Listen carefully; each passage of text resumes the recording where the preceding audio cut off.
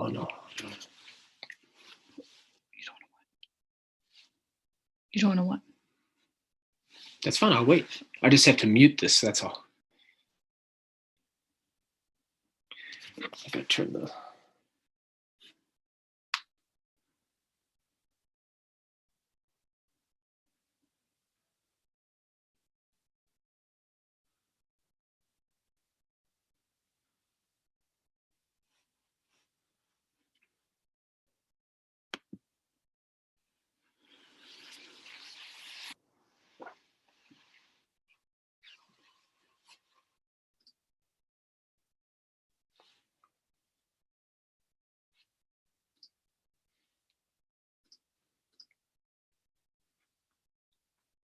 YouTube is up.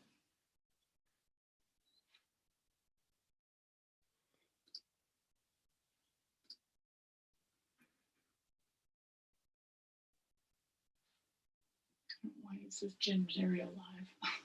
What, love? You're live right now. Everything you say is live. Okay. I thought we weren't going to do that until Scott came on. I told you I had to do it so I could test it. I said, you're going live. You're Everybody. live right now.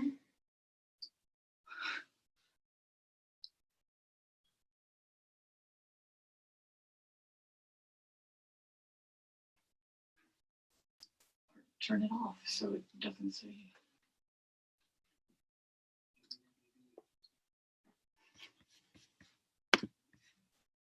People are on, they're watching, but Hey, everybody.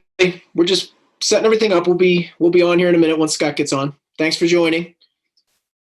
Tune into the Olympic channel so you can see the live broadcast of the marathon. It's coming on at the top of the hour. I'm going to put out a little Instagram here. Remind everybody to watch.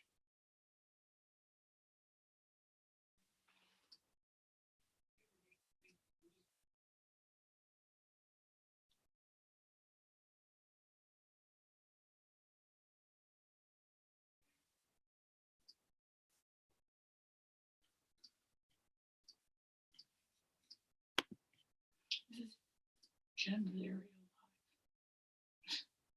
I don't know how you can not do that.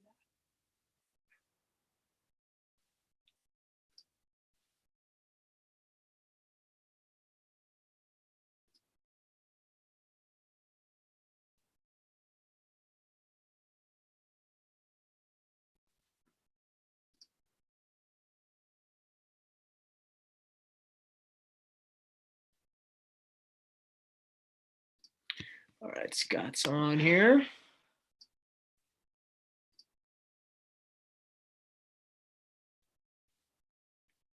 I don't know why it says Jim's area live. I can't change that. I think On down here Facebook. you can see something. Hey, Scott. Hey. We're already live. Oh, we're in. Okay. People are seeing the pregame as we prepare. Hey, Nicole. People are in, huh? People are in. People are watching. Oh, they'll see me struggle for a few minutes here. Well, they're getting a little behind the scenes look here. Yeah. I You figured a couldn't computer out, so that's good. Okay. Yeah, we couldn't figure out how to do it without going live early, but we're good. Oh, I see. Cool. Let me see here. I'm just going to do something. I'm putting an Instagram link out so everybody can click on that. I'm going to go fill up a water real quick.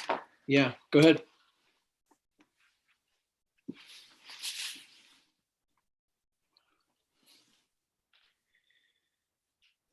As you, this everyone can see both of you. As you guys can see, I've got my background ready from the trials. I got a picture of Scott, picture of the ladies after the big win from Alafine. So we're all set there. Got my trusty HOKA water bottle so I can talk to you guys for the next 6 hours. I think we'll wait till the top of the hour to sort of give you the rundown. Got my notes. Scott, you got your notes?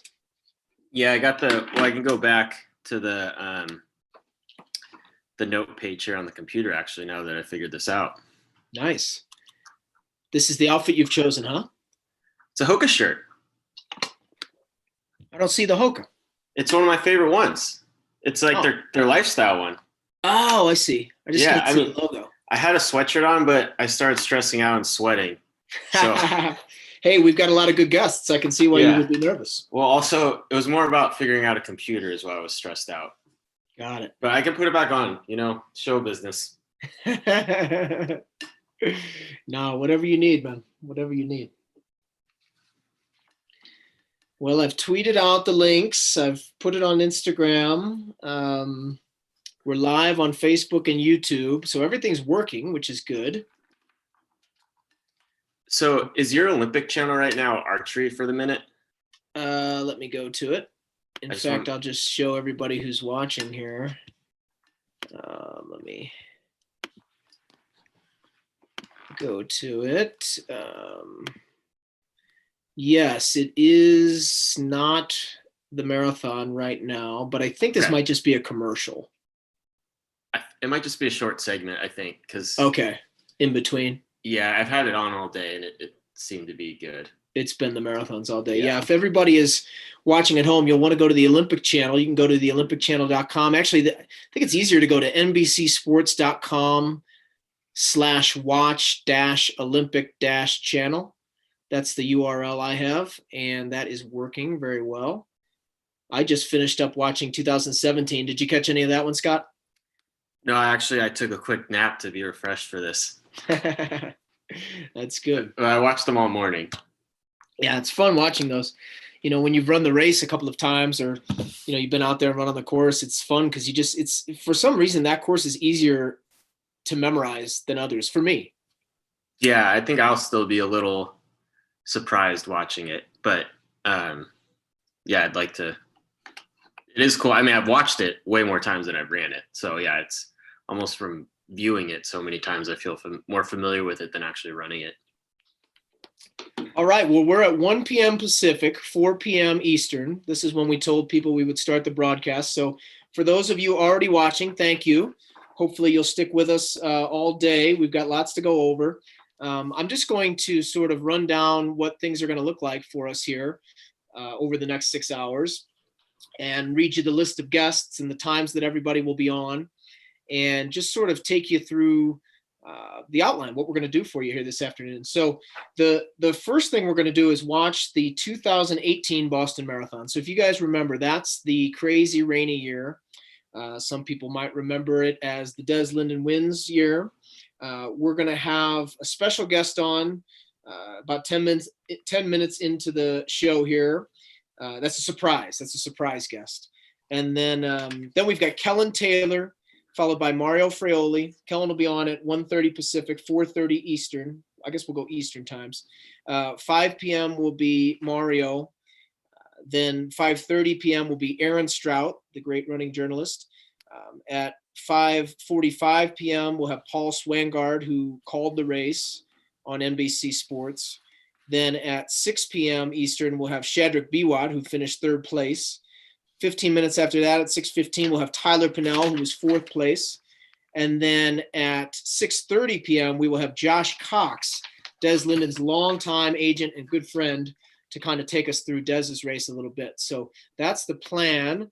And what we'll do occasionally is we will share our screen with you guys so you can see the coverage. This is the very start of the race coverage, and you can see Paul there on the right side of your screen, Tim Hutchins in the middle, and Craig Masbach on the left. They look like they're having fun out there. But that's what we'll do occasionally and kind of show you bits and pieces of the race itself over the course of these next few hours. Hopefully you've also got Olympic Channel on yourself. So Scott, let's go back to your 2018 Boston Marathon. Tell us about the buildup. The buildup was great. I still 2 years removed from it. I think it is probably my best, if not tied for the best buildup I've ever had. So I was feeling very confident going in. It was an interesting buildup for me personally, in terms of never having done such a specific buildup for the demands of a course before. So, and the team as well, we did some experimental is probably too strong of a word, but we tried some new training venues, which we didn't have any data or feedback for, since myself and Kellen would be the first of our group to do some simulation workouts on those types of courses. So, but they went well. I mean, I think they went well. You don't have data from a bunch of other buildups to compare to, but you generally know what's good on what type and on what type of running and what type of terrain and what felt right. I've done enough to kind of know the feeling of what a good workout or segment feels like. So those types of workouts still definitely felt good. I'm trying to remember back myself. First of all, I totally agree with that. You were in amazing shape. We felt really good about the work you had put in and how ready you were. I'm trying to think back. I mean, obviously, as it got close, we were seeing the forecast. Do you remember when we started really talking? I mean, we tried to stay pretty chill about it, but it got to the point where it's pretty obvious it was going to be nasty. I was thinking about that earlier. I don't remember knowing for sure till a day or two before. I remember even leaving for the race or the week before thinking, I mean, it was changing constantly, but there would be days where the forecast would say, it could be a tailwind and 40 degrees. And it's like, okay, yeah, give me that every single time, but not getting too wrapped up in it. So maybe that's why I can't remember it too specifically, is because it was changing so much and I didn't want to attach an expectation to the conditions. Yeah, I think we always try to do that. And also, it just seems like there's so often when you're looking at a race and you're looking at the weather a week out and it says it could rain and it ends up moving to the day before, the day after, it pushes through early, et cetera. And so you actually end up getting a pretty decent day. And I think most people were probably holding on to that hope for a long time. And then it just became so clear as it got really, really close that it wasn't going to be that way, that it was in fact going to hit us pretty hard. But I remember you staying, pretty calm about it. What were you thinking internally? Well, I think we did a good job of never putting any sort of time expectation on the race, which allowed me to be a lot more open to the conditions and not get disappointed or excited if the conditions were going to be good or bad. My whole goal, the whole segment, was to get as fit as possible so I could place as high as I could. Obviously, I would let myself daydream here and there, I think so. Some of the workouts we did, we were similar to other workouts, and so I could kind of get the information that I thought I was in around 210 shape probably around that time, and I don't think that was incorrect necessarily, but also not allowing myself to think that I deserved that time from this race. That whatever happened, you don't go to Boston to try and run a time necessarily. There's no pacers. You go to race, and I think that's what I have loved about Boston as a spectator for so long, is that it's a race. It's not as much of a time trial. So I think that's kind of what allowed me to stay so calm about the conditions, is that it never was about time for me going in. Yeah, no, agreed. I think what we'll do too during this entire broadcast is we'll pop over and see what's going on the Olympic channel here and there, and try to take the viewer through in real time what was going on race morning for you. So as we sit here and watch the rain pouring down on these guys and you can see the winds flapping everything around, this is probably, because the men go second, I'm guessing this is probably about 45 minutes or 40 minutes before the start of your race. So I think so. That's a good image. Yeah. So at this point, you are in the church where they put the pros before the race. Is that right? Yeah, I believe so. Yeah, that sounds right. Maybe I've gone out. No, I wouldn't have gone out to do a warm up yet, I don't think. And what was your warm up like on a day like this?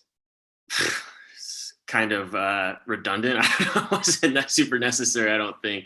I went outside and I tried to not treat it too differently from normal. I just jogged for 8 or 10 minutes. I think I waited longer to do it just because you're going to cool off so quickly. But I think it was kind of just an exercise in futility in retrospect. What was the vibe like in the church? So, I've been there before, and, like any race, it's tense to an extent. People aren't really chumming it up in there. They're kind of off. They find their own little corner and they chill out and they relax, and there's not a whole lot of talking. What was it different than other races because of the weather in the way you remember it? And I was thinking about that as well. And I guess maybe since I don't have a previous Boston to compare it to, I can't say for certain. It's just such a unique thing. You know, they take you to Hopkinton and you're in a church to get ready for this thing. Like that's not for us as elites doing these races. That's not generally how we do these things. So I don't know if that contributed to it. There definitely was an element of everybody like scattering to try and get their own spot, like a little bit of a free for all. But I don't know if that would have changed had the conditions been better. But yeah, it was tense, but it was, I don't know, they're tense regardless of what's going on with the weather, I feel like. You had a couple buddies out there on the American side. Did you talk to anybody or warm up with anybody? No, I don't remember. Vale was doing it, so but I didn't see him really. Kellen and I kind of just hung out in the one section we found. I think we found a bench upstairs. They kind of just like hung out there and sat down, loosened up before, and then she obviously went out before I did. So then I think the rest of the time I was just solo. Yeah. I just feel like, and hopefully we'll be able to show people and talk folks through it. But when everybody walked out of that church and it kind of hits you that, hey, we're doing this thing. I just think that it was just so unlike any other Boston Marathon. I mean, there's been bad weather years, but I remember after the race really digging in and asking a couple of the Boston historians where this ranked, and to a person, they said it was the worst conditions of all time in the race. So I don't think that's really hyperbole. I think it really truly was. I guess this would have been the 122nd running that we're watching here today, and I think it really was the worst conditions in the whole 122 year history of the race, which is pretty wild.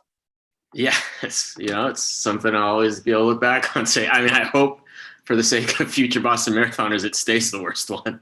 You know, today was nice. I saw in Boston it was 48 degrees today. They had some nasty weather over the weekend, but it looked pretty good today. Yeah. I mean, yeah, bummer. I mean, it works out pretty good most times, and I think that that's part of the. You know, you talked about the racing aspect of it and just not worrying about time and just going out there and racing. I think another cool part of it is just the fact that you could have anything. You know, the unpredictability of it, not only in terms of there not being a pacer, but just the weather could be 80 degrees, it could be 35 degrees, which is pretty cool. So speaking of people that are nervous about Boston, we thought it would be cool to bring on not only pros and commentators, et cetera, but also, a quote unquote regular runner who was supposed to run Boston this year. And just talk to this person about what that experience was like with the postponement and what they did this morning to kind of simulate running the Boston Marathon today. This is the idiot marathoner, otherwise known as Nick Smith, Scott's brother. So Scott, you can take it away here. I'm going to bring Nick on. Yeah. You might've got people's expectations up a little bit saying we had a surprise guest here, but yeah. Nick, you there? Oh, there he is. All right. There's his idiot head. All right, Nick. So can you hear me? He's connecting to his audio. He'll be with us in just a sec. We're live. You're in. Okay. Yeah. So, this mustache actually looks okay. You can see it, right? Yeah. I'm not too disappointed with that. Yeah. All right. So what you were supposed to originally run your first Boston Marathon today, correct? Oh, nice. Correct. So when did you find out it was canceled? I'm assuming with everybody else. Yeah. I mean, I think it was that second week in March when things were kind of starting to get crazy that I had a sense that it was going to happen. And then they held off pretty long on actually announcing it. But I think most people sort of knew that second week in March that it wasn't going to happen. And did you think you would always do something today? No, this kind of just was sort of spur of the moment. When they canceled the race, I got into a little bit of a funk, like with running. It was just kind of like, oh, that sucks. Yeah. I would imagine that's pretty common. Yeah, so I had like a couple weeks of just 20 miles, 30 miles, like just nothing. And then 2 weeks ago, I just started running pretty big miles for me, but nothing at pace. So I haven't done any pace work since they canceled it. So what were you hoping to accomplish? Like when you say you were doing your pace work and stuff and training, you must have had some sort of goal in mind going into the race. yeah, I was thinking I would have been satisfied to break 250. I ran 257 to qualify, so I think 250 was kind of a decent goal. And then 245 would have been like happy.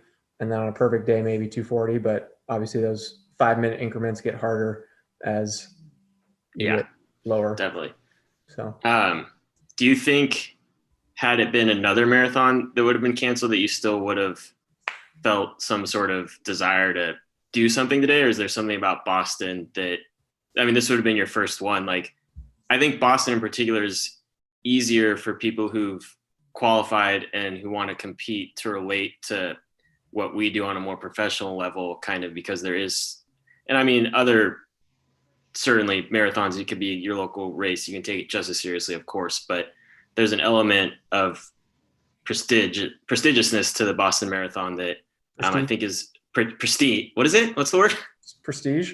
Prestige to the Boston Marathon that I think is so relatable across the board. It's this accomplishment for people to even be on the start line. So I would imagine across the masses, the Boston Marathon is taken a lot more serious than any other marathon.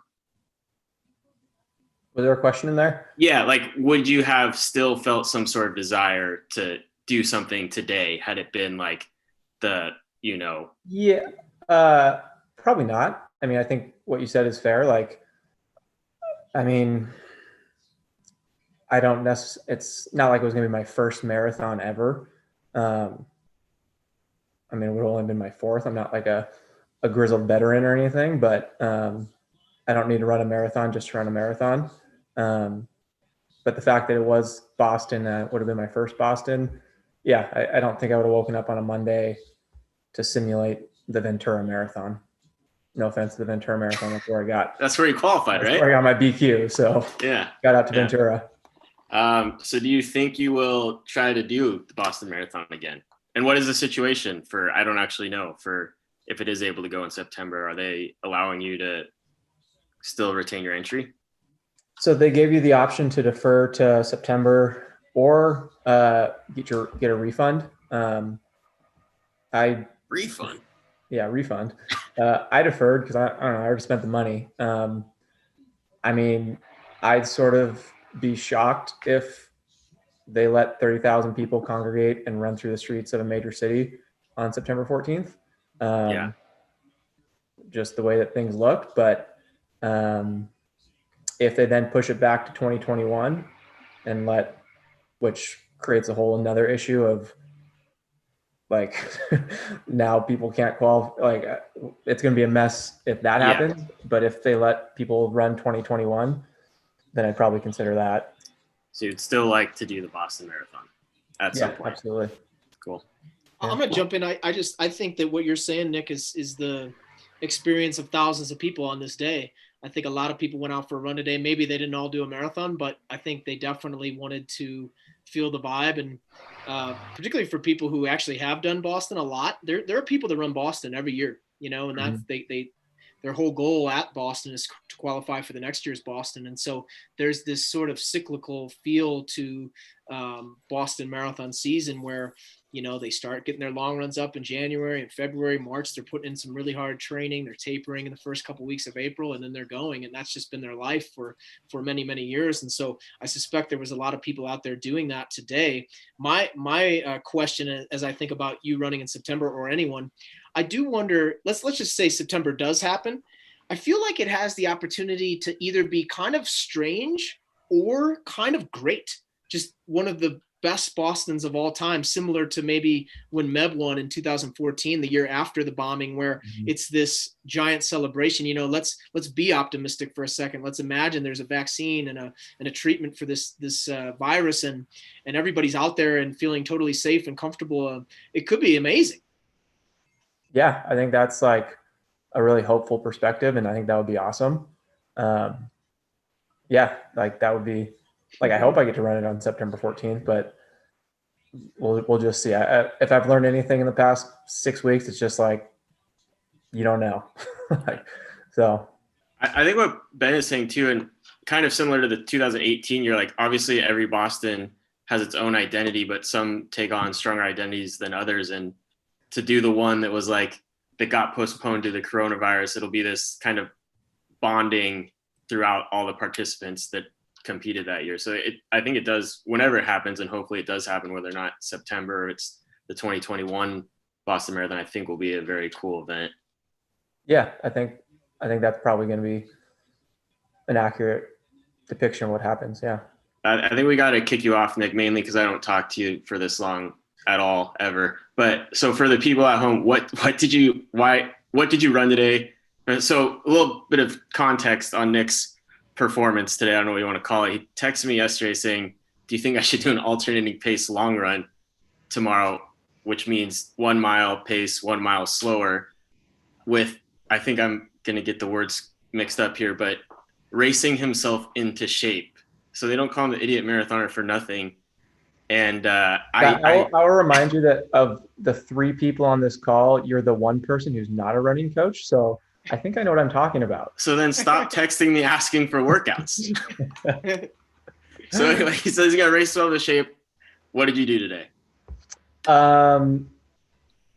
It was like 3 flat.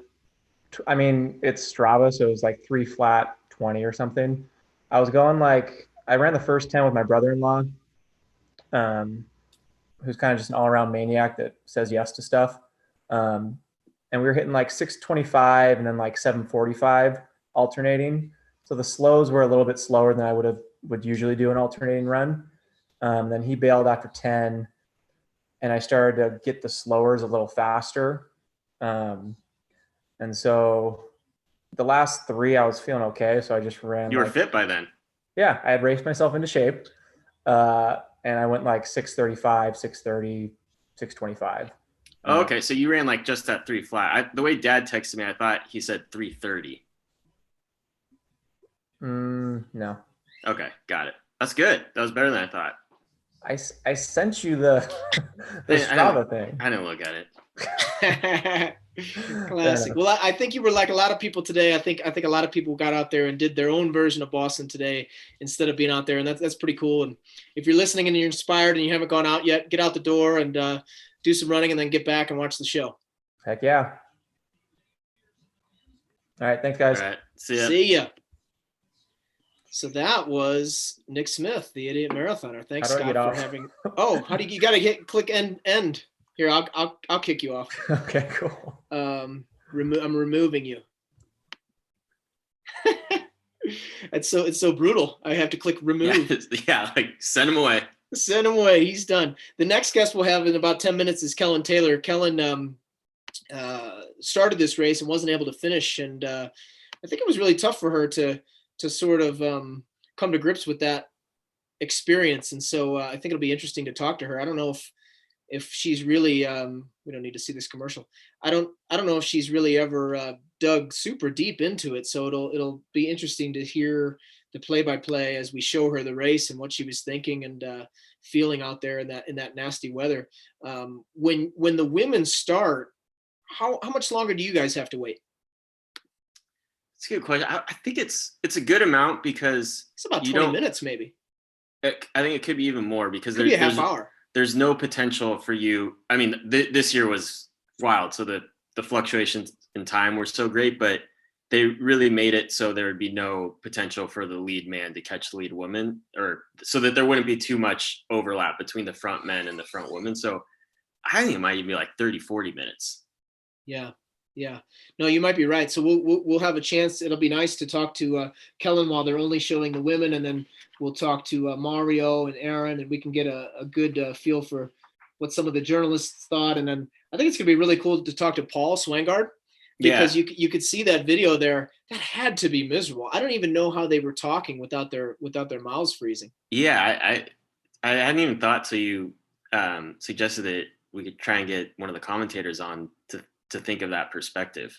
And just, I think I remember there being some, and there had to be technical difficulties due to the weather throughout. So I don't know if there's dead time that they had to kind of cover, or just maybe had no information as to what was happening on the race. Cause they're in the booth. They're not out on the course seeing right up front what's happening. So yeah, it's probably quite strange.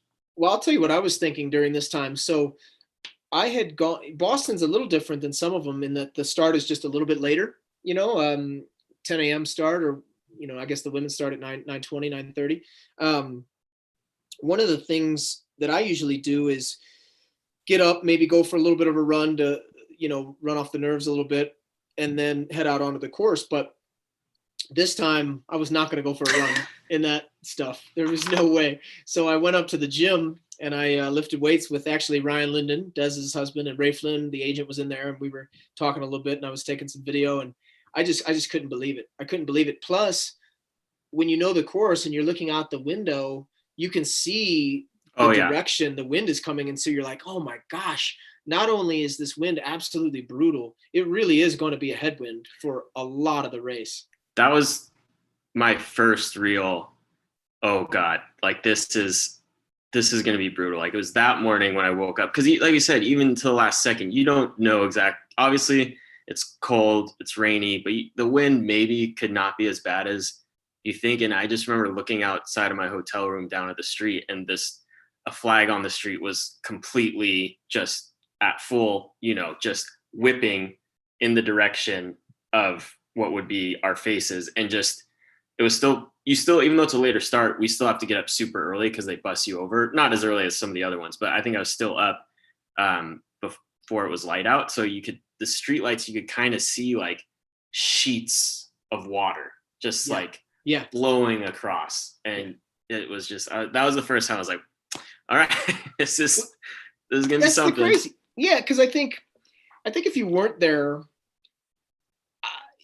the only thing I would tell you is it wasn't raining. It was storming. How there's a difference? Raining it's just raining. You can go for a run in the rain. This was a storm. A storm includes massive winds from all swirling around in all directions. And the rain even was at times almost a pelting type of rain because it was so cold. Oh, it was painful. Yeah, it was borderline at points sleet. It was painful. Yeah.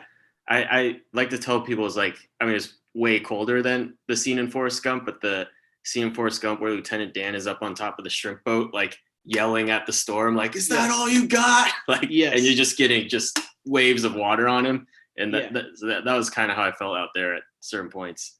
I think it was almost, go ahead.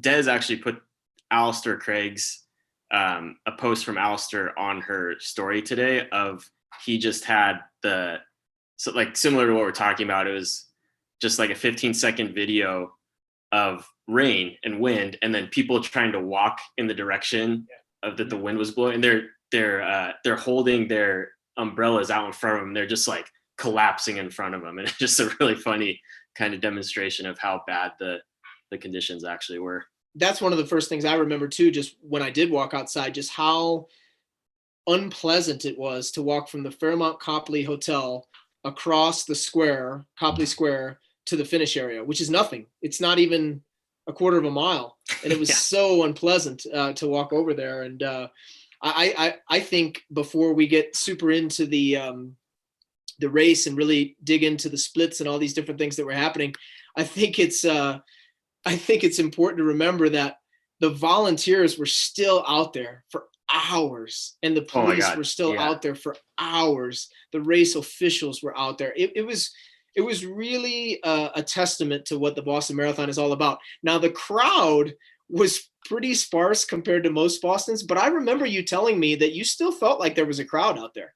Yeah. I mean, I didn't have any context for this, but I remember there being certain points where maybe it's because I expected nobody. It was like, why would you be out here? Yeah. But there were certain points where I was like, oh my God, there's people yelling. And, I was in college once too. And I don't, certain kids, you're not going to let conditions stop a party. So that might've been the section we went through, is like, this is still their big party day of the year. And I think there's definitely some of that out there. And also to kind of reiterate, we're saying that the first responder type people were probably busier than any marathon as well, just because there's so many people kind of having to come off the course due to hypothermic symptoms and stuff like that. So yeah, the medical volunteers as well were crucially important. Yeah, it was amazing. But then you did get to spectate the next year.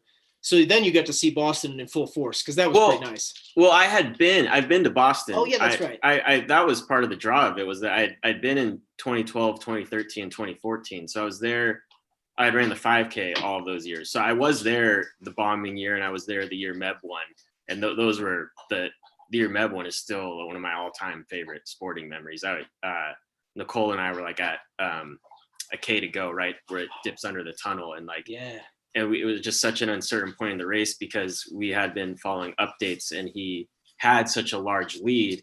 And so we had to go down to the street probably at the point where he had his lead had grown to about the largest it would be. And by the time we saw him, it was probably the narrowest that it was. So in my mind, I was thinking, oh man, there's still like 6 minutes of racing left. This guy's like 8 seconds back because, it's valiant, but he's going to lose.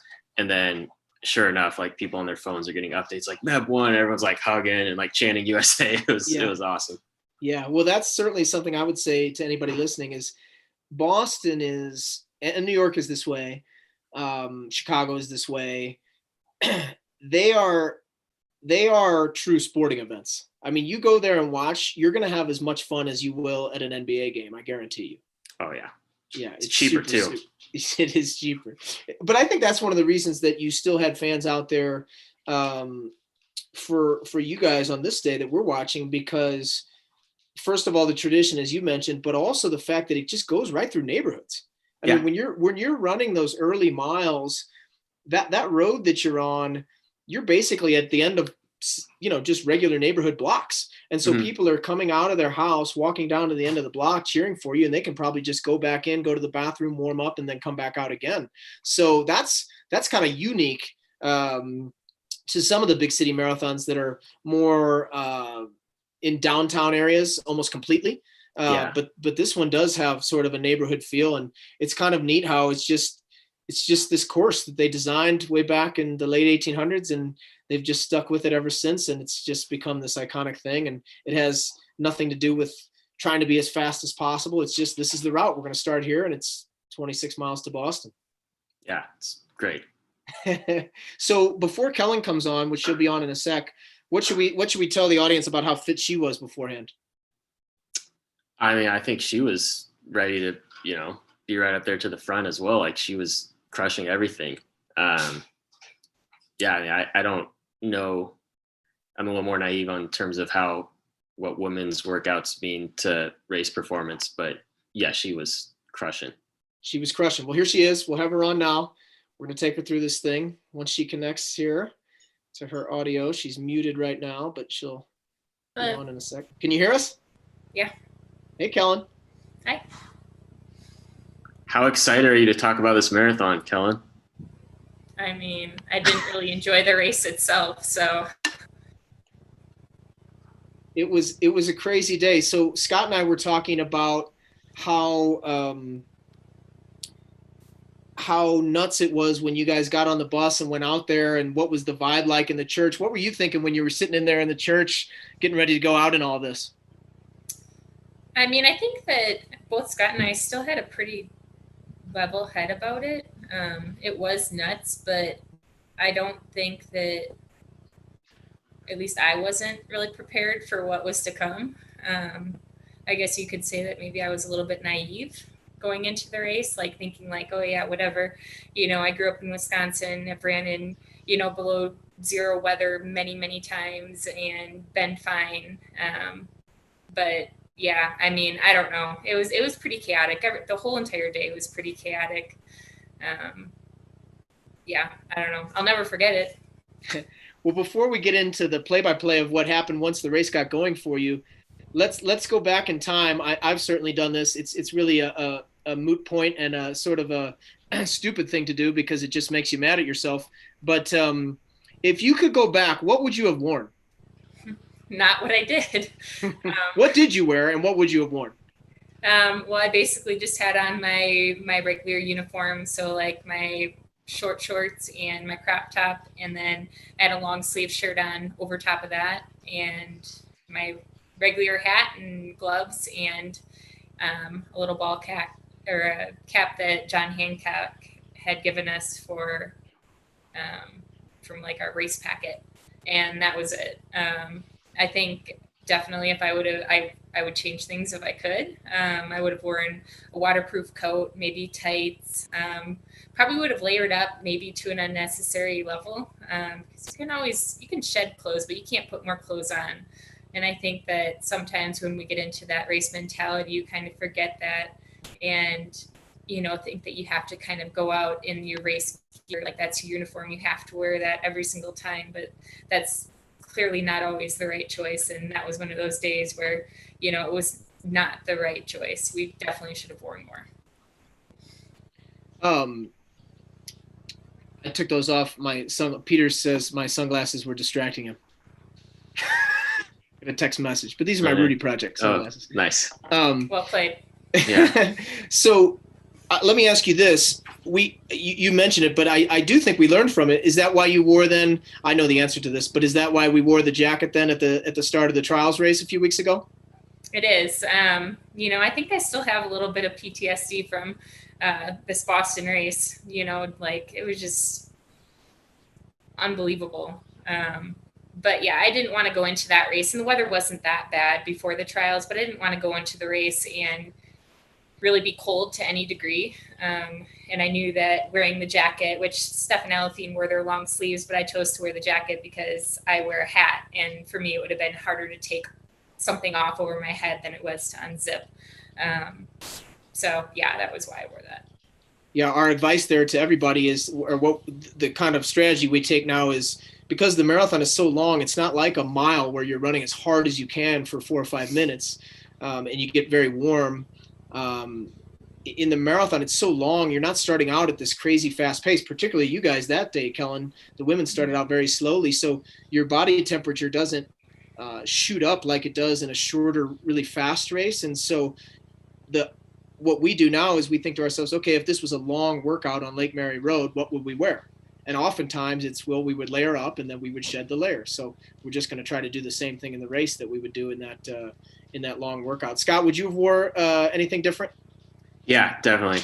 I completely agree with Kellen that I still didn't think it was going to be as bad as it was on the start line. I wore that kind of thin long sleeve that we have, fully intending on taking it off at some point. I was just like, it's not going to be that bad. I've never not worn my singlet across the finish line, I've never been in something where I needed to be this layered up. That was the most I think Kellen and I had very similar layering, and that's by far the most I've worn for a race. Okay, so let's look at this, Scott. Sorry to interrupt. Kellen, so what is this like here? Everybody's dancing around. Are you starting to realize, oh my God, this is way worse than I thought, or does that not happen until you get going? I mean, it didn't really happen until we started going, because we warmed up outside. We did our mile or so warm up out there, and it was just kind of like, okay, well, this is going to be a day. I don't know, hopefully a good day, but it's going to be a day that you're definitely going to remember. But it wasn't really until the race started going that everything just started kind of just going crazy. It was just one of those things where I look back and it was look to my right, what's going on? Look to my left, what the heck is happening? Serena Burla is running, grabbing a plastic bag off the side of the road. And I don't know, it was chaos the whole entire day.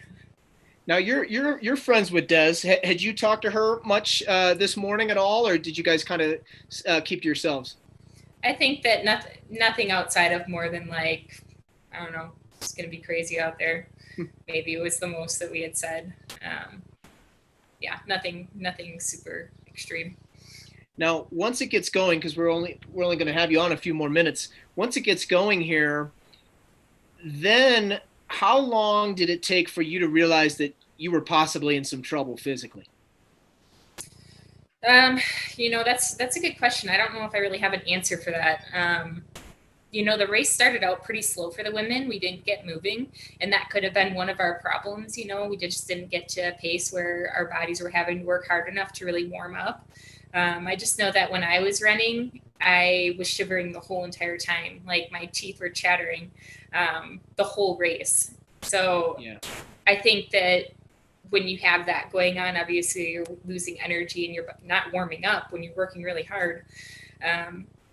There's definitely going to be problems. That, and then also paired with the fact that, I mean, it didn't really matter because I only made it 13 miles, but I couldn't grab my water bottles because my hands were so cold. Like I couldn't get the bottle open. I couldn't get fluids into me.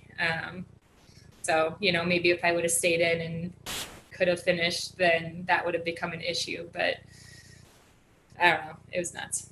I think the other issue, and you'll see it here, is you guys start out at a jog. I think that really hurt the women. You know, we'll talk about Scott's race later when it gets started, but the men started out kind of like bats out of hell. They took off like crazy thanks to Yuki, but you guys sort of did the thing where you felt each other out and you were kind of jogging along. And I think your body temperature actually probably dropped because for you guys, this is such an easy pace that you start out at. Did you have any thought of getting going and getting moving a little bit more? I mean, I didn't. I think that it was kind of the same thing as like the dress mentality. Like this is a championship style race and you just want to put yourself in a good position, and preferably that's not you taking the lead super early in a marathon. If I could go back and do it again, yeah, maybe I would do that, but I also would have worn more clothes, as would most people that ran it. So, you know, lessons learned. I'm just watching this, Kellen, and I just can't believe how cold people look at the start. Serena didn't wear any. No wonder she had to steal a plastic bag later. She doesn't have anything on top there. Oh, my gosh. Yeah, crazy. It was madness. That's making me cold looking at it. Well, I remember talking. So Des has a jacket on. It's the famous jacket, of course, that she won the race in. And I was telling Scott that I was lifting weights with her husband that morning, and she was texting him, what should I wear? And I remember him telling her, just wear the jacket. You can always take it off. Yeah. And of course, you know, she never took it off because nobody took anything off. Right. But it's just kind of funny knowing that happened. I remember Scott telling me he doesn't need it. He runs hot. I'm really glad I didn't have to drop out, or else I would never lift those words down. I run hot. That's what he said. Oh my gosh, you guys are jogging. It was so slow. It's so slow. I do remember when I could see you. Let's see. Sorry. Okay, I'm just getting notes about the broadcast here. People are liking it, I think. So when I saw you, I could tell you looked cold. I mean, I remember seeing you on Saturday when we were signing autographs or whatever. You were signing autographs and your lips were getting blue just that day. I think sometimes, I don't know how to say this delicately, but one of the things that happened with the pros as opposed to the masses, a couple things. Number one, again, you guys are jogging here. This is so much slower than you can go. And I think the majority of the masses still go out at whatever pace they want to run. It's not a championship style race for them. So their body temperature rises a lot quicker than particularly the women's race here. Also, you guys are just very lean people, you know, you're very, very fit and don't have the body mass of someone like myself. So I just think that's why, in my opinion, the pros had such a higher dropout rate than the masses. It's not because the pros were weak or not as tough as the masses. I don't think that was it at all. I just think science took over. And like for you, tell the viewers just what was happening to your body. Well, it just felt like it was kind of shutting down. You know, I remember that when I got to, I don't know, the 12.5 mile mark or wherever it was that I was about to drop out, some guy was like kind of making the rounds through the course and like asked somebody else. He was like, are you okay escorting somebody off? And then he like asked me, and most of the time, you know this from like practice or from anything else, I would have just given you like this evil glare and just kept going, but there really wasn't even an option. It was just like, no, I'm not okay. And basically I left the course and continued to shiver for like the next hour, covered in blankets and, you know, whatever else they had in the fire station. So I don't know. I think that there really wasn't a choice as far as I was concerned. I've went back to it many times and I've always come to the same conclusion. Like, you know, maybe I could have made it a little bit further, but I wasn't going to finish that race. Yeah. Can I add to that real quick about Sure. the toughness involved and people being forced to drop out and whatnot? Like people have always said like about this race, it was the toughest people that did the best. And I think that's true to to an extent, but like some of the toughest people, Kellen being at the top of the list, were forced to drop out. Vail was forced to drop out. Kellen just got 8th place at the Olympic trials on a broken leg. Like there's some very, very tough people that were forced to drop out. Like exactly what Kellen just said, it wasn't a decision. And only you kind of know if you're somebody else in the race who was unable to finish, if it was a toughness thing or if it was like, I'm in danger. And there's a difference there. And sometimes you don't know the difference until someone comes and asks, like, are you okay? Yes. So now, Kellen, you're in the fire station. You're shivering. You've got blankets all over you. Are you even aware of what's going on in the race? Do you even care? I mean, when did you find out, like, for example, that Des won the race? Well, I was in the fire station for a long time. So I did actually get to see the end of the race, like on the TV, because they have a TV there. But, you know, I went into the fire station. Basically, they covered me in like 2 coats and blankets and, you know, asked me, I don't know how many times if I wanted to go to the hospital. And I said no. And eventually got warm. And, you know, they kept taking more people in because more people kept dropping out. So we kind of had this little group up in their upstairs hangout lounge, and we got to see the end of the race. And it was really cool, to be honest. Like, I was super bummed, and everybody that was in the room watching it with me was super bummed because they had to drop out of their races as well. But it was still really exciting, you know, to have an American woman and somebody who deserved it, like Des did. You know, it was really cool. Yeah. And we can't leave without letting the viewers, or reminding the viewers, that you did get a chance for redemption 61 days later at Grandma's and showed how fit you were before this race when you won that event in 2:24. And I see some similarities in what you did there to maybe what a lot of viewers are feeling who would have been running Boston today and now have to wait. What would your advice be for someone? Because it's not totally different. You know, they had this big goal and it got taken away from them by forces outside of their control, just like what happened to you. So how did you come back and how did you refocus for another race? You know, I think the biggest thing to remember is that all the training that you have done didn't go to waste. You know, you still get to bank that training. It still goes into your bank of fitness, and you can capitalize on it on your next go. So, you know, if that's in the fall, fantastic. You know, you'll have this great training block that you just did to carry in the fall. And with the marathon, I think that a lot of the time it's cumulative miles, cumulative work that leads to the big results. So, you know, just keep chipping away. Eventually something will pop up that we can run, and hopefully it's a good day. Awesome. Well, thank you, Kellen. We really appreciate you reliving this for us, and enjoy the rest of your day. If you want to watch this, go ahead. Maybe it'll bring back maybe not good memories, but some memories. And you've had a lot of good success since then. So hopefully you've been able to put this behind you. Yeah. Will you run Boston again? Yeah, I'm going to run Boston again. I have to get some redemption. You know, I wasn't ready for it last year, but, you know, we'll see. Hopefully here one of these next couple of years.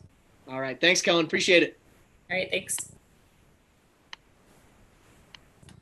Kick her off. I'm kicking her off. I almost hit rename instead of remove. Okay. So that was cool. I don't think we've really ever dug into it that much with her. And I didn't know that she saw the end at the fire. No, I didn't. I don't think I knew that either. All I know about the firehouse is that Kyle was upset about how expensive the Uber ride was. Well, I felt bad because, you know, we knew she was struggling. We knew she was in trouble because we knew she didn't show up at the next split. And so we pretty much had pinpointed where she must have dropped out, you know, but of course she doesn't have her phone on her. Yeah. And so we kind of had to guess. And I think she was able to use a phone at the firehouse and text Kyle or myself or both. I don't remember, but we figured out where she was, but there was no way I could go because I was still watching your race and wanted to be at the finish for you. And so really Kyle was the only option. So yeah, that's her husband, by the way. So he had to go out there and take an Uber, which I think took upwards of over an hour. I think it took a long time. Yeah. And I think they ended up taking a few other athletes with them too. Yeah. Yeah. Because the streets are shut down. So the Uber driver really has no idea what he's doing in terms of how to get out there. And you know, it's just 20K. it's a point-to-point course. So it's 12 miles away from the finish and 12 plus miles away, and there's just no good way to get there. So not only did it take forever to get out there, but then it took them forever to get back. I don't envy Kyle on that ride. That could not have been very fun. No. That could not have been very fun. But no, it was very cool that she came back and got to run so well at Grandma's. It was awesome. So let me pull up and see where we're at in the race here. So we still haven't started. So it must be 45 minutes. Okay. Because I think maybe that was the wheelchairs that were 37 minutes in. They just showed 37 minutes. I couldn't tell. Yeah, it wasn't the women because the women. It was wheelchair. Started. Okay. It must have been the push rims. Well, they're showing some of the course. You've practiced on the course and you did race the course, though it's hard to remember probably because of the type of day it was. What's your favorite part of the course? That was one of my last marathons as a potentially unmarried man, so I was really looking forward to the Wellesley section, but that was a little disappointing considering the conditions. But I don't know. I've always loved the finish. I always thought that was so cool. I don't know if it's just because you're almost done, but I think it's probably the most iconic finish in any of the marathons I've run. Just that last 600 meters or whatever it was. It's so much farther. It seems so much farther than it actually is. You turn, but it's a really fun finish. So that's what I remember is kind of and I don't think I ever, when I think about the race, I don't know, mentally, I had a great day. I think it's one of the strongest races I've ever had mentally. And I don't know if it was delusional or just convincing myself that this is going better than it was. But I raced every step of the way thinking I was actually running fast, but I wasn't. But I was still in my head, this is going very well. You're doing good. So to finally, but it's still, so I never had that relief to see the finish, to get out of those conditions. I didn't have that feeling. When I saw the finish, it wasn't oh God, this is finally over. It was all right, let's get there, Yeah. So I still enjoyed that finish as a competitor, not necessarily the relief of getting out of that terrible weather. That's something that I had looked forward to about the marathon because, it's always the famous, right on Hereford, left on Boylston, you always hear about. So I was really looking forward to having that experience as a competitor. And I think I still was able to have that. Yeah, it reminds me almost of a big hill repeat where, I'll tell the athletes if you give in for 1 second, you're done. You're not going to be able to get your momentum back on an uphill repeat like that. And I think this day was the same way in a lot of ways.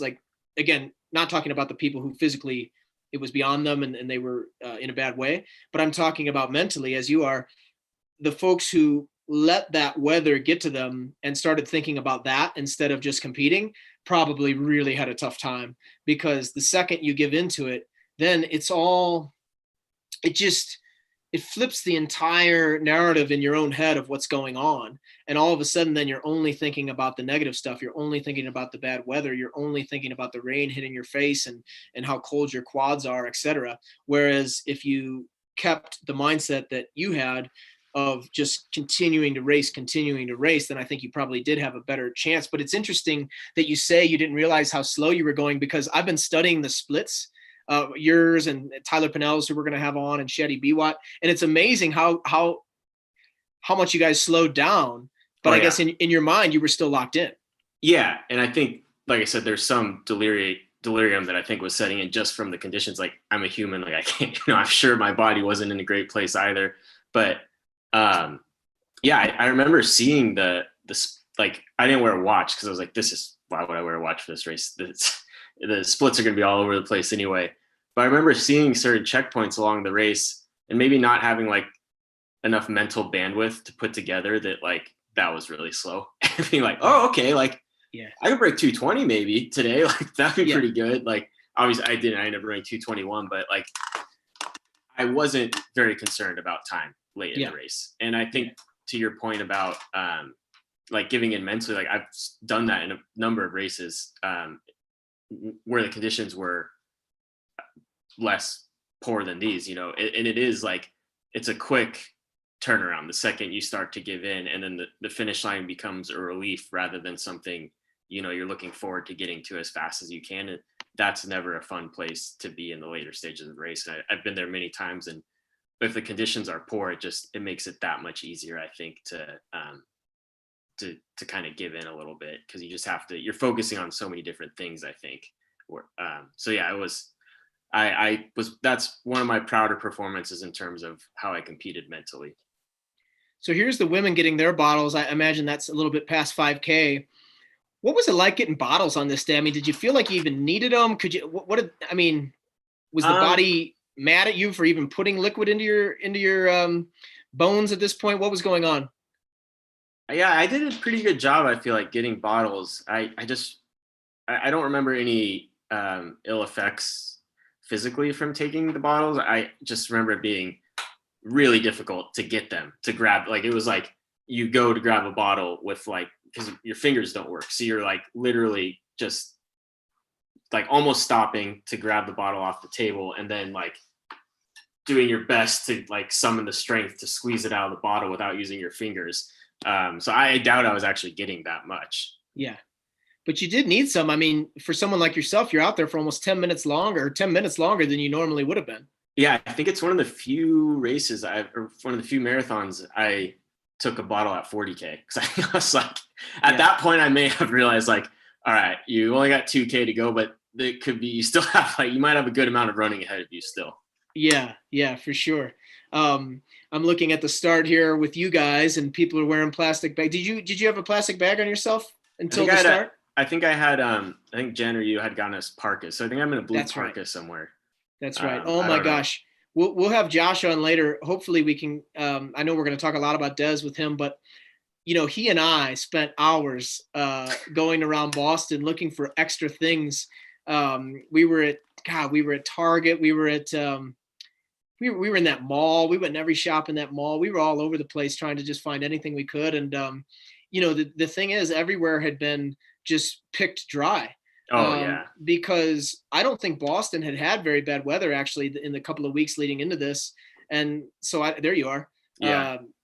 So I don't know that they had, I don't know that these stores were really stocked with cold weather gear all that well. And anything they had left, you know, was just, and that Target Josh and I went to wasn't even close to like race headquarters. It wasn't even that close to the Prudential Center. We had to take a Uber over there, and you could tell that runners had just picked that thing clean as well. I think we found arm warmers for, one of Josh's other athletes. I can't remember who it was, but we couldn't find. Oh, you found arm warmers for somebody else, huh? No, we got arm warmers for you. We cut off your compression socks. Those were better than what we found. Okay. What we found it was like this generic brand, and it wasn't in the arm warmers. It wasn't in the cold weather section. It was in the kids sports section. It was like one of those sleeves that the kids wear for basketball. Yeah. And they don't even really do anything. They look kids cool. think they look cool. They think they're Kobe, you know? Yeah. So we got one of those. I can't remember for who, but I cut off socks for you. Yeah, it worked. I actually was holding on to them for sentimental value for a while because I was like, oh, that's kind of a funny story, but Nicole and I are moving, so they didn't make the purge cut. Nice. Yeah. So what was this like? Was there a decent amount of energy here as you guys were about to take off?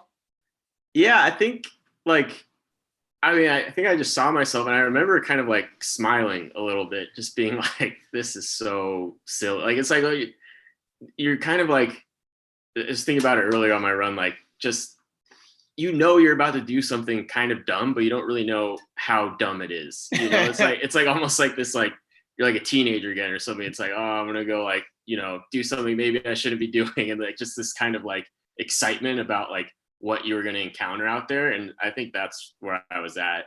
Yeah. I think you had to be that way. If you weren't smiling and excited and almost, I'm not necessarily saying laughing, but just having some fun with it, it was going to be a really tough day. Yeah. And my general disposition on starting lines is pretty relaxed for marathons, just because like it's such a long thing. And that's more of a personal thing. I'm not going to sit here and say that should be a blanket statement for how people should be on start lines, but I'm generally a pretty relaxed person on the start line. So this was kind of no different for me. It's just like more of a mystery as to what we're going to encounter out there. It was more like I felt like I was about to go on an adventure, I guess. Yeah. Well, I guess you were. Yeah. Your friend Scott Falble asks, if you could go back, would you wear a Canada Goose jacket? No, he couldn't pay me enough. I'm just kidding. I don't know. No offense. No offense. No. Scott's a California boy, so he's not going to wear that stuff. Gosh, I'm just looking. It was interesting, the different choices people made. Yeah.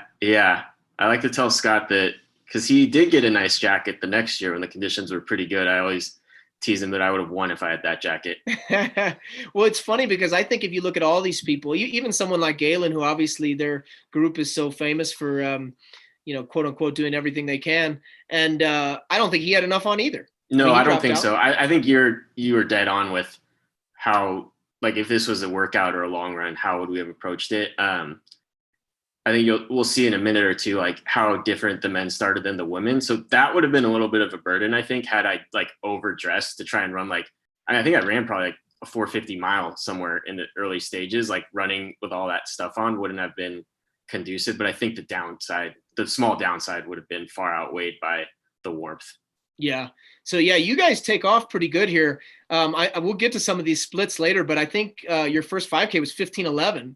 Yeah, which was fastest, still to this day, the fastest I've ever been out in a marathon. Yeah, it was 1 second faster than Fobbs ran the next year. In really nice weather. So it gives the viewers an idea of the juxtaposition between what we watched with the women who were just jogging and then with the men who take off really fast. And I really do think, obviously, from an overall time perspective, it didn't help you because, you weren't going to run that fast on a day like this. Yeah. But from a body temperature perspective, I think it helped a lot.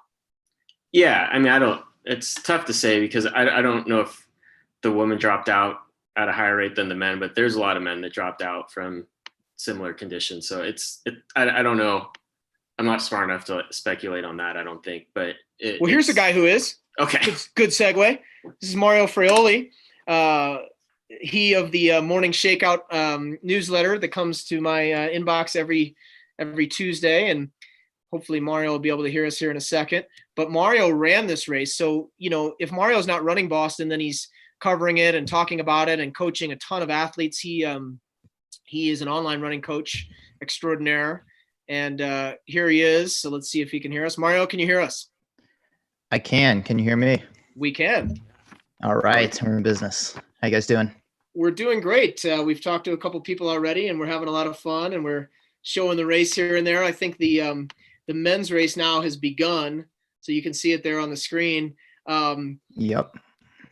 But before we get into a couple of other things, I'm just going to ask you to look at this, and what do you remember about the start? I'm way back in that mess somewhere. It was packed, crowded.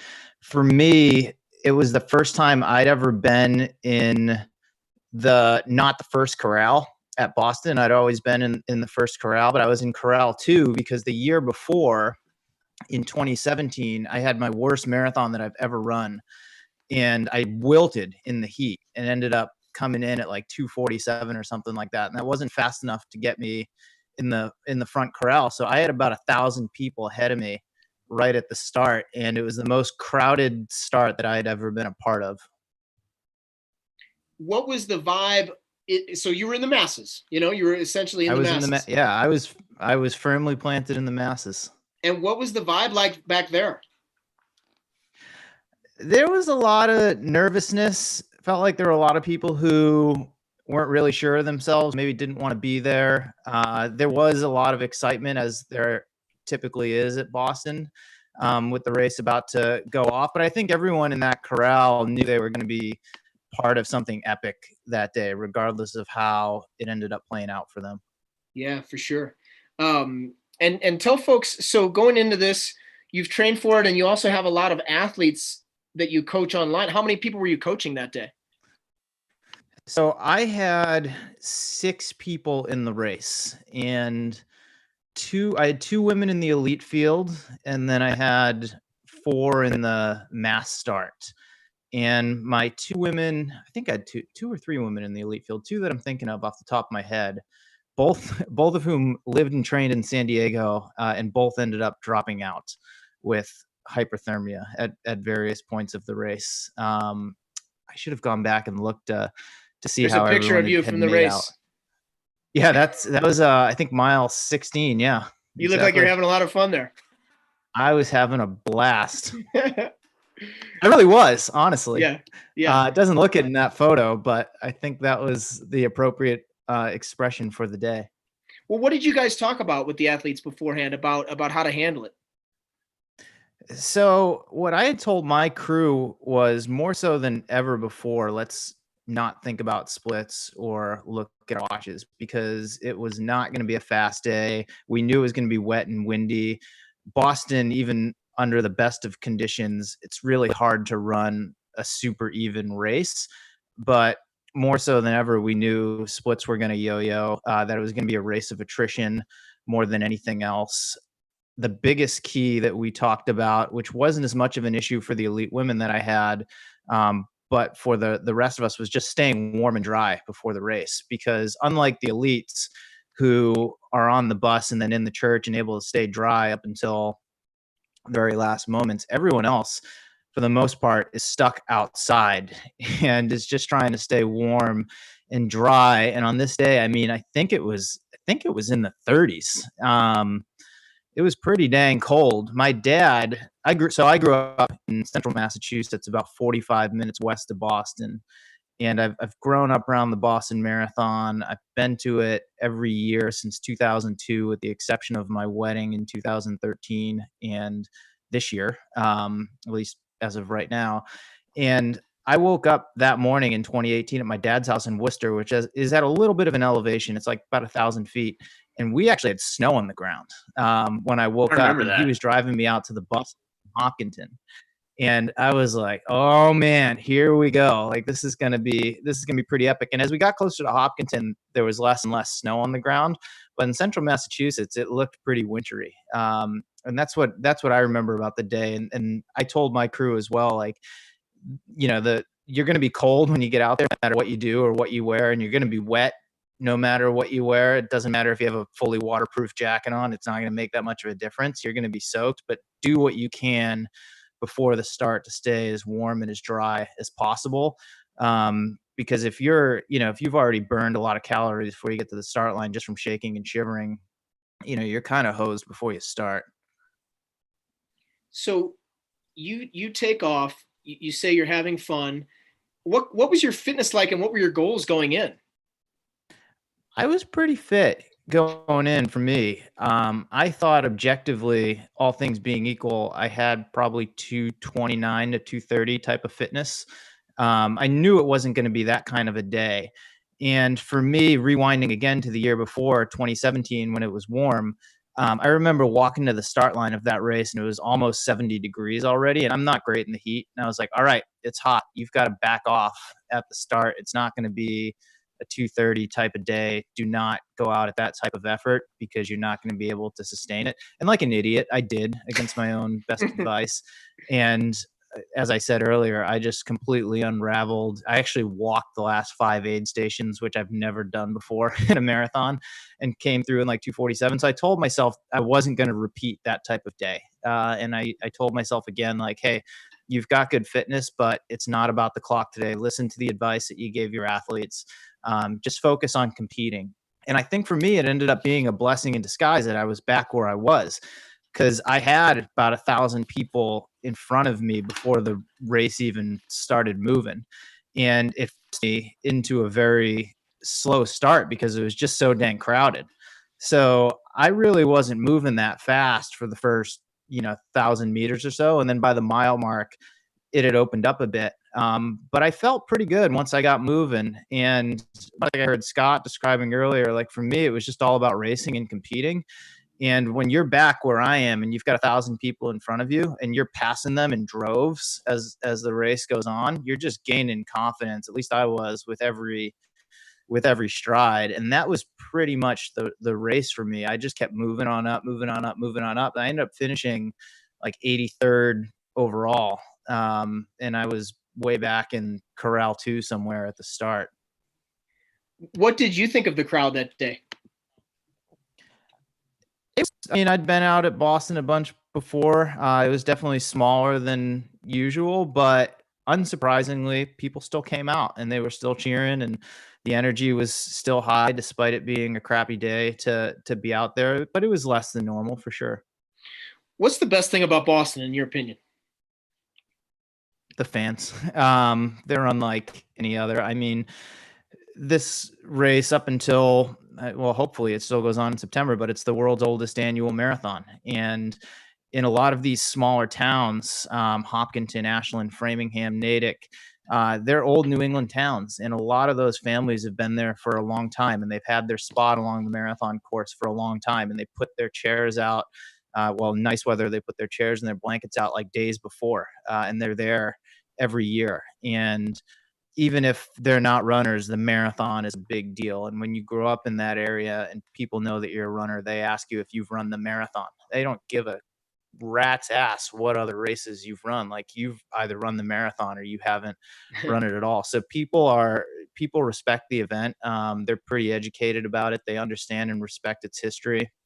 And even in a terrible year like this, where it's 30 something degrees and pissing rain and driving wind, they're still out there and they're still cheering people on. And from the first finishers all the way to the back, they're going crazy. And it's just a big party. And I know New York is bigger. I ran it this past fall for the first time, and it's New York City. I mean, there's nothing bigger, wilder, or crazy, but to me, and I'm guessing because I grew up there are no better fans than there are in Boston.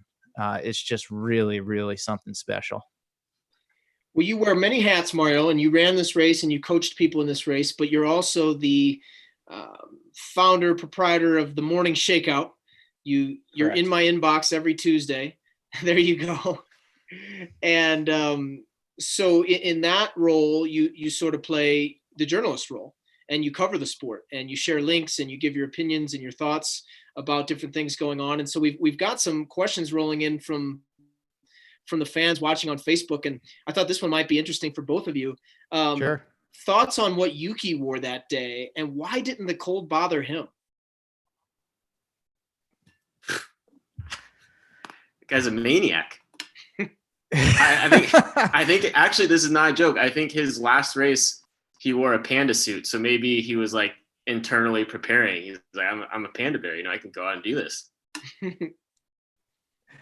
Yeah, to echo Scott's point, I mean, Yuki is a maniac. And I remember some article after the race, he said, for me, the conditions were perfect. So I think a lot of people are trying to figure out what to wear that day, but I think he knew, what he needed to wear on that day, given the conditions, and, just felt pretty confident in what he had on himself, even though it wasn't much. Yeah, I don't want to take anything away from his win or his run, but he's definitely someone who kind of thrives, from what I've witnessed, as I don't know him very well personally at all, but just from witnessing his races, on being a little reckless. So I think the risk reward out there for him was like, he's like, if I go out there and I do this, like if he runs that race 100 more times, I'm not sure how many times he runs the race he ran that year, if that makes sense. So I think it was like, I'm made for this. I think there's a large mental component to it, that he was looking forward to those conditions probably a lot more than some of the athletes. And just the downside wasn't that big of a deal to him. Like, it was so strange. He was in our pace group when we paced Aaron Braun in Chicago that fall, and he ran slower in Chicago on like a pretty decent day than he did in Boston this day. It just, the variability in his performance, I don't think bothers him at all. So I don't think he had, if I'm, doing like the sideline coaching, sideline therapist, like I don't think it was that big of a deal to him if it did backfire. Yeah, Mario, I would agree with that. Go ahead. Yeah, I was just going to say, I would agree with that. I mean, I don't think, honestly, he gave a crap. He's like, this is going to go one of two ways. I'm either going to win the race running this way, or I'm going to get completely blown out the back. And I think he was okay with either outcome. Yeah. Oh, I had a question texted in from producer Nicole over here, who's filtering the comments. Someone asked, like, in the lead pack, when did we think Yuki was actually going to win? And I would like to ask Shaddy that when he comes on, actually, because I was actually too far back to even realize what was happening. I had no idea who that was. He was so far off the front. I honestly thought from behind it was kind of like Mexican flag color. So I thought it may have been a Mexican athlete that was way up there. And I didn't remember seeing very fast Mexican athlete on the start list. So I was like, oh, this guy will come back. He's probably just trying to get his 15 seconds of fame or whatever, not realizing it was actually Yuki and that he would go on to win the whole race. But it would be interesting to hear Shaddy's take on that from like up front, more closer to where that was happening. Well, Mario, that's the men's race a little bit. But of course, for the American viewer, the story of the day ended up being Des Linden winning the race. So what was your take on the women's race? And since you were running and since you had people in it, did you play the journalist role too much? I mean, did you No. pick apart the race beforehand, or did you just kind of were you just kind of surprised like everyone else? And what did you think of the final result? So I did not play much of the journalist role that weekend in Boston, and honestly, I haven't been in the press room at Boston since my days at Competitor. So it's been at least 4 years now at this point. I've mostly been there the last several years primarily as a coach or competing myself or some version of both of those things. But I was not surprised to see Des win that race. I mean, I think it was really set up for her in terms of the conditions and knowing, I mean, similar to what Scott was just describing with Yuki, I know Des had the same attitude. I mean, she was on the bus, I'd read this anyway, on the bus, like to the race, and everyone else is like, do I have enough clothes? Like, how's this going to go? And she was genuinely excited about it. And I think that made a big difference. And I think it, was the perfect conditions for her, on that day. And I mean, for her to win and win by as much as she did, I mean, obviously there was a high rate of attrition there, but I mean, no one else was even close. And just given her history at that race, having run a fast year in 2011, having run there when it's hot, having run there when it's cold, and consistently finding herself finishing, in the top 5, if not on the podium. I mean, I wasn't surprised one bit. I mean, if I think before the race, I was like, this is going to be Desi's year. I'm like Desi or Shalane, like one of those two is going to win this race. And, Shalane suffered a bit more, but I mean, I think Des ran about as well as any woman could have run on that day. Yeah, we'll ask Josh Cox, her agent, when he comes on. But I think there was also some of that, like Scott was saying with Yuki, some of that nothing to lose mentality, because I think though you're exactly right about her performances there in the past, I think, if I'm not mistaken, she wasn't terribly confident in her buildup this time around. And sometimes that nothing to lose attitude can be a good thing, especially on a day like this. Now, as I watch the men's race here, look how far Yuki dropped back there. He's already grimacing. His race was amazing. Incredible. It was just amazing. These things don't happen. You don't get dropped in these marathons and come back. I think his race is, it's really inspirational. It reminds you of some of those videos you see on Twitter where somebody felt like Heather Camp's race where she fell down and came back in that 600 at the Big Ten championships. It's really a lesson in not giving up, for lack of a better phrase.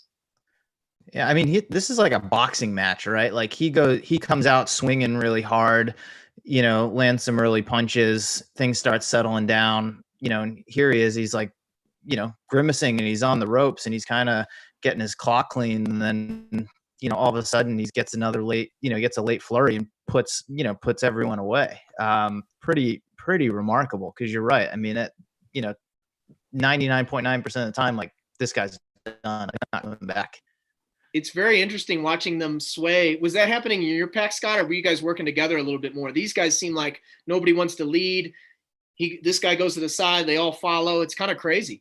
Yeah, I don't remember as much kind of zigzagging and swaying around the course. I remember when we kind of like the packs had settled out, that my group was kind of myself, not Tyler Pennel, Bumbalo, I think Reed, Cool Set, and then one of the other Canadian guys. And then Elkanah Cabet was actually leading our group for most of it. And I know Elkanah, so I feel bad retrospectively. Like, I didn't realize it was him because everyone's so bundled up. But he happened to be in the front of our group, and our group just let him take the lead in these brutal conditions for miles and miles. So if it wasn't for Elkanah, our group may have slowed even more significantly. But I don't remember as much being all over the place. I remember it being more a feeling of, because the wind was so strong, like more like forward. And I mean, obviously not backwards, but that feeling that, almost like stopping at certain points just because the wind would get so heavy at points. Mario, same thing. Yeah, the wind was really brutal. I mean, I remember, like, no joke, laughing a couple times during the race because it would literally stand me up straight. Yeah. At certain points, and you didn't feel like you were moving. And for me, I was just like, I mean, and everyone else around me was in the same boat, so it wasn't like I was, losing spots or anything. I'm like, this is just ridiculous. And I remember seeing, when you enter a new town, there'd be like an Adidas flag or something that said, I think it would say like, Ashland or Natick or whatever town you're coming in. And they were all blown over. Like almost all of them were blown over on the side, on the side of the road. And at some points I remember it was so strong, it was like literally coming at you sideways. And you're like, this is just like I was describing the scene at the start line where you're like, you knew this was going to be something epic today. And then when you were actually living it, at least for me, I was like, oh man, I'm going to be telling stories from this race for the rest of my life because, I don't know if I'll ever experience anything quite like this again in a marathon. Well, that leads me to my second. I got two questions for you, and that leads to the second to last question. What's your number one memory from this day then? My number one memory. That's a good question. Well, for me, it was actually after the race. So I crossed the finish line. I by all accounts had a really great race. They wrapped me up in the Mylar blanket, and I'd run Boston before.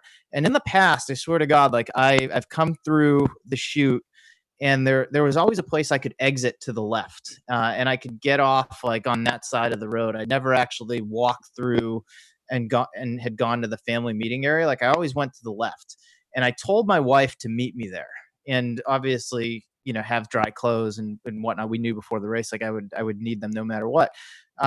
So I'm walking through, and something had changed, or maybe I was just mistaken, but I couldn't get out to the left, and they made me walk all the way through to the family meeting zone, which is on the way other side. So like I come through, and I know she's not going to be there because we talked about going to this other spot. And I come through, and I'm like, oh crap, I'm in trouble. Like I'm going to be in trouble here, because I don't have my phone or anything. I have no way to get in touch with her, and it's dumping down rain. And so I go through the family meeting area, and I'm getting hypothermic now. Like it's getting pretty dangerous. I'm like, this isn't good. I'm like, this really isn't good. And I must not have looked good, because someone outside was like, hey, get in here. And they like opened this door, and it was like some hotel lobby or something like that. And they're like, get in here. And I just went in there, and they're like, you doing all right? And I'm like, no, not at all. And they're like, get this guy some dry towels, like get him something. So they like pulled down like these towels, and like they wrapped me in the towels. They're like, can we get you anything else? And I was like, I need to call my wife. And some guy, like the doorman at the hotel, like gets a cell phone out, and I like dial my wife's number, and she doesn't recognize it, so she just doesn't answer. And I'm like, oh crap. And then she has this moment, she's like, oh, some Boston number tried to call me, and like that might be Mario because I can't find him. I should call that back. And she called back, and eventually like found her way over there. And by the time she got there, I was just like a shell of a human being, and just wrapped in this like dry towel, and basically preventing me from trying to go into like hypothermia. But I was like curled up like in a ball, like on the floor, just like writhing in pain. And I'll never forget that. That's awesome. That's so great. Well, my very last question is a quick one. Will you be there in September then, if it happens?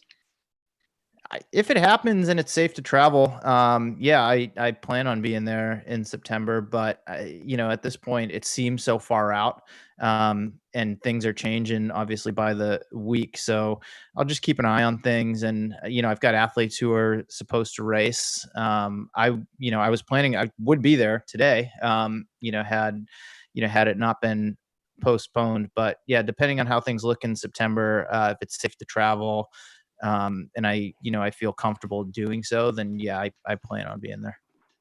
Well, thanks, Mario. This was awesome. Really appreciate you telling your story, and enjoy the rest of the race. Yeah, thanks for having me on. All right, see ya. Yeah, bye. Okay, Mario's gone. Scott, that was cool. Yeah, that was interesting to hear from someone else who was out there. Yeah, it really was.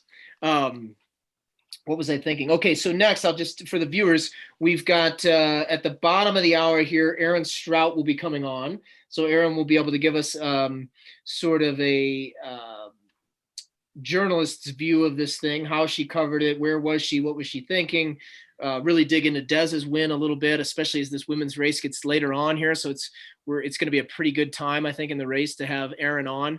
But I'm going to go back to let's see, sorry about that. Go back to your race real quick. So you're 40 minutes in at this stage. I'm going to pull up the splits. Yeah, I think if you're watching the race, occasionally you can see that second pack behind this first main pack. And I think that's the group that I'm part of. Got it. Because you come across 10K. Way too fast. Yeah, you guys are, let me see here. Let me go back. This is the wrong year. Sorry about that. I got 18 and 19 pulled up. I think I was like 30-40 at 10K, which is still the fastest I would have ever come through 10K. 30-40. So you guys are still rolling. I mean, that's you can see on the screen, I'm 30 seconds back at that. Like, I mean, it was a really surreal feeling to be kind of putting the splits to the conditions and just being like, are these guys going to run like 207 today? I just don't see it. Like, I'm running 209, 210 pace in these conditions, like, and trying to like balance that with also being realistic about it and be like, you're not going to do that today. Yeah. but what are you supposed to do? I mean, you're almost exactly committed at that point. I mean, you can't just hit the brakes. I mean, so it looks like it's you and Elkanah. Bumby, I think, was there. Yeah. Lusafo April, the South African athlete. Reed, yeah. So you got a little group there. Yeah, Vail was there for a while, and Nicole also sent me something over like, do people like, what do you guys talk about in the lead group? And obviously I'm not in the lead group, and usually it's pretty mild chit chat. Like, it's not, you don't really speak to each other all that much unless it's like, hey, I got to get over to get my bottle, and usually people are pretty cordial about that. But I remember Vail coming up to me at 4 miles and being like, does this feel hard to you? I was like, yeah, I mean, it's not, because like Vail and I are pretty friendly with each other, and I was like, yeah, we're going way too fast, and we were slower than those people. But like you're saying, what are you going to do? And that's why I think it'll be like to talk to Shaddy and Tyler separately, or even maybe together, like, because the risk you run running Tyler's race in those conditions is, what if you have to do that solo and then you're in a headwind the second half of a race trying to make up ground, and that's a really difficult position to be in. But if I remember correctly, and maybe we'll talk about it later in the race, I think he caught up to our group with Tim Ritchie. So I think they may have made like a concerted effort together. But then, because I think he's in a group here at 10K. He's at 31:48. Tim Ritchie's at 31:47. So yeah, they're together, and they've got a couple other guys in that group too. So they kind of have what you guys had going, just but a minute behind you. Yeah, and then obviously running Shaddy's race is a little bit of a risk too, because you could completely fall apart. So yeah, I mean, it's just like you were having to make on the spot decisions pretty much. And I don't remember having like, yeah, exactly. And it's like Boston to its fullest. I don't remember having much of a like set strategy, just because it was so unknown ahead of time and just kind of feeling it out as I went. And I think personally I ran, whenever you're in a race, you kind of think back, like, what could I have done differently? And I don't know that this particular race there would have been much. Let's take a peek at what the women were doing. So I think they're about an hour and 5 minutes into their race here.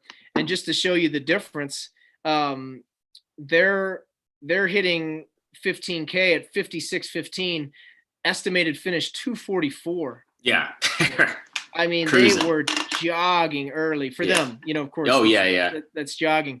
And yeah, they've got still a pack. Kellen's at the very end of that pack. There's 14 women still in that lead pack, whereas the guys had already broken up, and it was already kind of craziness in the guys' race. We'll just peek ahead just for the sake of seeing what they hit the half in.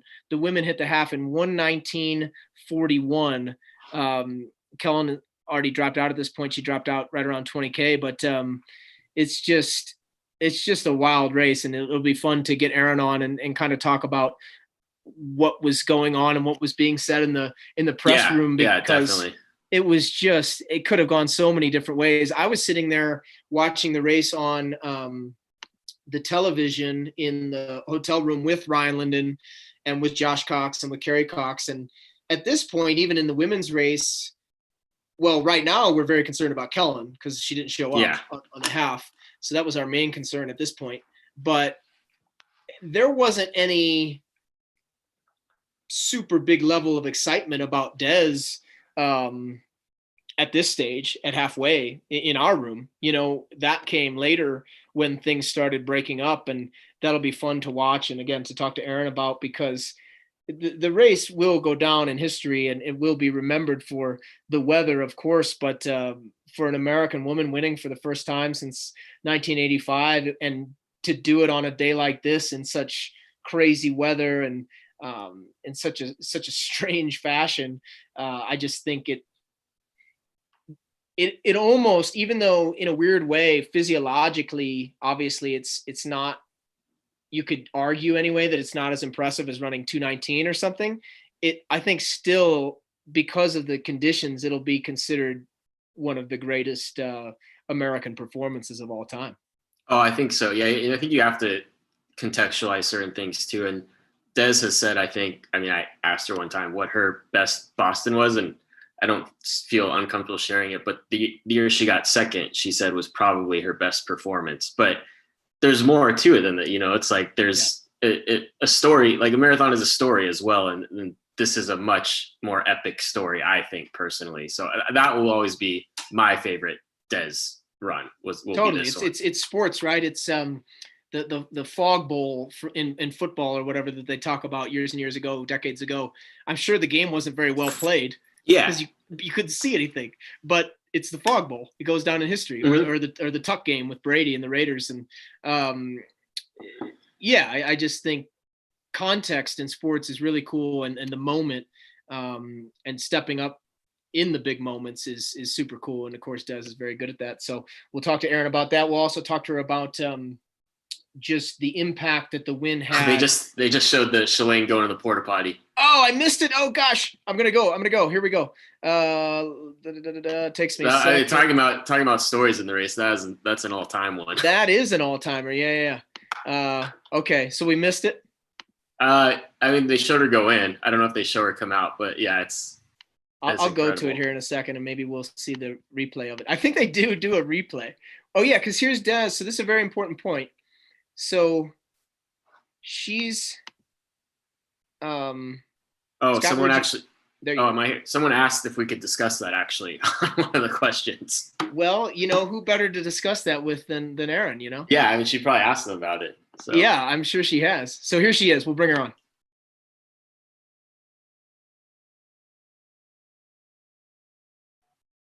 Here we go. Hello. Can you hear us? Yes. Oh, we can hear you. This is great.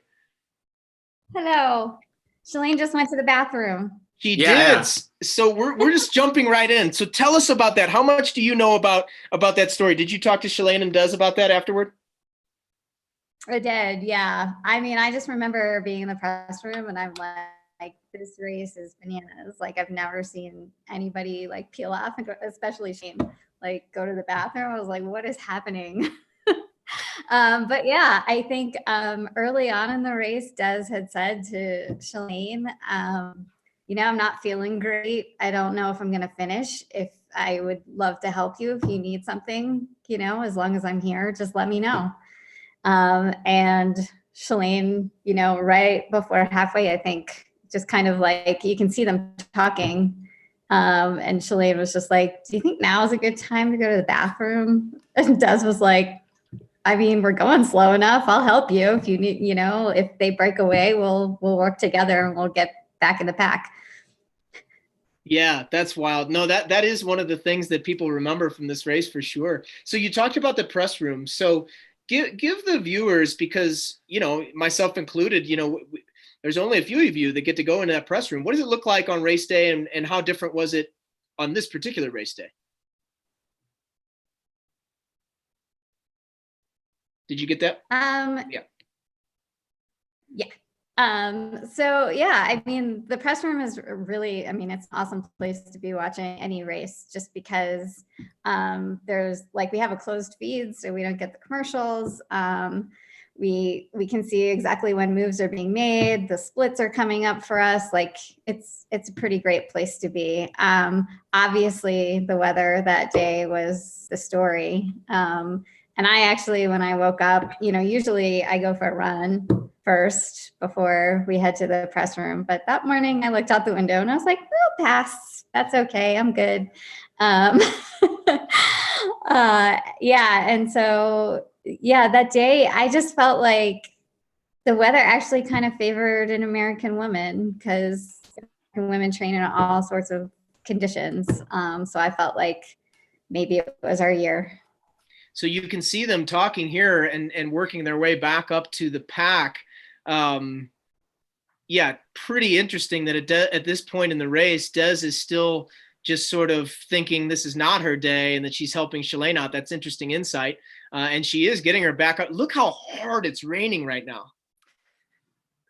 I know. Oh Incredible. my gosh. Scott, do you remember, we're going to ask you questions, Aaron, but Scott, do you remember that different points of the race where the rain was just hard, really coming down?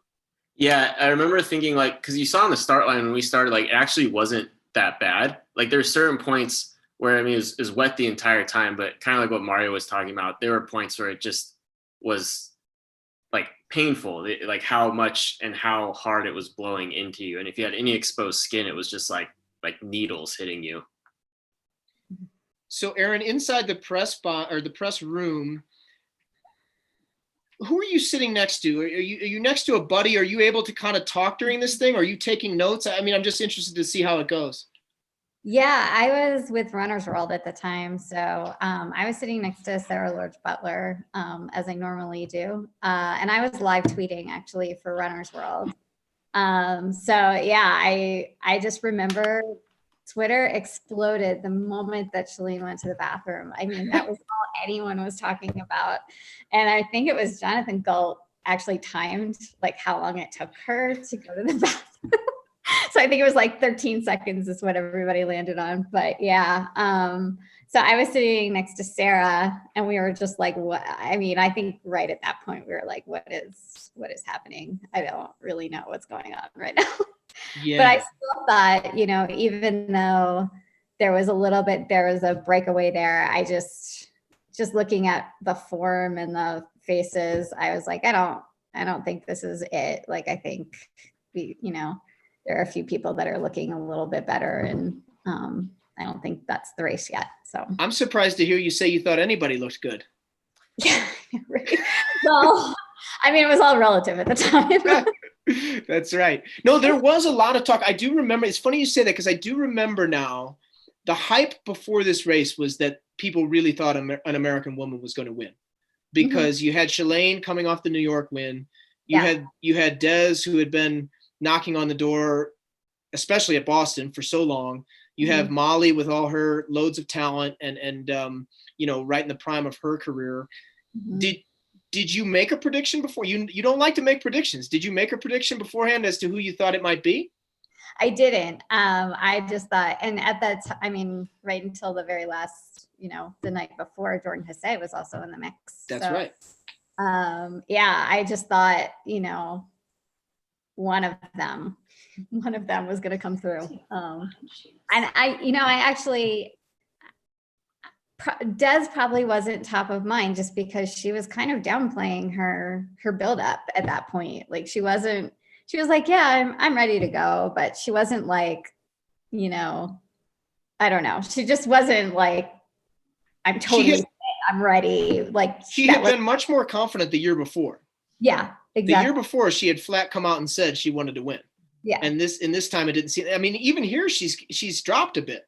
Yeah. Very interesting race. And we were talking about that with Yuki on the men's race where he had been dropped a bit and then came back. But I think there were so many mental battles going on in people's minds that you were racing yourself and your own demons and the weather as much as you were racing everybody else. So you would maybe have these bits of feeling sorry for yourself and tiny pity parties, and you would snap out of it and then you would come back. At least watching it seems like that's what's happening. Yeah, I mean, you got to think Des right here is like she's obviously a smart and savvy enough racer to be like, if I'm 15 meters up right here, I'm in a much better position. So she can't have been feeling that good right here, I would imagine. I Yeah. don't think so. No, I don't think so either. And she probably still had in her head that she was going to drop out. Yeah. What I was going to ask you that, Aaron, again, from interviewing her after, because we don't have her on today, we do have Josh on later, but what did she tell you about when did she even think this was possible? I can't think it was here, obviously, like we just said. So did it just all of a sudden happen where she realized, oh my gosh, I'm in third place, second place, now I'm in first? Yeah, I guess her goal was to help Molly actually bridge the gap to the leader. So she's like, I'll help Molly. And once that's done, I'm just going to drop out. And so she noticed that Molly wasn't following her. She hasn't made this movie yet, I don't think. Yeah, so then she noticed that Molly wasn't following her, and then she noticed that she was like leading, and she's like, I actually don't feel that bad. Maybe I should just keep going. Nice. Yeah. That's awesome. So as someone who's covering it, you know, I saw on your social media today that you've also run the race before. Mm-hmm. So, this is the replay. There is. Okay. And there's Serena with the putting the bag. She stole that bag. This is so nuts. Okay. So you've run the race before. So does that help you as a journalist to know what parts of the course they're on and just understand the Boston, the ups and downs and the different shifts in terrain? I think so. I always like to go out, even on courses that I haven't run before, just to, like at the Olympic trials in February, I did the 8-mile loop just to have a sense of, you know, what kind of terrain they're on, where things might be really difficult, or just, you know, just to have a little bit of a sense of what they're going through out there. So yeah, I think it does help just to know the course a little bit better. Where does Boston rank in terms of your annual events that you cover on a personal level? I love Boston. It's so weird not to. I mean, I think this is like one of the only times in probably 11 years that I'm not there. So it feels really strange to me not to be there. I feel like it's almost like a family reunion type thing that we look forward to every year. So yeah. Well, if you've been there that many times, what's your favorite Boston memory? Oh gosh. I have a lot. I mean, my own personal race, that was probably my favorite marathon. I was just like, I went there, I had just moved to Flagstaff actually. So it was the only time I'd ever trained at altitude. And I just went there kind of in a more celebratory, like this will just be for fun type mindset. And just had the greatest time. Like, I probably never will execute a marathon better than I did that day, just because I was just like, oh, I'll just start out slow. And then, you know, halfway through, I was like, this feels pretty good. Like, you know, and it was just a joy. And I'd never experienced, you know, even though I've done New York, Chicago, and like all the big ones, just the tradition and the appreciation of the people there for marathoning. You just can't find that really anywhere else. That's awesome. Okay, well, Des wins. Yes. And that means that now, in a span of 6 months, we've had Shalane win New York and Des win Boston.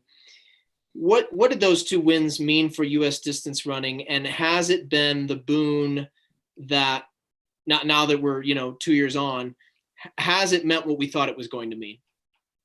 I think so. I mean, I think everybody was so excited when Shalane won New York City. And so there was like this level of excitement and possibility. And then when Des won Boston, I think, you know, like 2 times isn't like a fluke, you know, there's more of an expectation now that the US women, and, you know, Jordan got third in Chicago and Boston. So I think there has become this expectation that they're going to be American women on the podium, whether they win or they're first, or, you know, whether they're first, second, or third.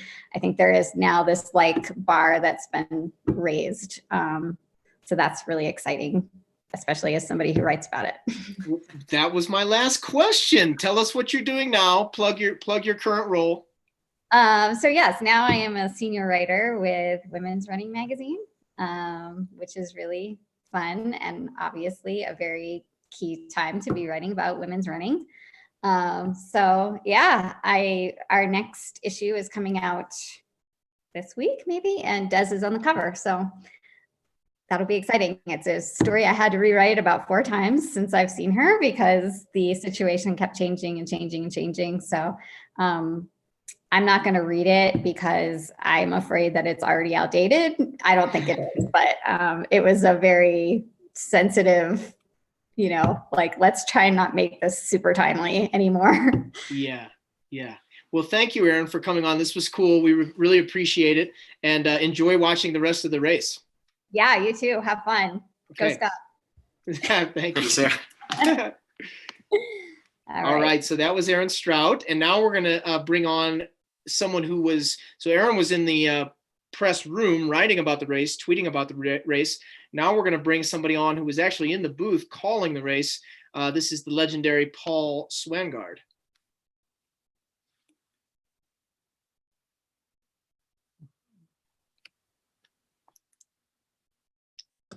Hey, Paul. Good afternoon. Oh, How are you doing? I'm good. Little sunny day in Tracktown. So different day than what we saw back in. Oh yes. Yes. Looks more very like, different. Looks like Oregon weather there. That's right. Before we get into this, how's Eugene doing? How are they handling the postponement of the trials and the games? And what's the vibe in Eugene? Yeah, I mean, like everyone, I mean, we're disappointed, but in a different way. There was so much excitement, coming for the events not only this year but also into next year with the World Championships. And as you drive by Hayward Field coming up into its 2.0 version, I mean, we're really excited and waiting for events to start happening there, and it's going to be, fingers crossed we'll get back on that track soon. But in fact, I'll see if through the magic of my own backgrounding, let's see if I can, there's a picture floating around from late last week. They finally took the tarp off the tent. Oh, whoa. So there's a look inside. They haven't put the lines on it yet, but a new bind-in surface and 12,800 permanent seats. And if you can actually look down there, I mean, the front row will actually be on the surface of the track. So pretty cool. Pretty much a theater in the clouds for track and field. Oh, that's unbelievable. That's really, really cool. What will your role be at the trials? Will you be on the broadcast or will you be in the announcer's booth over this loudspeaker? Yeah, big transition for me. I'm actually on the NBC side all the way through the Olympics in Tokyo when we hopefully have them. So stepping out of my in-state role, it's been fun. That's kind of where my root. I was a TV guy coming out of college, and the track and field announcing in stadium was just sort of something I did while I didn't work in that field anymore. So nice to be back involved. And, as you guys are watching, I mean, it's just it's a different role, but when you have an opportunity to sit on the finish line and call a epic finish, what we saw in 2018, it's pretty special. Did your voice lead you into your profession, or was this great voice just a lucky coincidence because you wanted to do this anyway? No, I mean, my mother likes to share a story of me interviewing myself in the stainless steel toaster when I was growing up, and that maybe I was always destined for doing this type of thing. I was very fortunate here in Eugene, growing up at South Eugene High School. I could actually get all my English credits for high school by taking radio broadcasting. So from a very early age, I was giving up the classics in the book form to spin classic jazz records, which was the format that South Eugene had to run on the high school radio station. And I mean, it just kind of lucked into it. And I was very fortunate that opened up at Hayward to start doing the in-stadium stuff. Wendy Ray, who, if you watch both the pre-movies, actually was cast as himself as the PA announcer. He retired and kind of just stepped into that, and just got a chance to learn from a lot of really great other in-stadium guys, Gary Hill, who's the longtime editor at Track and Field News, done multiple Olympic games, and just a bunch of other guys that I've gotten to work with. Mike Jay, obviously out at Drake and Des Moines, is one of the great guys out there. So the voice has kind of become my new normal. But on this day, you're in the booth. You're on the broadcast with Tim Hutchings and Craig Masbeck. Mm-hmm. But we watched the beginning, and you were outside. Were you guys outside the whole time? We were not. We did have a little makeshift studio set up that we were put into for the bulk of the race. But yeah, I mean the production challenges that day, and I think one of the things that I wanted to make sure that we chatted about here is that I think people maybe don't understand how complex a production like a marathon is. So in a typical race, when they start, we'll have small planes flying up above the start, so that pictures can be beamed to a device hooked onto the bottom of the plane that will relay the signal back to where the production's being done. And on that day, all the planes and the helicopters were grounded. So we were really limited in our ability to kind of tell the story of the early part of the race, because we simply just didn't have any pictures, or when we did, it was, very low quality. So we were able to do our pre-race and our post-game show there from the finish line, but otherwise we were able to be inside, and I think we got out of that pretty lucky, given what these athletes experienced for the better part of 2.5 hours. Yeah, so let's do some inside baseball. So essentially what we see here on the screen, is that what you guys are seeing? Are you at the mercy of the person in the truck pushing the buttons on what race you're bouncing back and forth between? It depends on the broadcast. In this case, there are 3 different broadcasts going on at this time. We've got what's called the World Feed, which is being distributed around the globe, usually without commentary, or they'll have English commentary if you want to purchase the feed with that. You also have the WBZ local Boston affiliate that's doing their show, and then our show with NBC. And yeah, we're pulling in all sorts of camera angles. We have a big monitor bay in front of us, where if we see something that we like to talk about, we can call for that camera. But we also have a producer sitting back. In this case, he was sitting in NBC Sports headquarters in Stamford, Connecticut, and he's kind of weaving the story together. But we're trying to also pay attention to see if something pops up that we want to talk about as well. Is that the biggest challenge, or what is the biggest challenge about announcing a World Marathon Major from the booth like that? Because there's a lot of armchair quarterbacks that want to talk about, you missed the move, you went to commercial at the wrong time, you didn't split screen enough. What's the biggest challenge for you guys? Well, the biggest challenge is we're rarely in control of all the pictures, and every World Marathon Major seems to have its own philosophy, which I actually think is a negative. I think if we were doing a better job, we would standardize some of those broadcast elements. For example, the Tokyo Marathon tends to have much more focus on domestic runners. Mm-hmm. But we're a world feed. We're not necessarily as interested in those Japanese runners, but their broadcasts tend to showcase those, maybe at the expense of the female elites or the wheelchair racers. Berlin tends to not show the wheelchair racers at all. And sometimes we've got great American stories to tell when Tatiana and Susanna and some of the other, major road racers are there. So I think, I see that criticism too. And, if it was a perfect world and we had control of all the pictures, we would definitely do things different. I do think that one of the things that we're trying to do by having NBC, invest in at least American announcers is that we can tell those stories of American racers, even when we don't have the pictures to support it. And that's, I guess, sometimes the best we can offer. But we're definitely at the mercy of some of these directors and cameras that, we're only one of, in some cases, 80 countries that are carrying this, particular race. And we're not necessarily going to get all of our requests answered because everyone else has a request too. this is another inside baseball question. There seems to be about, I don't know, maybe half dozen, 6 to 8 of you guys that seem to vie for these particular positions in the booth on any one of these marquee days. Who's making those decisions on what particular announcers are going to cover, whatever particular race it might be? Yeah, production coordinators across the various events, those who have the rights. So, NBC obviously making a lot of those calls as well. Sometimes it has to depend on which outlet it will be on. So if it's going to go on Olympic Channel versus NBCSN versus NBC network, sometimes why you see maybe somebody who hasn't done, a lot of track and field, Tom Hammonds would come to mind, where you would only see him at some of the bigger events like the Olympics and some of the marquee events.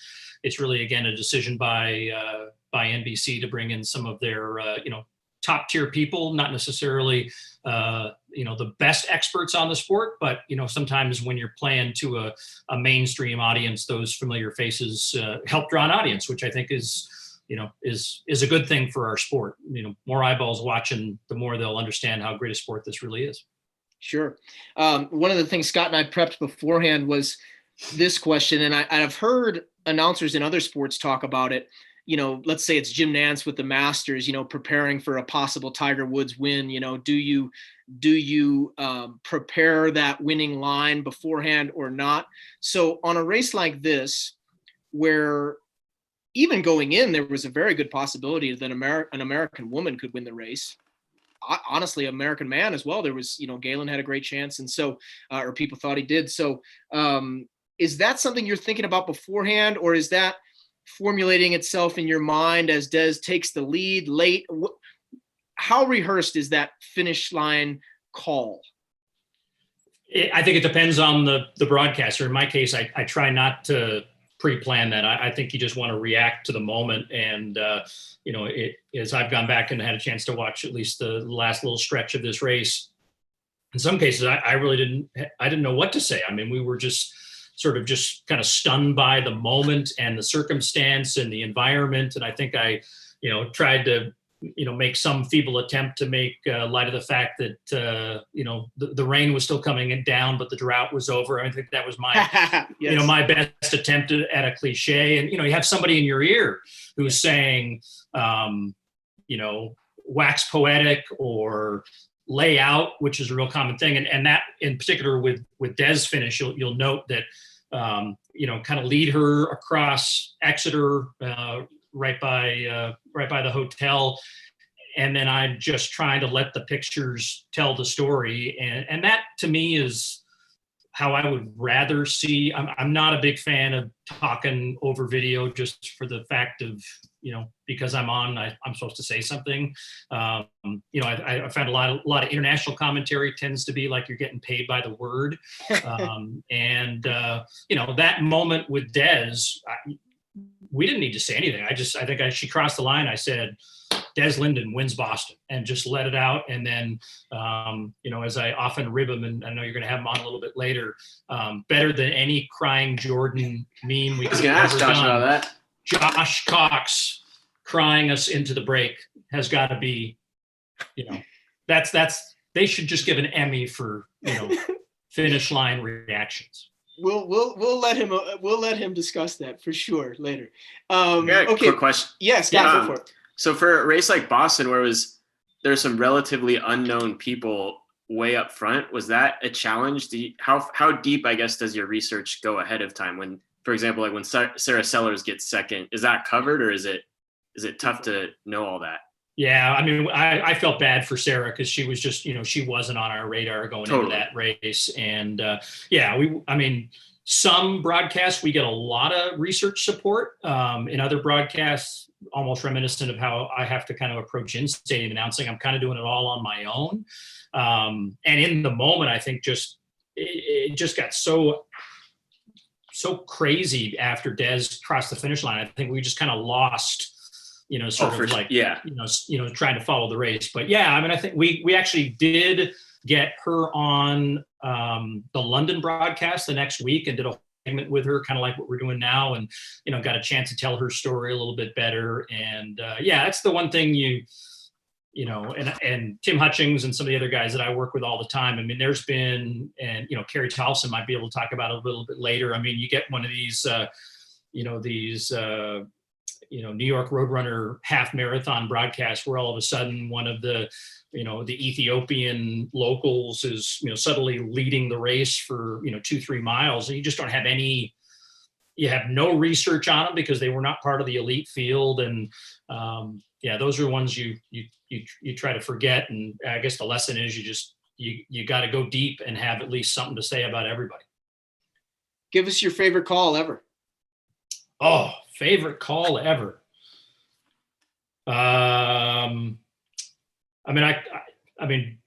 In stadium, I called Bolt's last race at 200 meters. That was pretty cool, just to have kind of the crowd at your disposal and kind of, just, that's the cool thing about in-stadium announcing is you kind of get that immediate, feedback from the crowd. Des was pretty special. I mean, I think, I didn't know Des really well, but I think I, like a lot of other people, just now totally appreciate that race and that win should absolutely define her career, because that's the race she should have won under those conditions. And I think the blue collar, and I even think I mentioned it on the broadcast. So, that's probably an easy answer on a day like today. And, it was cool. So, that stands out on my mind, and I just hope there's more of that to come, and hope we're all out, shaking hands on the side of a track, getting ready for good racing. And I think the only sad news today is we definitely have to do a toast to Coogan's, as the word has come down that oh no, Coogan's is now officially closed. Oh, that's sad. That is sad. Yeah, that is sad. So anyone who never got a chance to go there, that was the quintessential track and field bar, if there ever was one in the United States. So. Yeah, there's going to be some bad, but there's going to be some good come out of this. We're going to be back, hopefully sooner than later, hopefully September in Boston. We'll keep our fingers crossed, and we appreciate you coming on, Paul. We can't wait to hear your Paul. voice at a race soon. Yeah, thanks, guys. Thanks All right, for doing see ya. this. No All problem. right, see you. Yep. All right, I gotta go try and beat Shillian's bathroom break real quick. Okay, But I'll get Shaddy's coming Shaddy on on. a sec. Okay. Yeah, I'll get Shaddy on.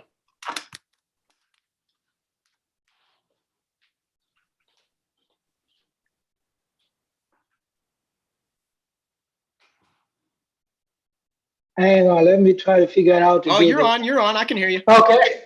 It just takes a second to connect. How are you guys doing? We're great. Scott's taking a bathroom break, but he's here. All right, cool, man. Yeah, we've been watching the whole race. Do you have it on? I didn't even know where to watch it, actually. I didn't even. Oh, there it is. There it is. Check it out. Holy cow. I got you. You're in that second pack there. You the man. You guys are about an hour. Hey, Oh, go first, ahead. I guess first thing first, how are you guys holding up? Oh, we're doing okay. I mean, we're all running solo and, just trying to stay safe and healthy. And we're just waiting for the governor of Arizona to tell us what we're supposed to do next. We've got that stay-at-home order till April 30th. Okay. But I think our state, because you're in California, I think our state's doing a little bit better than yours. How are you guys? Yes. We're hanging in there, just still bunkered in the house and running solo early in the mornings and, just trying to do the very best with the, situation that's going on right now. We think it's tough, man. I'm not gonna lie. It's a crazy world. Yeah. Yeah. Hey, there you are. You're right there. Oh, I see that pretty Shaddy. boy. How you doing? Oh, hey, buddy, how are you, man? I'm all right. Hanging in there. Good. I Scott's see you gonna- guys. You still look the same. That's a good thing, Yeah. I haven't grown the quarantine beard as much as other people. I find it really irritating with the mask. Yeah. Or a mask with it. That could be very challenging. You already have your own mask, to begin with. Exactly. So yeah. adding another mask on top of that would be like breathing on a That's right. straw or something. It's tough. It's real tough. Yeah, man. Scott, All right, you man. got this interview. This is yours, man. Okay, sweet. Cool. So I Hey, guess honestly, thanks for doing this, guys, because I would be sitting at home walking back and forth and not knowing what to do. So this at least give me that a little bit of hope, yeah. that Sweet. life still goes on. It does. Yeah. Yeah. So where were you at kind of going into the race, like fitness goal wise?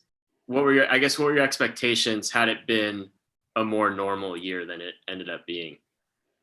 Honestly, I think we had done really good training.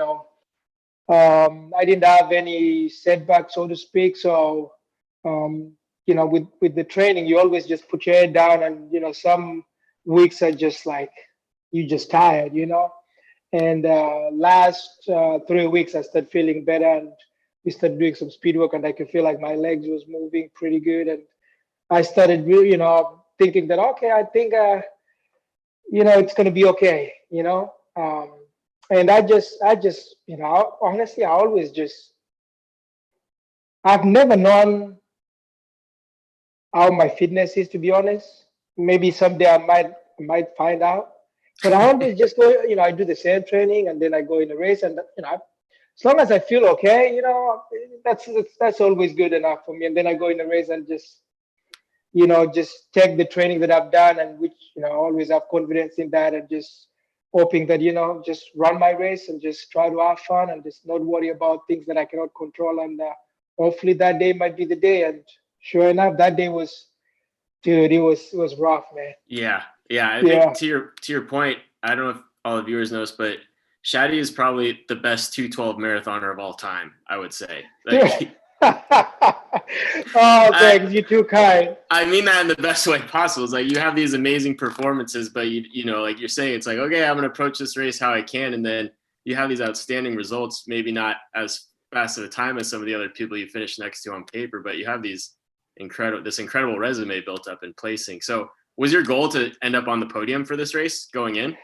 Yes. I mean, when 1 week out, we saw the weather was, still going to be terrible. And, I was still kind of optimistic. Maybe it might be better. But by Wednesday, oh yeah, I just throw that out the window and I realized, you know what?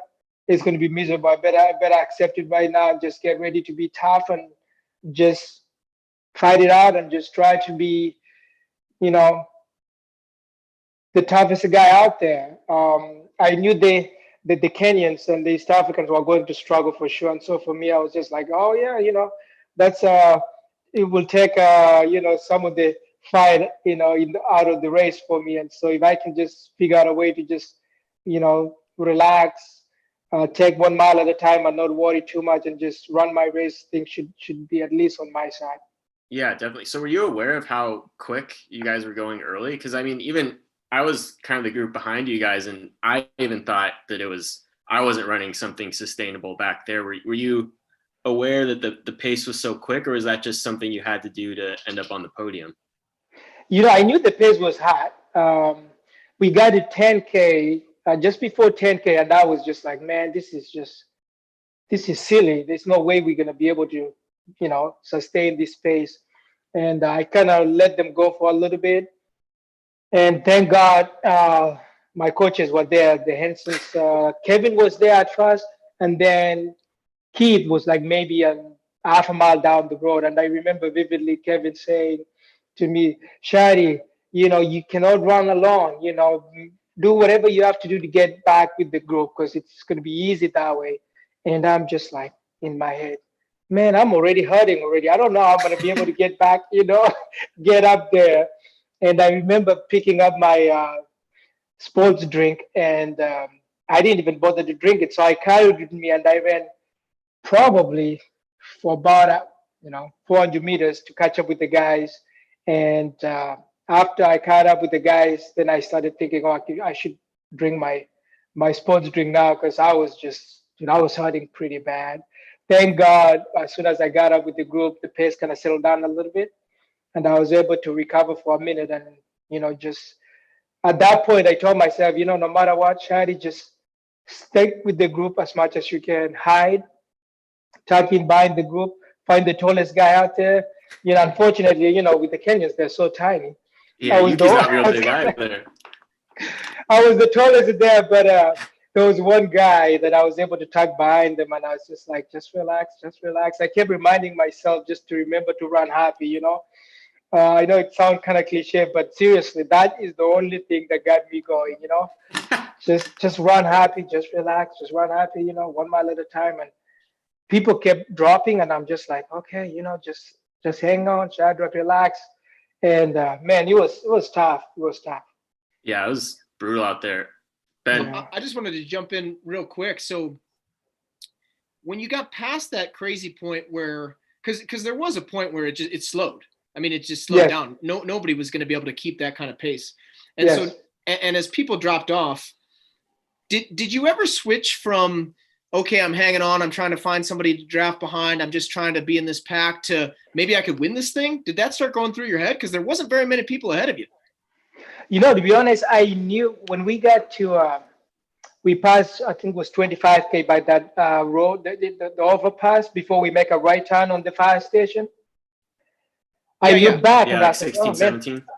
Yeah, I think so. Yeah. And I was like, man, a lot of people are dropping. So I remember talking to Joffrey and told Joffrey, hey, man, if you because the pace was slowing down a little bit. So I told him, hey, if you want to win this thing, let's keep it going. Let's keep the pace going.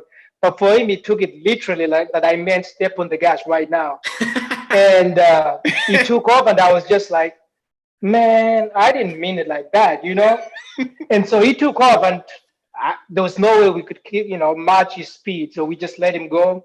And I looked, and it was just me, Kawauchi, Berhanu, the guy from Netherlands, Abdi. Oh, Abdi. And then who else was there? I think that was the only group, really, just 4 of us. Yeah. And at that point, I was just like, oh my God, I might be able to finish top 3. In my head, I'm just like, okay, just relax. I mean, I'm like, at that point, I started getting like feeling really good. Like, oh man, I think it's gonna happen. I think it's gonna happen. And so Kawauchi, man, that boy is dude. Talk about dude, he deserved to win that race. There's nothing anybody could have done to take that win from him, because dude, the guy was like, I mean, I never saw him once being affected by the wind or the rain or the cold. His skate has never changed. It's amazing. So that's a question, kind of like, so you're in the front group and he's kind of seemingly watching the broadcast like he's off your group, he's ahead of your group. When in the race were you guys like, oh man, this guy is going to win? So the funny thing is, I didn't even know that he won the race, because I remember going up at Break Hill. So it was Kawauchi, then me, then Abdi, the guy from Netherlands, and then Berhanu was. And Joffrey's off the front, right? He was gone. We couldn't even see him. Okay. And so I'm running, and I'm just like, all right, I'm feeling pretty good. That was the one mistake that I did in that race. So I decided to peel off to let Abdi and Berhanu to tag in by Kawauchi so that I can, keep an eye on them. As soon as I peeled off, they all put on the brakes, and Kawauchi continued to press the pace on. And by the time I realized, I was like, man, just cussing in my head, obviously I didn't really do that. And I was just like, oh man, I missed it. I missed the train. But then I was like, all right, just relax, don't worry about it. Hopefully I knew that I could run pretty good downhill. And so my hope was like, okay, I'm just going to try to reel him back in, after the bad Break Hill. And so we got to the top, and I started chasing him down. And I could see him getting closer, but the wind was just, man, there was one point I couldn't even run.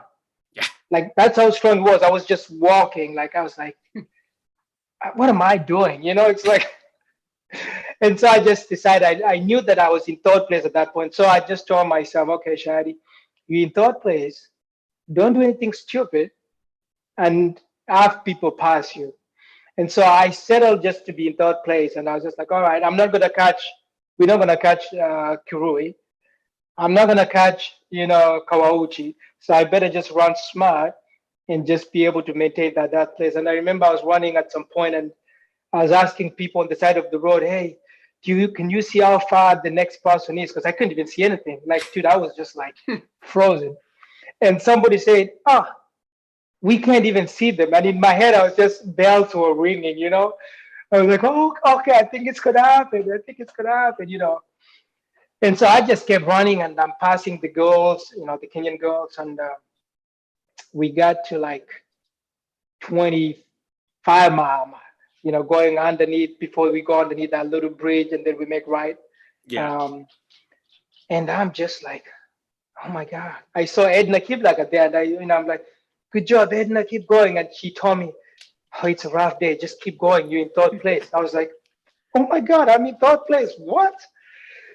So I just kept running, and I remember, passing Shalane Flanagan, and I didn't even know that Joffrey was in front of me. Like that you is ended up pretty close to him, right? You nearly. Dude, got him. it was like literally like maybe 50 meters ahead of me or something, but I couldn't even tell because I thought it was one of the other Kenyans women. No, Sorry, it was so hard Joffrey. to tell who you were passing from behind. Yeah. Exactly. It was just like, it's like, I'm like, at that point I couldn't even, obviously at that point in the race, you can't even think, Yeah. I never really think that much because anything I try to think, I can never figure out if that's the right answer or not anyway. So I was just like, just don't fall down, just keep running. And as soon as I finished, I saw Joffrey and I was like, what? I say, what are you doing here? You should be already in the tent or something. And somebody told me, you almost got Joffrey. I said, what? They're like, I said, who won? They say Kawauchi won. And I was just like, oh man, I should have just hang on with Kawauchi because I made that, silly mistake to just let him go. And honestly, at that point in the race, I was still feeling pretty good. So I think, again, maybe it's just, I don't know.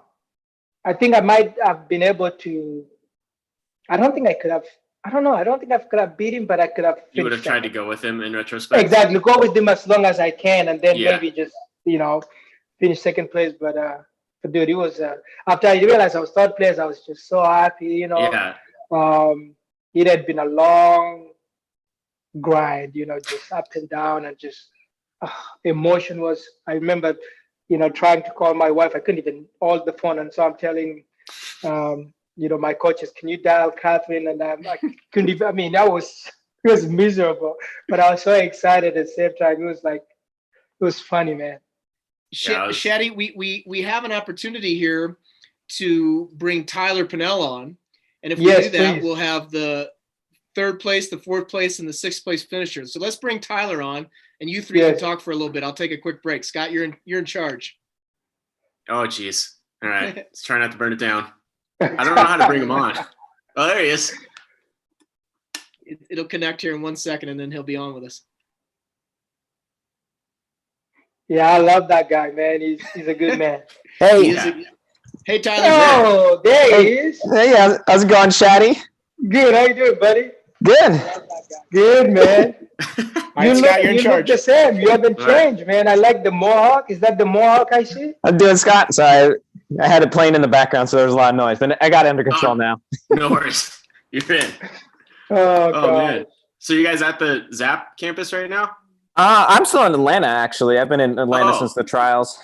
Okay. Whoa. So, yeah. Dude, you love Atlanta that much, eh? My girlfriend's from Atlanta, and we've just been at her parents' house, so. Okay. And then the world went, to hell in a handbasket, and yeah, I hear you. kind of got stuck here. Oh, wow. So I don't know if you were listening to Shaddy's race or not, but so you ended up not too far behind Shaddy, right? Do you know how far? I don't have the results right. I think it was like 15, 20 seconds behind him. Yeah, you were closing real hard. I was coming. I needed another about half mile. I think I would have caught you. This guy was coming like a free train, man. Talk about just letting it rip. Yeah. So you guys had kind of like two different strategies Shaddy went with the leaders. You were behind kind of the group that I was with and eventually caught up and then continued on. So were you planning on being conservative? I guess, obviously it's probably the right call in retrospect, but you kind of knew ahead of time that going a little conservative was going to be the call. Yeah, that was kind of the race plan going in. Is just I've swung for before this. I'd swung for the fences on a couple of races, marathons, and that either it pays off or it doesn't, kind of thing. and it hadn't paid off. And the one good marathon I had run really before this, like really good marathon, was Twin Cities. And I remember we that. went out conservative, and yeah, you were in the race, and we went out pretty conservative, and I was able to close really well over the last 10K. And that was kind of the goal going into the race was, all right, let's get out conservative and get up and over Heartbreak, and then coming into Boston downtown and just rolling well. So in other words, you were in? In other words, you're saying you ran my race for 2017, right? Is that what you did there? No, seriously, that's what I did. I just kind of let people go. Yeah. And then the last 10K, dude. I mean, and this is what I think it's unique about Boston. If you try to go out fairly decent enough and just save some for the last 10 mile, you can do some damage. Yeah, I think that's definitely, all that early downhill, if you go out a little too hard, it wrecks you. Oh, big time. So were you nervous, I guess, like I talked earlier to Ben about it, like, would I have done anything different? I was like, well, Tyler's race, he was more successful in his race than I was doing my strategy. And I don't know that I could have done it as well as you, but like, I guess the risk you run doing that in those conditions is that you end up having to make that move solo. Was that a concern at all, like into the big headwind? Because I think you ended up having Tim with you, if I remember correctly. Tim and I ran all up until we caught you. And then, so at least I had Tim with me. And I mean, that definitely, we're at like 14, 15 miles. I'm like, this sucks. Like, I'm running like 5:20 pace and I'm like shaking because I'm cold. Like, I never thought I would ever be in that situation, but I'm like, I can't just leave Tim out here by himself and just like, all right. Yeah. It's like, I got to lead him. We were switching off every mile and just like, all right, you kind of mentally prepare for that mile that you're leading. And then you're like, all right, and now it's Tim's turn. And, he must've been feeling the same way kind of as every mile he took the lead and then I would take the lead. And eventually when we caught you, it actually kind of was a relief. Like it was you and like, Bumby and I can't even remember who else was in that. O'Connor was in there. Yeah, O'Connor. And it was just like, oh, okay, let's kind of sit back behind these guys. Like Tim and I can both sit back now. Yeah. And so like that was kind of nice, but yeah, it definitely was a risk. It helped that after about a mile, I just kind of looked over and I was like right next to Tim and we were just like, I was surprised at how fast the front pack went out. And so I just kind of turned to him and was like, we're good, right? And he's like, yeah. Yeah, Tim's the expert, man. Yeah, Tim knows about Boston. Oh, man. I had a question, Tyler. Oh, yeah. So, and maybe I missed this. I went to the bathroom really quick, I have to be honest. But what did Pete tell you guys? You guys had such a great day. Yeah. What was the strategy kind of across the board or was it individual? Because, I mean, obviously you ran well, Nicole ran well, Joanna ran well. It was just a great day for the program. Mm-hmm. No, it was good. And I think, I kind of mentioned it earlier, but just go out more conservative. I said, I've in a couple of past marathons, I'd swung for the fences and it didn't quite pay out. But the one really good marathon I'd run before this was Twin Cities. And we went out pretty conservative. Scott was there and he made the big move there, I guess. But kind of just that, and then roll really well the last 10K. So that was the goal of the race. For sure. Did you have any idea what kind of place you were in as these things were happening? Because I was looking at the splits before as prep for this. I mean, you were as far back as 9th. I mean, pretty late. You didn't move all the way into 4th until really late. So were people telling you? I mean, I just would be interested to see or hear how that went. I had no idea what place I was. I mean, I knew I was passing people, and half the time I didn't know if I was passing a man or a woman. Just like, because either that's what Shaddy said. That's true. Yes. The rain is just hard to tell sometimes, and like a lot of times I was passing them quick too. Like it was just like I'd see them up, and then all of a sudden it was like, oh, I passed them, and so it just I had no idea, and I crossed the line, and as I was crossing the line, they were announcing like, and your women's champion is Des. Not to ruin it for anyone that's watching. But so I was like, oh, that's awesome. And then Ray saw me pretty soon afterwards. And he was like, Nicole got 5th. And I was like, oh shit, that's awesome. Like, I have no idea what I got. And it took a little while. Like I was still in the tent until I found out that some lady's like, I think you got 4th. I was like, no, okay, what? I don't know. Like, no way. But yeah. It was an incredible day. When did you guys realize that? Yeah, it was Shaddy third, you fourth, Bumby fifth, Scott sixth. I mean, it was kind of amazing. Yeah, it was. I mean, it was awesome. I mean, it just, that the conditions it was whoever kind of put their head down and just said, these are what we have to run in, and everyone has to run in these, and whoever is going to gut it out, it's going to do well. Yeah.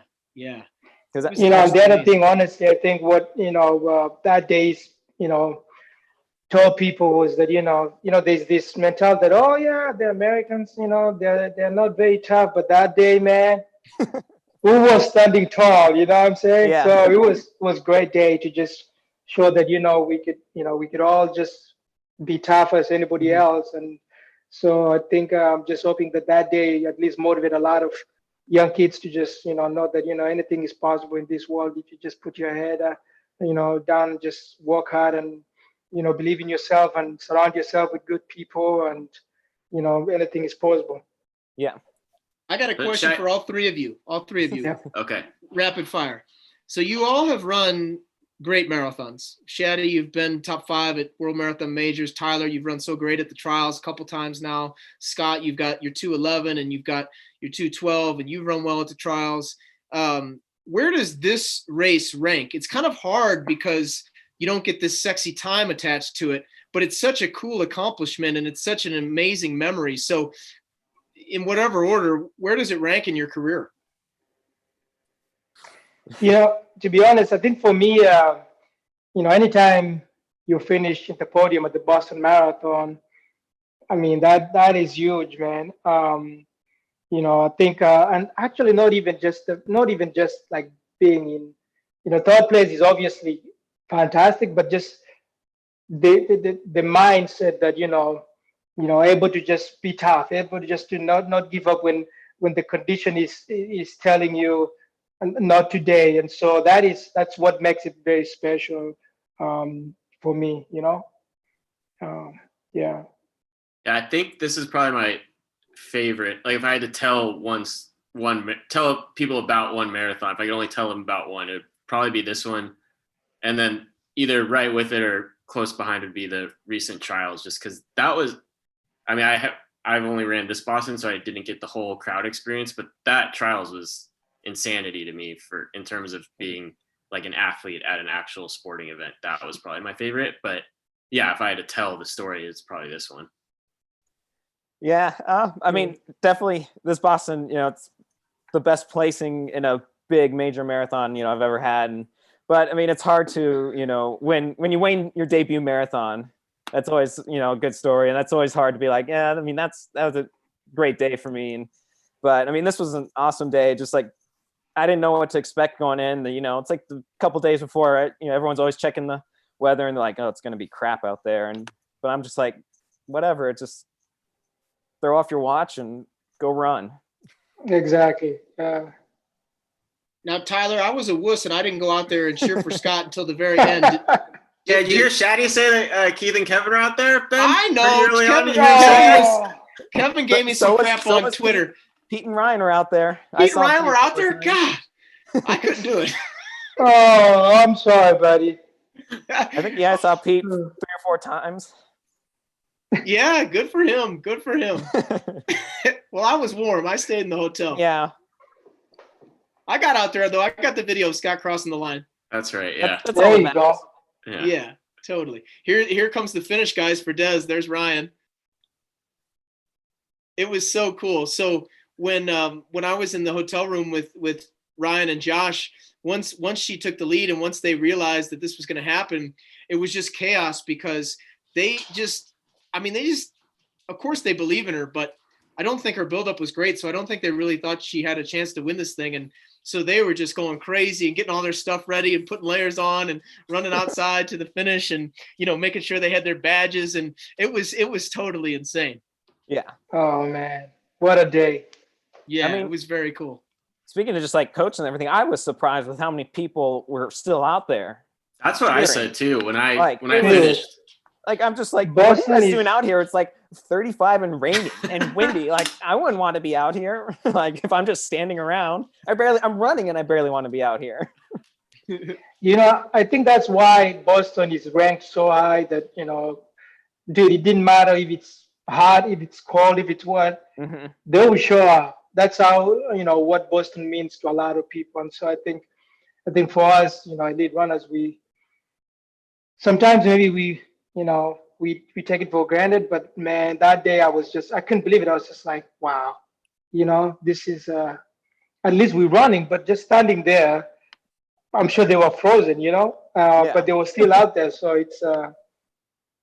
it's always, an honor and just being back in Boston and, being part of that excitement, and what a great race it is, Yeah. Totally. Well, we're gonna let you guys go so we can get Josh Cox on, and he can take us through Dez's finish here. But we really appreciate you guys being on. Yeah, no problem. Thanks for having Good to us see you on. guys. Hopefully we'll see you at a race sometime soon. Yeah, sometime. Ben, Yeah. before I let you go, Yeah.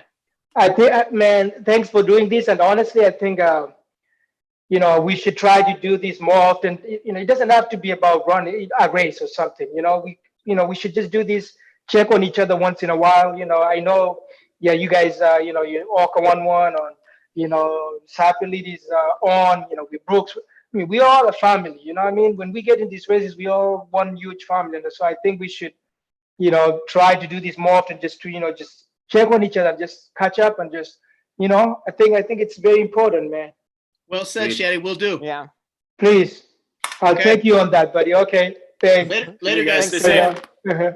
Bye. All right. How about this timing, Scott? Yeah. We've got it. So let's get Josh on here. It's almost like you planned that. It's almost like we planned it. Hey, Josh, nice shirt. Yeah. like What it? I'm talking about. Yeah. Yeah. I just repped this on Dez's Instagram. So this isn't just for this show, Scott. The love Yeah. I know. It's great. Yeah. Well, Scott, Josh, she's turning on to Hereford. Take us through what's going on. Well, dude, I mean, this was just, there's Ryan and I in utter disbelief, honestly, at this point. Just an amazing effort. It was unexpected, and I think if I'm being totally forthright, after everything that she went through that weekend, it was undoubtedly the most stressful race weekend she's ever had in her life. And for her to come through and do this on Monday was it was surreal. It was awesome. And so she's turning, and so you guys, I remember it was just so chaotic, you guys getting out there. What are you saying to one another? She's gonna do it. This is happening. Like, this is actually gonna happen. The thing that we've dreamed about and talked about. And Scott, you know how it is. It's like this thing that you've envisioned in your mind's eye time and time again, and you believe it here and you believe it here. Finally, it's happening, and you're coming down Boylston in first, winning the Boston Marathon. It's something for most of us, even who race professionally, it only exists here. Yeah, and I think Des said that one time. It's one of the quotes I remember most in any sporting context was whatever the year she got second and ran fast was, and it was a great performance by all accounts, and she was obviously disappointed not to win, and someone had asked her about that, and she, oh, it must be so great to be second. I can't remember exactly how she said it, but it was something to the effect of today is the first time in 4 months that I wasn't the Boston Marathon champion. That's it. And Yeah. so to see her actually accomplish it is a really cool thing. 2011, where her and Caroline Kalel were trading blows coming towards the finish. And how many second chances do we get in life? And here we see her, it's like coming down the stretch. It's just totally surreal. And it's at that point when she saw Tom Grohl do this with his arms, that's the moment where she was like, this is actually going to happen. I'm going to win. I'm not going to be passed. And it's like this moment where she comes in, check her out. You can see her look. She looks so cold. It's so cold. Oh, and it's so freezing. I mean, and Scott, you were out there and you survived this thing and finished sixth. And There he goes. I saw. Yeah, there he goes. It was right there at that moment. I see it. Time she knew. She finally let something out. Yeah. I'm gonna win this thing, and I'm gonna do it. Just absolutely amazing. And honestly, if I'm gonna be totally honest, there have been only a handful of times in my life at races with Des where I didn't think she had a chance to win. One was at the London Olympics where she was dinged up. We didn't know what was wrong. She ended up having a femoral stress fracture. The other was Berlin on her comeback from the femoral stress fracture. And third, I would say, although maybe an outside shot, it would have been this day.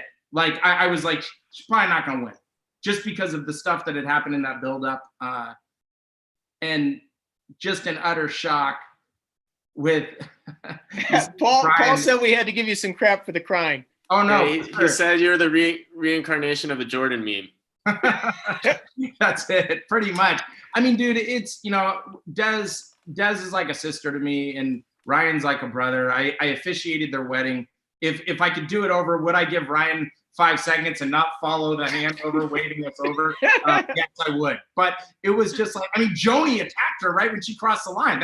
That's who was in the hood, Yeah. Black jacket. And Joni later apologized, and it's like, whatever. It's all like, it just is what it is, But man, it was it was just an amazing day. And Ben, we were together. We were up in my hotel room, and I'm going, I don't believe it.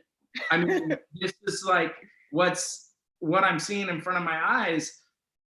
We knew that a lot of people were going to drop out this day just by the nature of it. And, Des, she was wearing prototype shoes for the first time. She just got them 2 days before, took them out to the start. We didn't know if she was going to wear them. Like, there were just so many questions and variables. We're like, hey, if you're going to go for it, like, just might as well, like, start with a jacket. She didn't plan on wearing that to the finish. A lot of stuff was kind of fluky.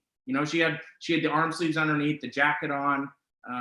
It was, and she ended up wearing them the whole way. Obviously, right? I told that story earlier that I had remembered being with Ryan, her husband, and I remember him getting a text about the jacket, whether or not she should wear it. And he said, yeah, just go ahead and wear it. You can always take it off. And of course, now it's this iconic thing, because that's the picture. And of course, she never took the jacket off. I remember in the hotel, and I told this story earlier in the broadcast, where we obviously we're always nervous watching these races together, but we didn't really, like you say, it's not that you didn't think she could win. It's just, the odds weren't as good as they were other times. And the race was so weird. We were almost just fascinated more so than anything else.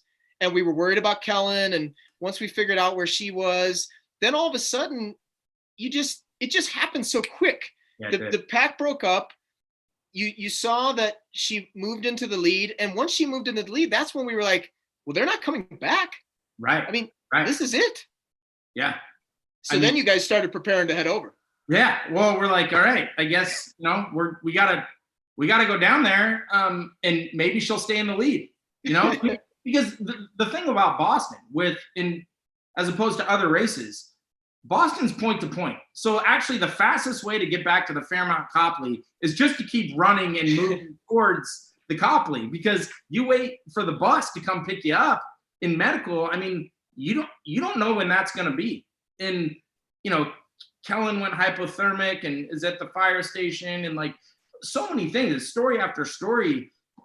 This was really like a 30-mile race because of just the glycogen, storing the glycogen when you're out there shivering and you're shaking and you're just burning through so much fuel, just trying to maintain core body temperature. And so when Des and I were just talking about it, you look at the results. And she is saying, if you take the results at 22 miles, that's kind of like a normal, like, this is probably how it normally shakes out. Des is top 5 again, and this is how it is. And Karui's up front and the whole thing. But when you look at it at 26.2 miles, it's really like 30 miles. Because everyone, when you bonked there, it was game over. You were out of fuel. And that's what ended up happening to Karui here on the screen. I saw a guy step off the course like the last 2 miles. I was like, dude, you're in like 6th, 7th place of the Boston Marathon, and he just stepped off the course. But no one was thinking clearly either. Oh, Talking to all you guys after the race, it was like, I didn't know what place I was in. I don't know where I was. And it was just like, just keep moving forward. Scott, what was it like for you when you were at your darkest, worst place? I was talking to Ben earlier in the race. Like, I don't know if it was like just being so out of sorts or not really connecting reality with like my body, but I never really got down on myself in the race. I was always engaged. I was always like competing. Because I didn't wear a watch, I didn't see a lot of splits. I always thought I was still running fast. I clearly wasn't near the end, but I thought I was still like doing really well. And then Ben shows me the video like shortly after finishing, and I'm just like barely moving. I was like, in my mind, I looked a lot better than that video. And there wasn't any really dark parts. There's so many points where I was like more in like the middle stages where I was like, this is ridiculous. Like, what are we doing out here? Like, I'm just getting pelted with rain. Like Mario talked about a little bit, like it was almost like at certain points, Shaddy talked about like you had to almost walk just because it was like, you couldn't move forward. It was just that. Oh, look at like, Joffrey. forceful. I mean, he could barely move. Yeah. Like, it's not like Shaddy looks great, and he's running him he down. Can barely move. Yeah. Oh my gosh, it's painful to watch. It's insane. It's Shalane, and Shalane, it's like she just came off winning New York. Yeah. It's wild. There's Shaddy. Oh my gosh. The announcers not in the booth, but remember this, Josh, at the finish line, it was so rainy because they're basically going off the Jumbotron. Right. And the broadcast missed Yuki's move because Des was winning, and it was such a story. Yes. The announcers on the finish line didn't realize Yuki was winning the race. Right. Had no idea. They were surprised. They thought Joffrey was winning. So when they see this guy coming across, they didn't even call his name. Right. It was but you couldn't even blame them because it was so totally insane. It really was. And I think everyone was just ready for this race day to like, let's just get out of this weather conditions as we take a look at the big hug. Well, look, you've been Des's agent for a long time. Yeah. You said she's like a sister to you. One thing that was super cool in seeing that hug was all the hard work that goes into this thing. And we did a little bit of inside baseball with Paul in terms of how the broadcast works. Sure. Yeah. Because that's sort of a secret. Nobody knows why, we don't have a split screen all the time and why things cut out. In the planes and the feeds. And that's right. We learned about the planes. This has been very educational. Yeah. So we learned about that. So tell us a little bit about the agent role and in particular, what it was like after you have a client win the Boston Marathon. You guys really went into an aggressive mode, taking advantage of this newfound fame. And I thought it was awesome. To take us through it a little bit. What happens? Yeah, I think, right. Like, hey, if you win this race, your whole life's going to change. And you hear that thing and it's a little cliche, but you don't really know how it's going to change your life until it happens. And then all of a sudden it's, okay, what it means is I'm going to sleep for 90 minutes that night because I'm on the phone the entire time. And you're working, we always work with agencies, with the shoe companies or whoever it may be, people trying to get you or her on a show and booking these things. And they're very competitive when you're talking about the major morning shows. And there was a promise made by somebody that Des would only do one and not the other. And I got on the phone and I said, we're doing both.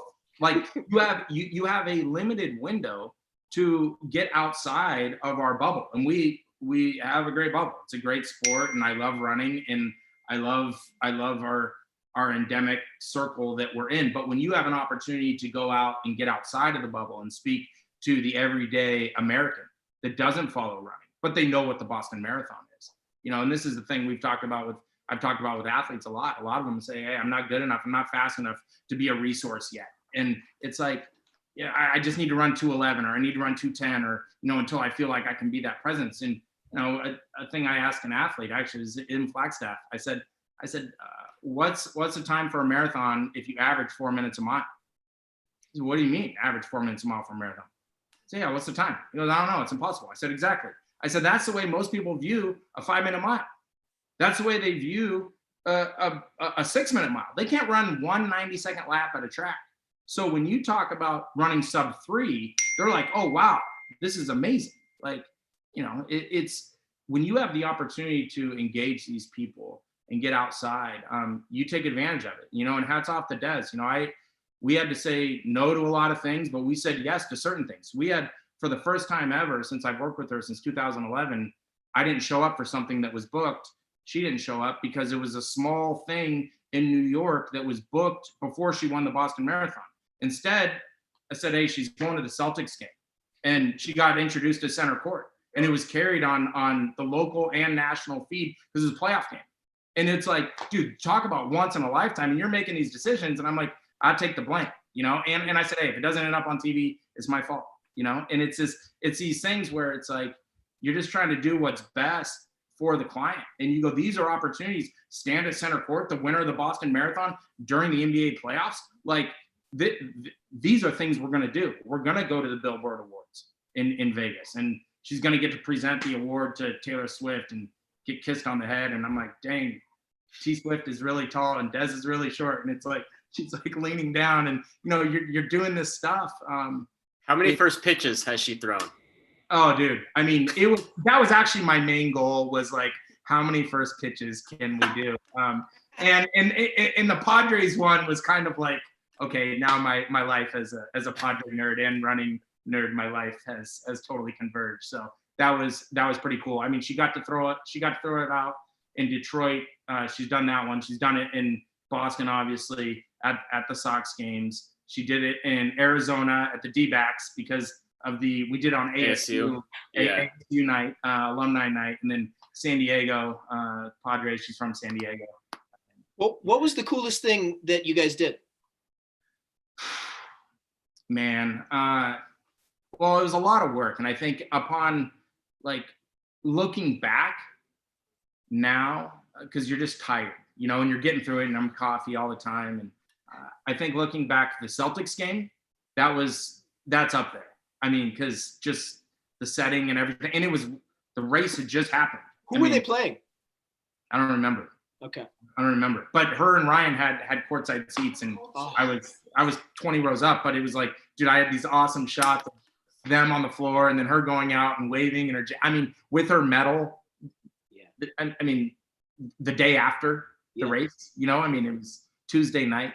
That was pretty great. And then Billboard Music Awards is really fun just because it's like, what in the world? And they were in Vegas.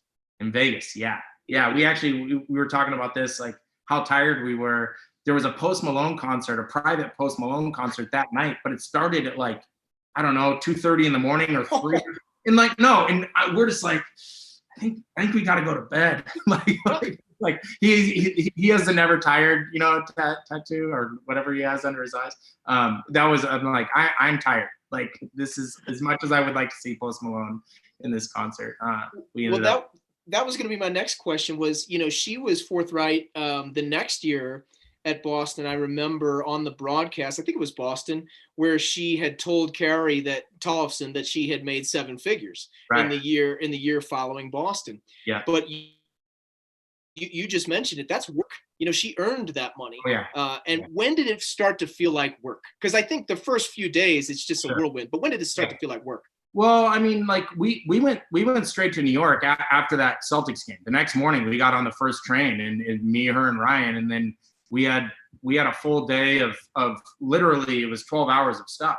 You know, I mean, and we're in a Suburban and just car service, and we're just going from one to the other to the other to the other, and you know, you line it up, you have it in the calendar, and I have a joint calendar with her, shared calendar like we have with you, and when we're plugging stuff in, and it's just nonstop. I mean, and that part of it felt a lot like work. We ended up leaving on Friday morning because we did all day Wednesday, all day Thursday. No, we did part of Friday, and then we ended up leaving Friday. But it was literally like we just needed to rest. So she got a reprieve at home, and then there was one moment where she was kind of getting frustrated a little bit, and it happens.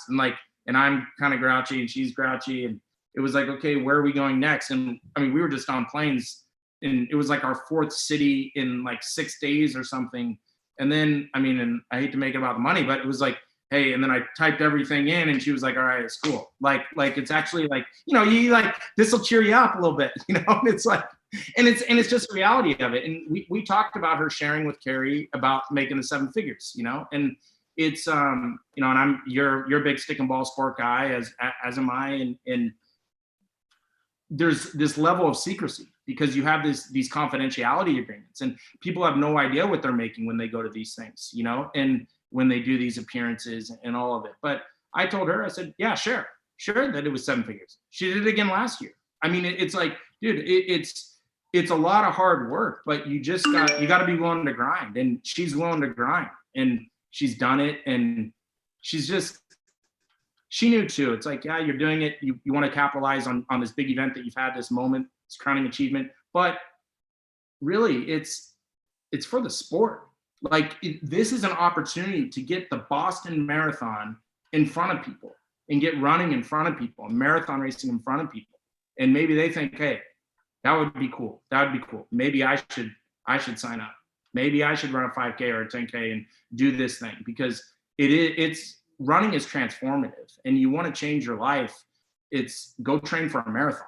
I mean, and you think, it's just a marathon. Look, the amount of dedication and the discipline that it takes and the months that it takes on end, it truly is transformative. And she worked her butt off. I think there was more than one moment, to answer your question, to when it felt like work. But every now and again, when you remind yourself of your why, and it doesn't just have to be the dollar bills, y'all, but it's like, hey, this is for the sport and this is a good thing. And I've had compliments from so many different entities, people at other brands, sports marketing managers at other brands, and with other races, these elite coordinators saying, even heads of these other entities that would have reason to be jealous or have some of that, they go, that what you guys did was the right way. Everything that you did and hustling and doing this stuff, you did it right, and it was great for the sport. And it's all credit goes to Des. I mean, it's like, look, I negotiate these things and you present them, and the athlete still has to say, yeah, let's go. You know, Ryan tolerates it, you know, and it's like, it's like she's gone all the time. It's like there were so many miles flown that year. And yeah, you get those reminders on your phone, like on the iPhone, it's like last year at this time or 2 years ago in the date, and you're like, oh wow, yeah, we were all over the place. But fortunately, my wife still loves me. My kids still know I'm their dad, and yeah, and her and Ryan are good. So it was awesome, man. Well, Josh, thanks for coming on, man. You look great. Have you lost a little weight during this quarantine? I mean, I don't know, man. I mean, you know, I got my swole body by quarantine on. Yeah, this is what's going on. Yeah. Yeah. Well, we appreciate it, man. And you helped us get some of these guests, and this has been really fun. And so we're going to finish up with Scott, and then we'll get Fobbs on and, do the same thing for his race. Do it, man. Enjoy it. 2019 was special, 20909. And Scotty was only one spot behind you. So, you know. Oh, yeah. Not everyone gets 6. All right. We'll see you, Josh. All right. Later. Thanks, guys. Take it easy. Yep. Bye. That was cool. That was really cool. All right, we're going to have Fobbs on. You guys will talk for a couple minutes, and then your duties will be done. All righty. Scott, that was super fun, man. Yeah, it's exciting. I mean, I'm excited still. I'm still on for Tatiana, right? Oh, yeah. You're going to stay on for Tatiana. Yeah. We have to. It's too cool to have her on. She played D1 hoops, so I'm very excited to talk to her. Nice. She played at Illinois. That's right. Yeah. That's right. Fobbs. Oh, wait. Okay, we're connected. How you doing? Hey, good. How are you doing? Go lay down. Great. How much of that did you watch? I've been watching the whole time. Nice. Yeah. Nice. What did you think? I thought it was good. Yeah, I was pleased. It was very cool. I'm very appreciative that people seem to be watching. Jen's telling me people are watching on Facebook and YouTube. So shout out to all those people. I think I forgot to mention this at the top, but if you're watching on Facebook, I believe that you can share it to your own page. And I think the more people that share the feed, the more Facebook will realize that this is good content, and the more they'll put it out there. It's some sort of crazy algorithm. So please, if you're watching on Facebook, comment, because I think that helps. and share the feed onto your own page. Scott Smith, what did you learn from today? The Paul Swangard's voice is not fake. That's how he talks. I really enjoyed that. I wish I could talk to everybody for longer, but that seemed like a really interesting perspective, because I think he did acknowledge that there is a lot of criticism of broadcasts, and unfortunately, probably unfairly, it falls on the commentators and broadcasters mostly, since they're the face of the broadcast, but a lot of it is outside of their control. I know I'm certainly guilty of being like, you idiot, talk about this, but it's like, there's only certain things they can control. So that was interesting. Yeah, no, I thought so too. That was super cool. And it was good to get a little bit of an update on Eugene and how they're doing there. And, yeah, it's cool to see the pic of the stadium. I know that had been floating around, but it looked awfully nice. Yeah, it looked very cool. Made me think about track for half a second. Bob's, it was cool to have Shaddy and Tyler on. Yeah, I thought Shaddy's recollection of the race was really cool, really awesome. Yeah. And then watching the race too, I was there, I was in the city at the time, and I remember it being bad. I remember going out for a run and being like, yeah, we'll do 5 or 6, and at 3 we just turned around and went back to the hotel. But actually seeing the conditions and seeing the video of Scott finishing and Shalane and Joffrey just just making it to the line, that was the only instinct. It was really it brought back more memories than a different recollection than I had. Yeah, it was cool that, you were there to watch his race, and then he was there the next year to watch yours. Scott Smith, what do you remember about watching Fobbs' race? So I had gotten up and I was running to the 16-mile mark. I think I had a 10-mile run. So I was going to meet you at 16. And I had in my head, started panicking a little bit. Cause I was there's some forecast that might be a bad year. Right. I remember and then I'm running. I'm like, no, it's nice. It's good. And I was thinking all this stuff that obviously you guys are relaying to Scott, but I'm like, tell him not to wear a jacket. It's fine. I'm so I get there, and then, I just remember watching in that crowded Starbucks with you, and then going out at 16 to watch them come by. And then you and I on the tee, panicking, trying to refresh the feed. And we're okay, he's running, he's here, he's 210, he's running 210 for sure. And just trying to get the updates. And then, so where did we see him? We saw him 2 more times somehow. Well, we saw him at 17, and then we shot down on the tee to 22. 22, okay. Cleveland Circle. But but he saw us at 17, but he didn't see us at Cleveland Circle. Was crazy. I don't even know if I made words. I was just yelling. It was just the loudest noises I could make is what I was doing. Yeah, we were just a part of the noise. I mean, it was so deep there. It was 6-7 people deep. Yeah, and I think I remember at that point, disconnecting the time from the race and being oh my God, he's still in this thing. Not this time is still on the table. Because I think that's what I was thinking the whole first 16 or 18 miles that were following. I was okay, that checkpoint, right on what 210 would be, that checkpoint, 210, if he closes well, maybe has a shot at 209. And then I think at Cleveland Circle, I was just oh man, he's still in the front of this race with all these good people and he looks great. So I think I kind of lost the time at that point. It was just yelling to compete, obviously, which he does very well. Yeah, it was really fun sort of figuring that out. I think that's how I'm going to watch the race moving forward for years to come. I enjoyed taking the tee out, watching in that Starbucks because you get Wi-Fi there. Then you walk out, and it's fun to be on the course in that section because it's such an important part of the race right around 17.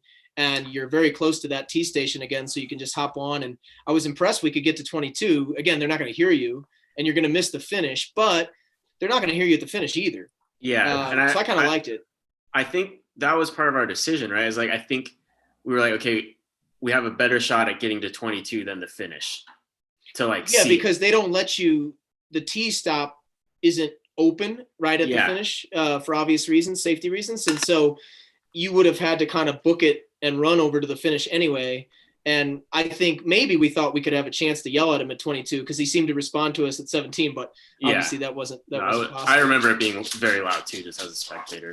Yeah, it's cool. Fobbs, we were talking about how Scott didn't get the full Boston experience because the fans were a little bit less than obviously on a normal year, but it was still pretty good.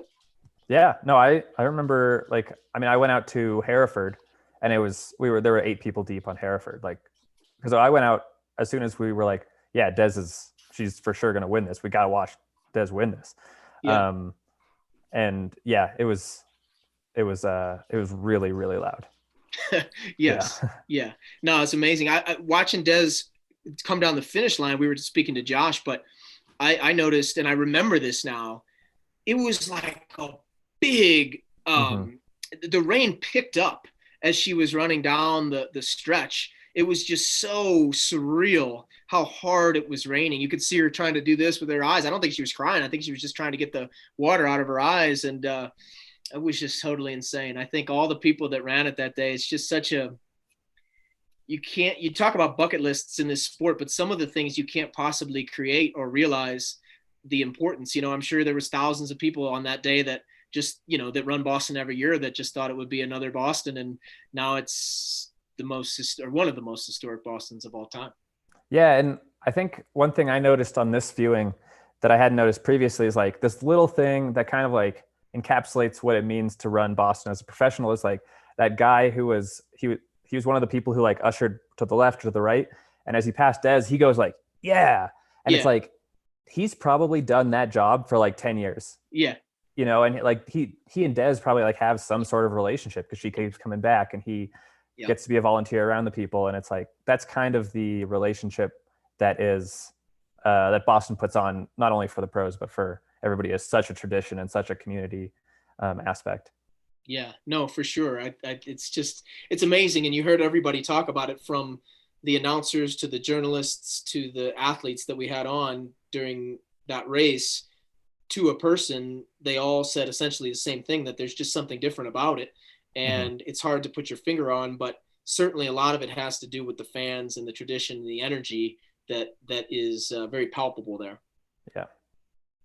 So we're going to be talking to Tatiana McFadden here in a second. I think she'll jump on here in a second. Are we nervous? I'm excited. I'm very nervous. Yeah. Yeah. Scott, are you sweating? Yeah, that's why I have a sweatshirt on, so you can't see. Okay, here she is. You guys ready? This is one of the best push rim athletes of all time, if not the best. And she won the 2008 race, which we just watched, by 15 minutes.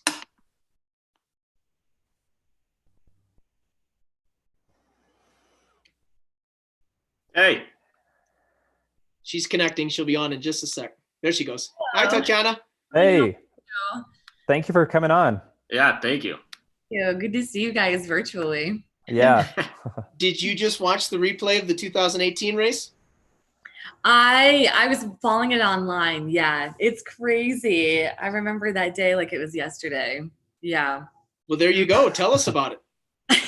Tell you about it? Well, so the day before, on Sunday, when we were looking at the weather, we were like, oh, it's going to be like serious. Like it's going to be a little colder and a little wetter than what I really anticipated. So I told my mom and I was like, trash bags. Like we got to go get trash bags. Like we got to go to CVS or Walmart and we need to get it like ASAP. So we got like these like gallon, like black trash bags. And I was just like reading online, like, okay, that's the best way to keep your like core warm. So I was like trying to figure out like how to like, make sure I can get it stuffed, like wearing that with a shirt over it and then still be able to like get into my racing chair. So it worked. And then when Monday arrived, I talked to my coach, Adam, and I was like, so what's the game plan today? And he was like, just survive and you got it. Like, like that's the game plan. Like just at the point is just keep moving. He was like, don't stop because that's where you will get into trouble. Like that's where you'll start to get into hypothermia. So I was like, okay, got it. Sure. But yeah, it was crazy. Like going down the first hill, I couldn't see anything because the rain was so like, it was a lot of rain in the face. And from the front wheel, we even got more rain. Yeah. So at one point I was just like squinting and hoping that I was kind of like following the right like path, like not over to the left or not over to the right, but like somehow meeting the middle. And just, yeah, and then just tucking and trying to like wipe your eyes, because glasses wouldn't have worked that day. It would have been too many bubbles for me. And on Heartbreak, I was going 3 miles per hour. And I remember a spectator being there, and he was so nice. He was like, "You got this. Like, you look good. Like, I know it's your birthday coming up, but like, you got this. Like, you look awesome." And it was the first time that I ever like chatted in a race, and I was like, "Thank you." Like, I couldn't like pronounce any words because I was so cold. So just for reference, like you said, you were going 3 miles per hour up Heartbreak. Like on a normal Boston year, what would that speed be? Like 11. Okay, that's rough. Yeah. I remember rewatching the broadcast and being concerned watching the push room athletes. There was like, oh my gosh, like are some of them not gonna like, is physics not gonna allow them to get to the top of these hills? Yeah, right. Because we wear the racing gloves and that has rubber, and our hand rings are rubber. So when those two get wet, it's like it just slides right off. So at one point I was like, do I take off my racing gloves, like stick them in my chair and just like push it like a day chair, just to get up the hill? And I thought, well, that'd be worse because my hands were like literally like frozen to the gloves. So I was like, I can't do that. Getting over the railroad tracks was pretty scary at that time too, because you can't really see it, like which line to take. Oh, wow. So I was like, okay, I don't want a flat tire either, because then I would have to stop and physically change my tire. And that would be really unfortunate because then you're going to be really cold. So I literally stopped and then made sure I saw where the railroad tracks were, and then crossed over. Wow. So are you talking about coming down past Heartbreak when you get toward Cleveland Circle? All of them. Just every single tour. Yeah. The first one, and like towards the end too. I was like, especially towards the end, I was like, I did not make it this far to get a flat tire. Yeah. My legs stopped, and then I just like went over and I just continued my way. Yeah.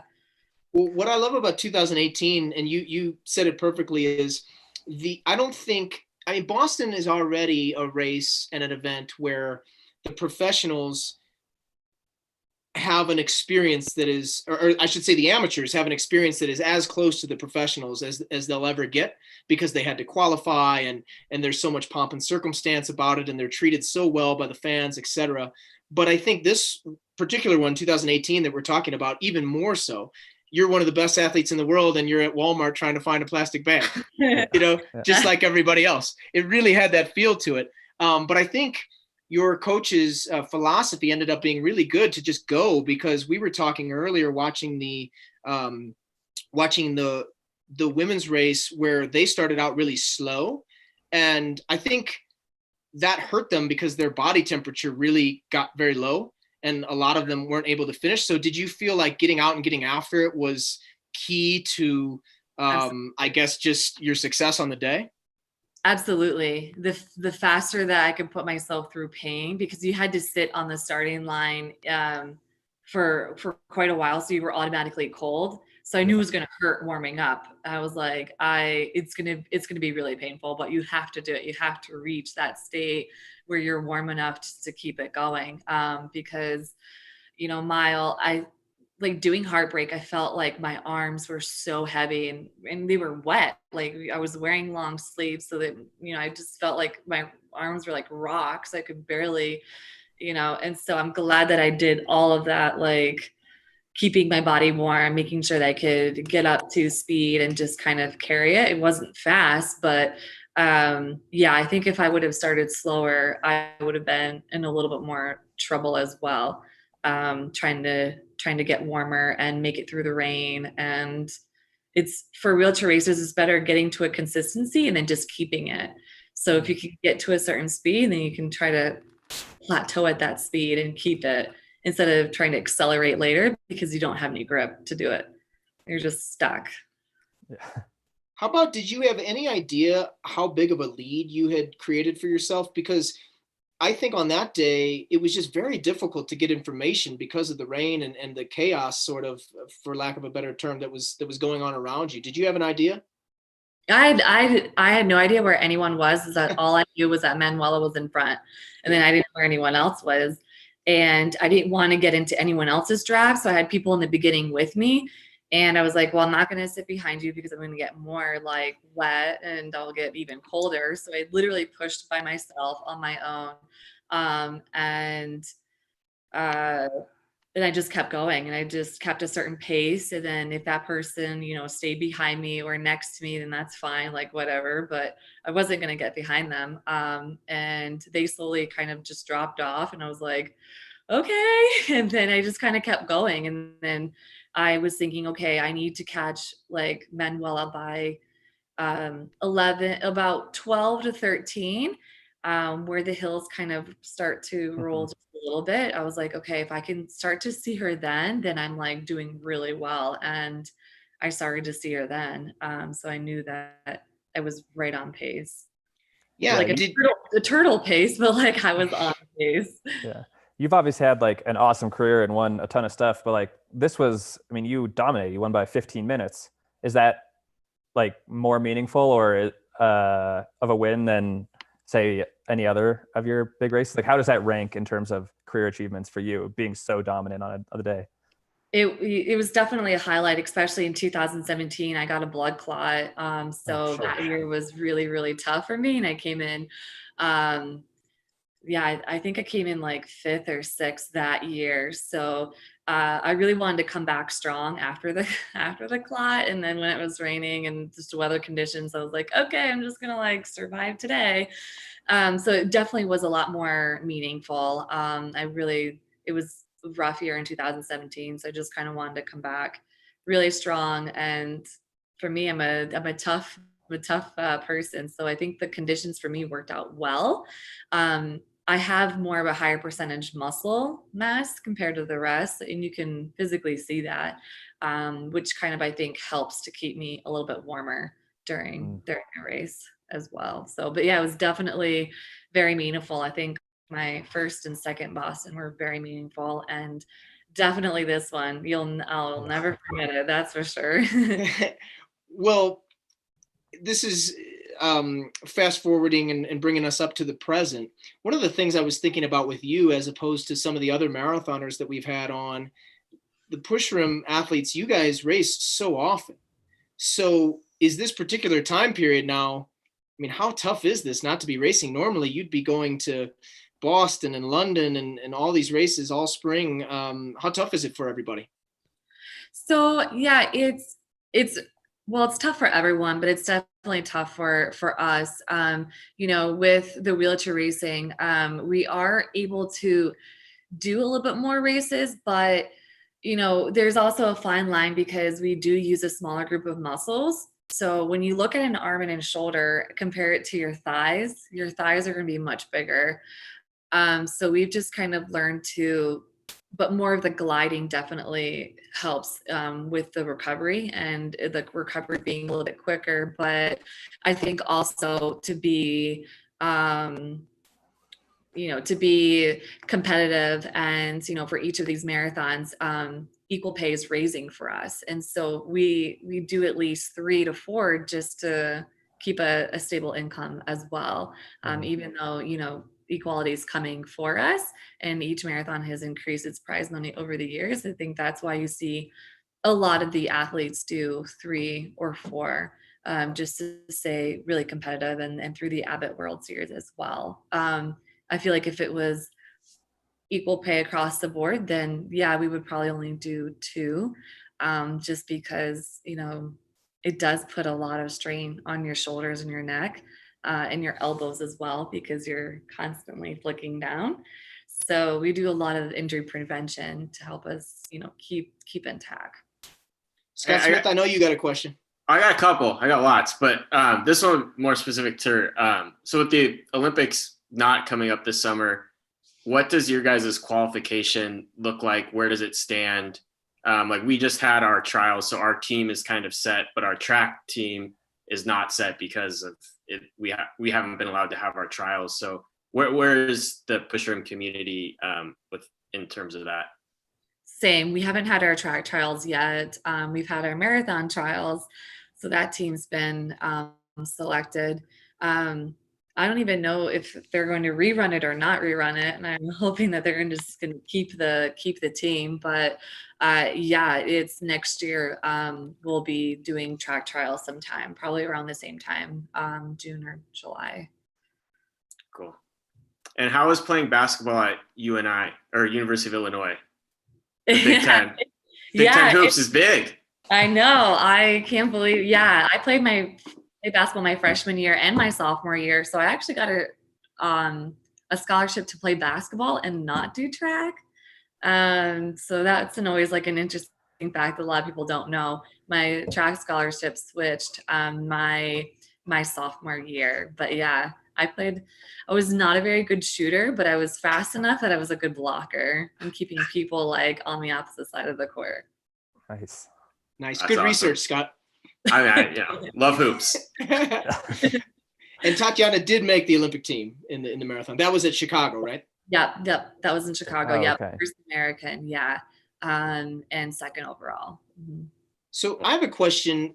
Looking up some of your stats beforehand with all the major marathon victories and all the gold medals in the Paralympics on the track, what do you have? It's probably hard to pick one, but what are your top couple of memories in your career thus far? Yeah, I think definitely your first Olympics and Paralympics is always special. Making a team. I was really young. I just turned 15, so the youngest ever to compete for track and field. I didn't know what I was doing. I just went, had a lot of fun, and just ran my heart out. Then you learned a lot, going to the next games and the games after that. And definitely, of course, your first marathon experience. It's such a different world. It's such a different community, and I like that community a lot. I feel like it's a really, really strong one. You get a lot of different walks of life, more of a reason for people why they start running. So I like that as well. But yeah, I think my first win in Boston, I think my first win in Chicago, my first win in New York. I was so intimidated to do Boston. You guys know how it goes. Yeah, we've all done that. Yeah. My third gold medal, my fourth one, they're all special. Yes. But I was so intimidated to do Boston. I waited a few years to do it. My coach asked me, I started marathoning in 2012. And I waited to do Boston. I was like, it's too intimidating for me. Like I can't do it. So that's a special one. Definitely. You're always your first race. And where will we see you next if things get going again? Are we hopeful like us that Boston September, would that be kind of the next thing? Or do you guys hope to have some track this summer? Track will probably more likely be out. So we're definitely really hoping for Boston to be our first opener. So I'm hoping to do the marathons of marathons this fall, where you have like Boston and Berlin, London, Chicago, and New York. So I'm going to try to figure out my plan, but I hope to do majority of them. It'll be the first time ever that this has obviously happened. So I'm like, how would it be to kind of dip my toes in all of them, and to see how well I do. But that would be a lot of traveling.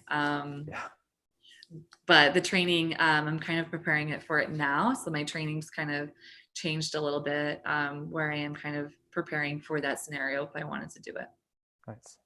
Awesome. Well, we wish you the best of luck, and we thank you for coming on. This was fun. Oh, Scott's got one more. Oh, no, I was waving. You're waving. Okay, you're waving. Yeah. Well, thank you very much. We really appreciate it. Thank you so much for having me. It's good to see you, all of you. Good to see you too. See you next time. Thank you. Bye. She was awesome. Yeah, that was great. That was cool. Scott, great question with the basketball. I knew she was going to love it. Dude, I mean, come on. Like, I'm so jealous. She's Do we super sound? cool. It sounds like we have similar games. Yes, she's very cool. All right, Scott. Well, your duties are done, man. Appreciate it. That was Alrighty. cool. That was Yeah. fun. Yeah. Talk to you guys Text later. in if you've got any questions for Fobs later. Okay, sounds good. All right. So kick me out. I don't know how. Oh, I'll kick you out. Hang on. Yeah, let me end you. I'm gonna remove you. Okay, you're removed. All right, Fobs. Let's see where we're at on this. I think the men's coverage. push room is about to start on the Okay. broadcast. Cool. So we're getting there. Oh yeah, they're showing the weather. Yeah, what did you remember? I mean, I remember that weather forecast. I remember you wanting it to be bad. Yeah, I did. Yeah. I just felt like the year before was, like obviously there was a lot of physical stuff with like you had to be prepared with the right clothes on, but I felt like if you could just not get too cold, it would have really been up my alley, because it was like the people who did really well were the people who just did not give up. They just continued pushing. They just continued pushing, and they didn't like let themselves get into this cycle of negativity. You know, obviously there were like Kellen, like she literally couldn't have gone on, and I'm not including those people in that, but like you look at someone who's as tough as Shaddy and you listen to what he just said, he was like, yeah, I just kind of one foot in front of the other the whole way. And I felt like that would have been like pretty much ideal for me. And I was so fit at that point. Like I knew I had the physical tools. If like some of the mental stuff could be a bigger aspect, I thought that was up my alley too. Yeah, I thought one of the things once we could tell that it was actually going to be fairly nice, that was good though, was it wasn't like, because sometimes you get an athlete that says they want bad conditions because they think that's the only way they could compete up front, but it wasn't like that. We knew you were super fit too. So once the weather took a turn for the better, it's not like I was thinking, oh no, now he can't finish high. It was just different. Yeah, I mean, it like wasn't guaranteed to be nice literally until the gun went off. Like, do you remember that morning? Like it was raining sideways. It was very, very, like I remember texting my girlfriend Haley and being like, holy shit, like it's raining so hard. Yeah. And being fired up about that. And then I felt like good weather was just going to be a bonus. You know, it was going to make it like a really enjoyable, fun race, as opposed to like a put your head down and let's grind this thing out sort of deal. Yeah, no, I do remember that now because, you know, Jen, my wife, was running. And so I walked with her to, you know, the regular people buses, and you have to walk across, what's that, where they do the 5K? What's that park? Oh, it's like Commonwealth Park or something like that. Yeah, or the Boston Common or whatever it is. Yeah. But that was all muddy. I mean, it was raining pretty good. Yeah. So I do remember that. But I also remember the forecast saying that it could clear out. So it was kind of like up in the air. And then, you know, I guess, I don't know, maybe about an hour before the race, it started kind of clearing up. I remember the warm up being pretty nice. Yeah. So yeah, like 50 minutes before it was fine. Yeah. But even like at the very beginning of this broadcast, like you see Des come out of the bus with a towel over her head. Like it wasn't nice at 7 or 7:30 or whenever we got out to Hopkinton. Yeah. I asked Scott Smith this on the last broadcast during the 2018 race. What was the vibe like inside the church? That was your first time there doing it. So I don't know if, you know, compare it to maybe New York or something else. Yeah, it was fine. It seemed like normal. I just slid into a room with like a bunch of people who were all on the same team. So they were just kind of chatting and I was just sort of sitting on the side. So Gotcha. Yeah, I just kind of hung out alone, but it was nice to have, like, they were talking, which was nice for me. Like I didn't have to do the talking, but it also wasn't just like a completely silent room of tense nervousness. How about the ride to Hopkinton on the bus? I mean, those things are always weird. Like nobody ever, like the whole rest of the weekend, everyone's friendly and stuff, but you get onto those like bus rides to the start, and I think just kind of people's nervous energy just sort of takes over and you don't really talk to anybody. Yeah. And in New York and Boston, you get shipped out there and you're basically, that's it. I mean, your crew, you're on your own after that, unless you're running with a teammate that day, which sometimes we are, but that day you weren't. So you were kind of on your own. So it's a long time. It's probably, like I was saying to Tatiana, you get more of the regular runner experience. The pro gets more of the regular runner experience at Boston than maybe at some other races. New York's kind of the same. And I say that in a good way, you know. I mean, that's part of the tough thing about Boston for the masses is you have to get up so early. You have to get on the bus. You have to take this hour-long ride where you get really nervous, and then you still have a long time to wait once you get there because they can't cut it close. They've got to get you out there nice and early. Yeah. So it's a lot of nerves to deal with at Boston, and you got to even like eating your food and things that you're making all the same decisions, and you're planning your morning out in much the same way the masses are, I think. Yeah, definitely. And it's weird to like when other people are so nervous, it really makes you more nervous. Like I wasn't that nervous. I don't think really remember, but then once you kind of see everybody else warming up and you kind of feel all that energy, which I imagine is like really happens in the corrals too. Like there's just so much sort of tension that you kind of get riled up too. Yeah. Well, one of your teammates has just texted, this is Alafine. She says that, sit next to her next time on the bus. She'll talk your ear off. I'll tell you what, I don't want to do that. Oh man. I mean, I love Alafine, but like sometimes you just need a little bit of quiet, you know? That's good. Yeah, you were so fit before this race, so there was a lot of confidence. Here's Carrie. Let's talk to her. Speaking of your confidence and people that were confident in you, I know she was. So this is Carrie Tolson. She was on the broadcast that day on NBC. Hey, Carrie. Hey guys, how you doing? Good. How are you doing? I'm good. Excuse the crazy hair. I just got done with the workout with all the ladies from Moms on the Run that I coach. Good for you. Nice. You're doing a lot of Zoom meetings, huh? Oh yeah, we've got Zoom going all over the place, but you guys are doing awesome on your end as well. Looks like you've been having some fun. Yeah, this has been a cool day. We got through the 2018. That was a great. What were you doing in 2018? 2018, I was home. I wasn't there that year. Last year was my first year back in a long time, actually. So I took a little hiatus from Boston, just, having some fun with my family because my daughter's birthday's around Boston Marathon. And so, yeah, I wasn't there for a couple years, but last year was so fun. It was a lot of fun. So you were on the broadcast team, and I remember because I rewatched the race preparing for this broadcast. And they do the thing where they, who do you think's going to win, favorites, blah, blah, blah. Then they do what about the top Americans, men, women, etc. And you were keen on Scott before the race. So always. But why was that? Did I talk you into that, or what was why did you have so much confidence in Scott before this one? Well, we did that podcast after Gasparilla, and I was, I was really high on that, and I think I won her over then. You did. I mean, you were fired up after that race, and wasn't that fast, but for some reason you were pumped up and you're excited. And, I just really, and I'm not even trying to, fluff this up for you guys, but I just really like the dynamic that you all have. And especially starting last year, I mean, it just felt like everyone was firing on all cylinders. And I've been on teams like that, where it's not just the guys that are doing well, it's both, because there is this vibe. And because there is this synergy and, everyone's excited, and I could tell you guys had that. So, I mean, Scott's been impressing all of us for a long time, but I think just knowing the drive that you have and that you are healthy and ready to roll, that to me just was like, okay, this guy wants it. He wants to qualify for the Olympics here, get that out of the way.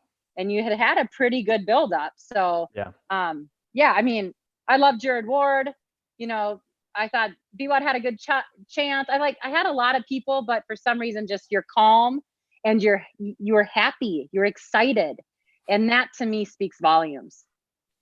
How cool is it, Carrie, that, cause you and I remember the doldrums, how cool is it that you can go commentate at these races, these World Marathon Majors, and pretty much every time, unless it's maybe an obscure, or maybe it's a weird year in London or something where there's not many Americans, but pretty much if you're at a World Marathon Major, particularly Chicago, Boston, New York, there's going to be Americans that are a part of the conversation. Especially for young people, they don't understand. It was not like this. Yeah, there was a lull for a long time where it was like we were just praying somebody would even crack the top 10. Yeah. And, I think that, I grew up with Meb and Abdi and, all these names that, Abdi obviously is still running very well, just made the Olympic team. But some of the names that are sort of getting older now. And so there's a new flock of runners, but I just think that we knew we had it in us. And if somebody cracked a good one like Meb did, or, you know, when Ryan Hall, even, he's younger than me, but once you have that, again, there's a synergy, there's an excitement. You want to follow suit. And it doesn't have to be right on your own team. It's awesome when it is. But when you're an American, or when your, you know, fellow countryman or woman does something great, you want to do that. And we've seen that now on both the men and women's side. So yeah, I don't really like that we talk about the lull of the late 90s and the early 2000s, but there was one. And I don't know if it was necessarily that there wasn't the talent. I think we obviously had the talent, because some of the talent is still running. But I think there were other factors, and I don't really love talking about drugs in the sport and the negative side, but I do think there have been some advancements in things that are helping equalize the field a little bit, and helping us Americans show our potential and our clean potential. I really believe in most of our Americans, if not all of them. And I think that has been a real big favor for us to be able to win and compete against the rest of the world. Very cool. We asked Paul this earlier, your friend Paul Swangard. Oh, he was on, yay. He was on earlier. So I'll ask you the same thing. I know we don't have a lot of time, because, you know, it's dinner time for you, and I want you to get to your family, and then we have John Gault on after this. But what's the hardest thing about the broadcast at a World Marathon Major? Oh, I mean, last year, weren't there like 10 men that they were under 210? And I think there was like 10 women under 222 or something. And that to me is scary, because you got to know a little bit about everyone. And, you know, even though I'm an American and I love to talk about the Americans, you have to be pretty neutral on the broadcast. And I have a hard time, because I am an athlete, or a retired athlete. And I like to say we, and I refer to myself as an athlete, and I get in trouble a lot for saying that. And I'm like, but I'm still an athlete at heart. So, you know, I think that's the big thing for me, on the fly, knowing something that's key and crucial. You know, that's why I like to call you, Ben, or text you the night before, because I want people to understand, especially coaches or athletes, I'm not trying to give away anything before a race. But if there's something that's critical that we should be able to relate to the audience during the race, that's what I want to know. And it could just be something simple as, you know, not getting a good night's sleep 2 nights before, or having some sort of stress that has happened. But those are the things, as a commentator, as an athlete, I really want to know. And I appreciate, you know, a coach like you that will give some of those things that you think is critical too for the audience. And so, yeah, lots of things go into the broadcast. We don't like when they go away, when there's a big breakaway. We don't like commercials. As an athlete, I hate them. I really want to just see the entire race. But behind the scenes, I get it. So people have to understand there is a production behind the race as well. So they have to take it a little easy, I think, sometimes on the whole production side as well. Do you remember grandmas when Kellen won, texting back and forth? You were on the van.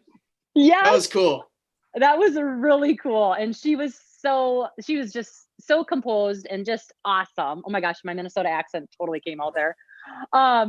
But she just was a rock star, and it was so fun to be able to like tell you what was happening. Yeah. And, you know, again, not sure if we're supposed to do that, but we stick together. Yeah, you know? It was awesome. It was awesome. Well, we don't want to take up too much of your time. We just loved having you on for a little bit. It was great. Your energy is always so great. You did a great job in 2019. Let's say in a hypothetical, wonderful situation, everything happens this fall. Are you going to be at some of the World Marathon Majors? Yeah, I mean, I'm slated to be in Chicago and New York. I'm not sure about Boston yet. You know, there's so many fun stories and fun people that want to get on camera now that sometimes I have to just wait my turn, you know, when like a Shalane Flanagan who's won the whole thing wants to do commentary. You know, sometimes I get pushed out to the bike or whatever, but I get it and I believe in her and I'm excited for her. So yeah, you'll see me at some of the majors. You'll see me at other events, hopefully some of the shorter events that if we can have some of the 10Ks or, you know, maybe some different track races. But I had a full slate of events scheduled, and unfortunately a lot of them are gone or postponed. So hopefully I'll be back on air soon. I love it. If I can't be racing, I want to be running my mouth. So we'll see you guys as soon as we can. Thanks, Carrie. Yeah. Thanks for coming on. Thanks for having us. Thank you guys. See ya. See ya. Okay, Carrie Tolson. What a way to start off the broadcast, folks. Yeah. All right, Tatiana now McFadden, Carrie Tolson. Oh. Like it's only going to go downhill from here. Well, and now John Gault. Hey, John, how you doing? Oh, you're muted.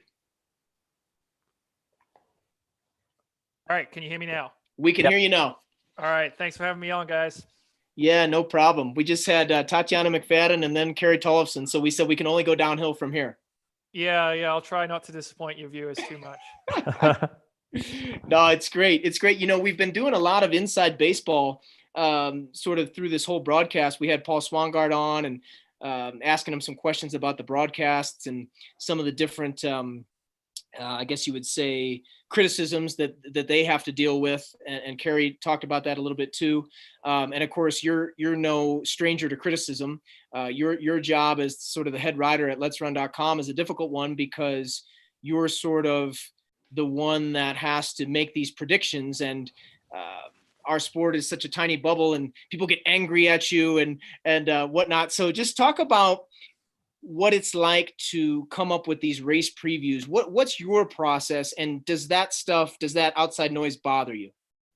It doesn't really bother me. I mean, I just pretty much, I call it as I see it. And I think the people who can accept that, I get along pretty well with, and the people who don't, I try not to really worry about them. So usually marathon week, it's, the same. You can expect if it's a major marathon, Ben, I'm probably going to be giving you a call on Monday of that week. And That's right. I'll try to call up coaches or athletes or agents and just try to get the scoop on, how has that build-up gone? Is anyone, battling some sort of injury? And you don't always get the full story from everyone because some people have injuries that they don't want to talk about publicly, or some people don't want to share every workout. But usually I can get a decent sense. I think I went back and looked at my preview for this one, and you told me about this insane 16-mile steady state that Scott had done like leading into it. And that's kind of when I realized like, oh man, he's really ready to go, because he closed that last one and like the last mile was like 4:44 at the end of a 16-miler at altitude. And I'm like, not a lot of guys in America could do that. So that's kind of when I knew that Scott was ready to go for this one. Yeah. So this is one of the things I had jotted down for you. You guys cover so many events, but some have to get your blood boiling more than others, and bring a level of adrenaline that's just a notch above. So is Boston one of those events, and what does Boston mean for Let'sRun.com? Yeah, it absolutely is. And partially that's because I moved to Massachusetts from England when I was 10. So I grew up, Patriots Day was always huge for us. There was a Red Sox game, there was the marathon, you'd have the marathon on TV, and just, becoming a runner, that was one of my, most important events in my life, or at least as a running fan.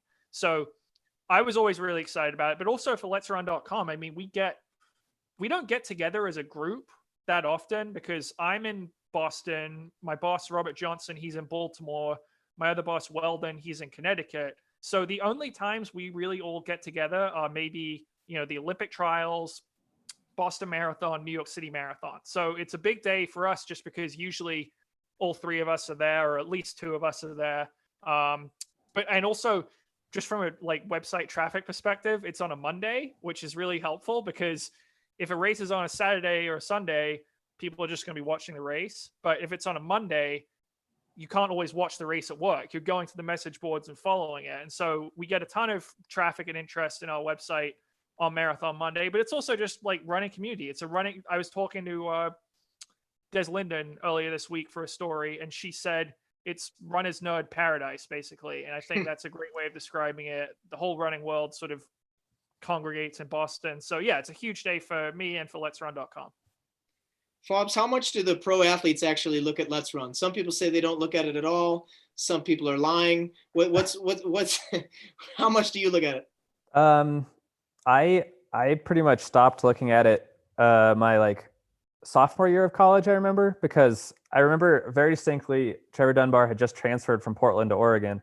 And I remember going in the library and watching, it was like the end of the semester. So he was still at Portland finishing the semester. And I remember him reading the Portland Dunbar is transferring thread and being like, that can't be helpful. And then I was like, I wonder what's on it. So I read it and I was like, none of this is accurate. Nobody knows anything. And so I stopped reading it then. And sometimes like somebody will like send a screenshot of like a message board or something. One that comes to mind was like someone was like, I saw Scott Fauble running at Buffalo Park today wearing Nike Vaporflies. HOKA NAZ Elite got cut from HOKA. And I was like, none of this is accurate at all. So I think the like actual reporting that Let's Run does is really good generally. And I like that they're willing to like stick their neck out on something and hold people's feet to the fire. But I find almost no value in going on the message boards for me personally. Yeah, I'd say your mileage may vary. There's definitely been some of the rumors on there do turn out to be true, but some of them are just. Well, a broken clock's right twice a day, A broken clock is right twice a day. Well, I mean, maybe more than twice, but it's usually, there are some people who are just trying to get people riled up out there, and we're not immune to trolls on the message board. Yeah, and I by no means like feel like what some anonymous person posts is necessarily your fault, so I don't really care. And I think you guys do a good job reporting like the actual things that happen. So I like Let's Run generally. Jonathan, take us back to 2019 pre-race. I went back and read that preview of the American men as well. But overall, what was the sense on your end? I mean, we're coming off 18, which was this historic day with the rain and the craziness and Des wins, and then it almost looks like we're gonna have another day like that. So what are your recollections going into this one? Yeah, that's what I was thinking. I was like, holy crap, are we going to get this 2 years in a row where the times and places, well, not the places, but the times are just going to be meaningless, and it didn't end up turning out that way. Ultimately it was not a bad day for running. But the big thing I remember going into this race was the quest for a sub 210, because as you guys will remember, after Meb won Boston in 2014, there was a big drought. The only guy who was breaking 210 in America for over 4 years was Galen Rupp. And the fall before, Scott and Jared Ward had run well in the New York City Marathon. But I had like these conflicting thoughts about that race because they had run well. But then the other thing was that was a perfect day for running. The winner ran 2:05, and those guys only ran 2:12. And I know New York's a tough course, but I'm like, if they can't run, if they're running 2:12 on a perfect day, are they going to be able to get under 2:10 in Boston? And it turned out both of them were, because what I did know is both of them were really fit. And then there was Ritz in the race, and Biwott, he always runs well in Boston. So I thought, if it's good conditions and, someone pops one off, maybe we could see a sub 210. But again, that race in New York was in the back of my mind. I'm like, if they can only do 2:12 on this great weather day, what's going to happen? So I was very intrigued to see how they would stack up if we could get an American in the top 5, and also how fast they'd run. Yeah, I think it's interesting for the fans maybe to know, and this is the honest to gosh truth, Fobs can verify, like that was not one of our things. Would you agree with that? Yeah, I think we knew that like I was physically capable of doing that, but we would have much rather have run like 2:14 and been third than run 2:09 and been seventh, Yeah.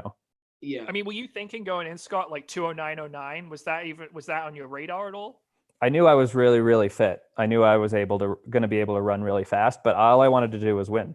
All I wanted to do was run really well. And I felt like any good time would probably be a byproduct of racing really well anyways. So it's not like I went out and was like, got to hit 4:55s the whole time, I think one of the things that I thought was, and I've heard Jared talk like this too, and this is how I think about the marathon in general, and I think this is a big mistake people make, is a lot of people, they pick an arbitrary time and then they figure out what pace that is per mile and try to do that, or try to get ready to do that. But I think with us for this one, it was more like, oh man, he's easy at 4:55s, and that just happens to be what 2:09 is. But we didn't set out to be able to run 4:55s. That's just where the fitness took him. And I remember Jared saying that same thing before that race, that he felt really comfortable at that rhythm.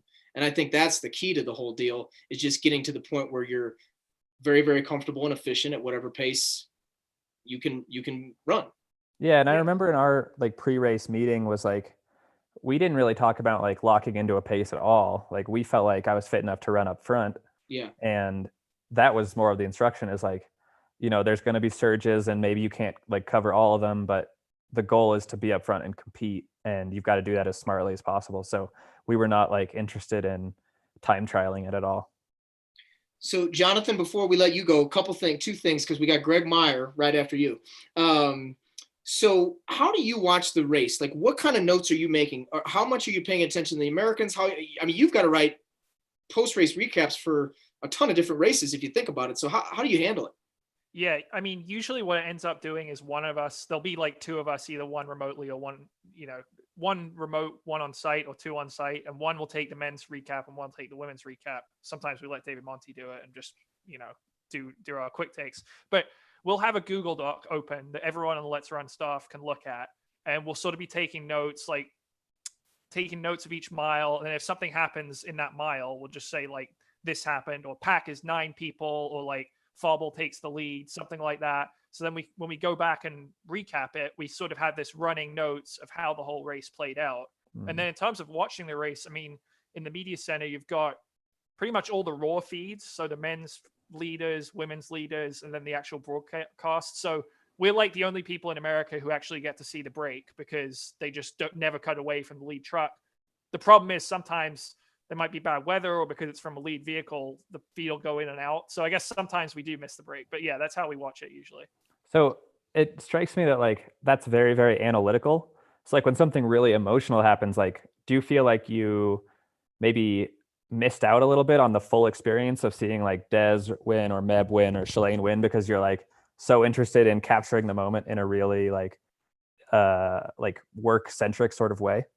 No, I think I still get the emotional aspect of it. I mean, I'm not rooting for people to win. I don't really care who wins these races, but yeah, when Des won in 2018, people were like, this is unbelievable, and the Olympic trials even go to Atlanta, this most recent, in February, when Jake Riley grabbed that flag with 600 to go.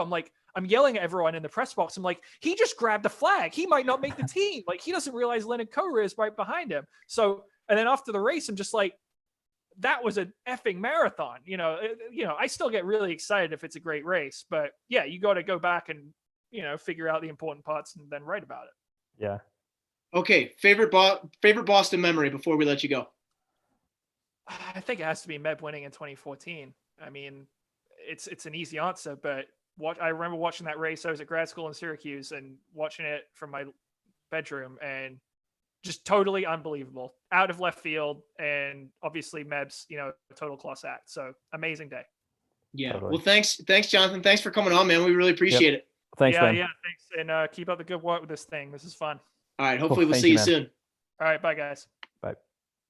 All right. The hits keep on coming. Here comes Greg Meyer, 1983 Boston Marathon champion. We're getting him on here. He's been waiting for a couple minutes. So hopefully we'll see Greg here in 1 sec. There he is. Greg. So we should have just a second here before he connects. Fobbs, you take the lead. Okay. He's almost there.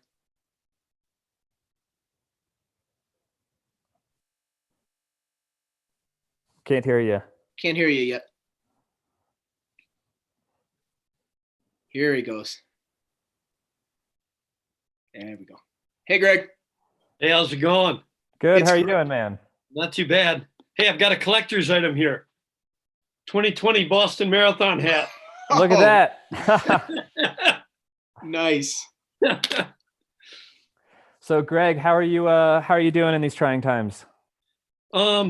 Busy actually. I work at a hospital, so oh, geez, a lot of stuff going on. Luckily, I'm on the community side of things, so I don't have to see patients or anything. But it's pretty hectic, and it's kind of shocking what it's going to do to the healthcare system in the country over the next few months. We really appreciate you taking the time to do this silly thing with us, then. No, it's not a silly thing. I miss being in Boston today, and I'm sure you do too. Yeah, absolutely. By the way, great run last year. I never saw you afterwards.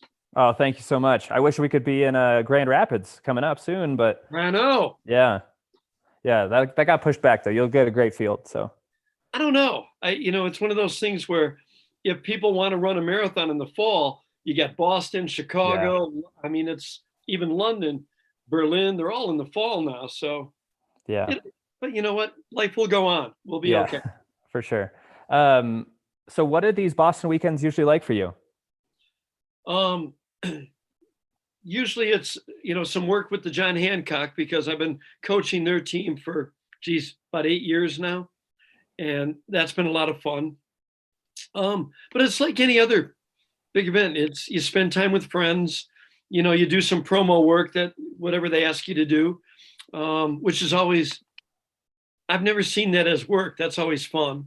Mm-hmm. And then I've been lucky enough since 2014, I get to call the finish line race. So, or make the announcements at the finish line.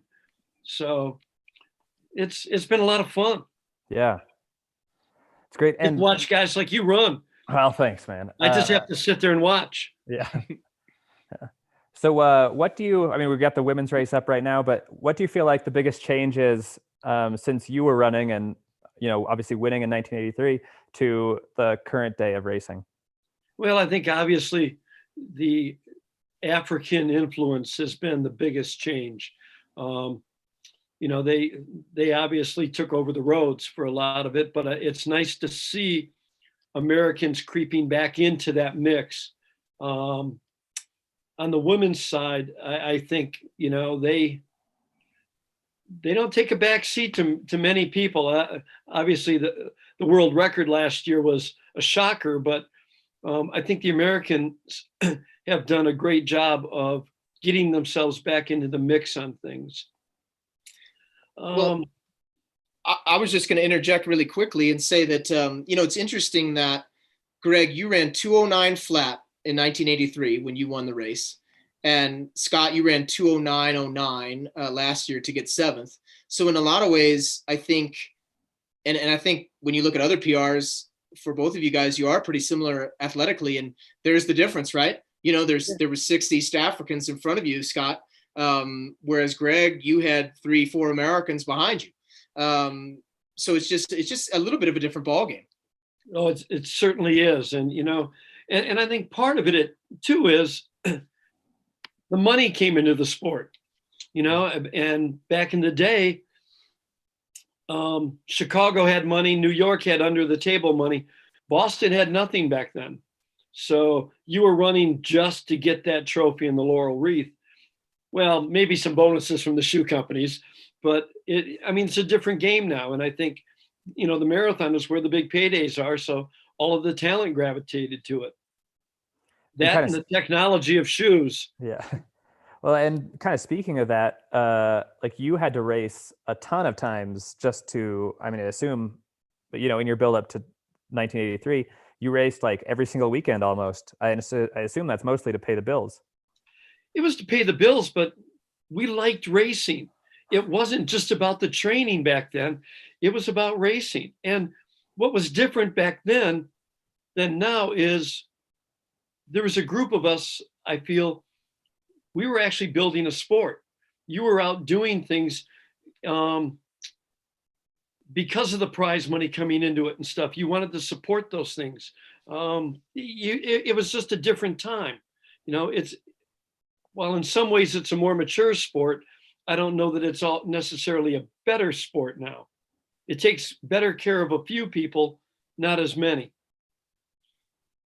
To your general idea, Scott, Greg, I remember you telling me, I believe once, or hearing you say this, that one of the things that maybe it was different back then as well, because the marathon didn't necessarily for you guys have this same, you weren't putting it on a pedestal. You saw Boston as another road race. It just happened to be 26 miles long.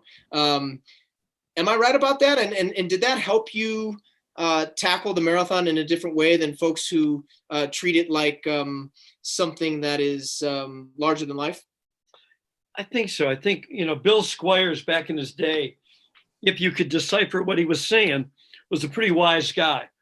And instead of going to a race like Chicago, or Chicago wasn't that big of a deal back then, but instead of going to New York or one of the other big ones, he sent me to Detroit for my first marathon because he wanted me to get a feel for the distance, but also to be in it to win the very first time. He wanted me to treat it like another race. And so I think that helped. But again, I only had a few good marathons. I was too big to run the marathon. It broke me down. I just got lucky on a couple of good ones. Well, yeah, you really cashed in on your good ones. Timing is everything, right? Yeah. Do you feel like in some ways you're kind of like the forgotten American Boston champ? Because we always talk about Bill Rogers and we talk about Meb, but I mean, you won it too. Do you ever feel kind of that way? Not at all. Okay. Bill Rogers won it 4 times. Yeah. Well, Joan Benoit Samuelson won it and set a world record. She won it twice. Boston treats me very well. Them allowing me to stay engaged in the race has been just a terrific. Same way with Chicago. Chicago allows me to stay engaged in the race as a past champion. But no, I think, with Meb, timing is everything. Yeah. Meb won in a year where we just were coming off the bombing. It was a great thing for American distance running that an American won. Never going to be disappointed with that. So yeah, it's very cool that they keep you so involved. I've seen you out there on the course on a cold Sunday morning giving out fluids, and it's very neat. As a Boston champ, when you're speaking to the John Hancock group or whoever it might be, what are some of the basic tips that you give about training for Boston and then racing Boston? The training tips are, you have to be consistent.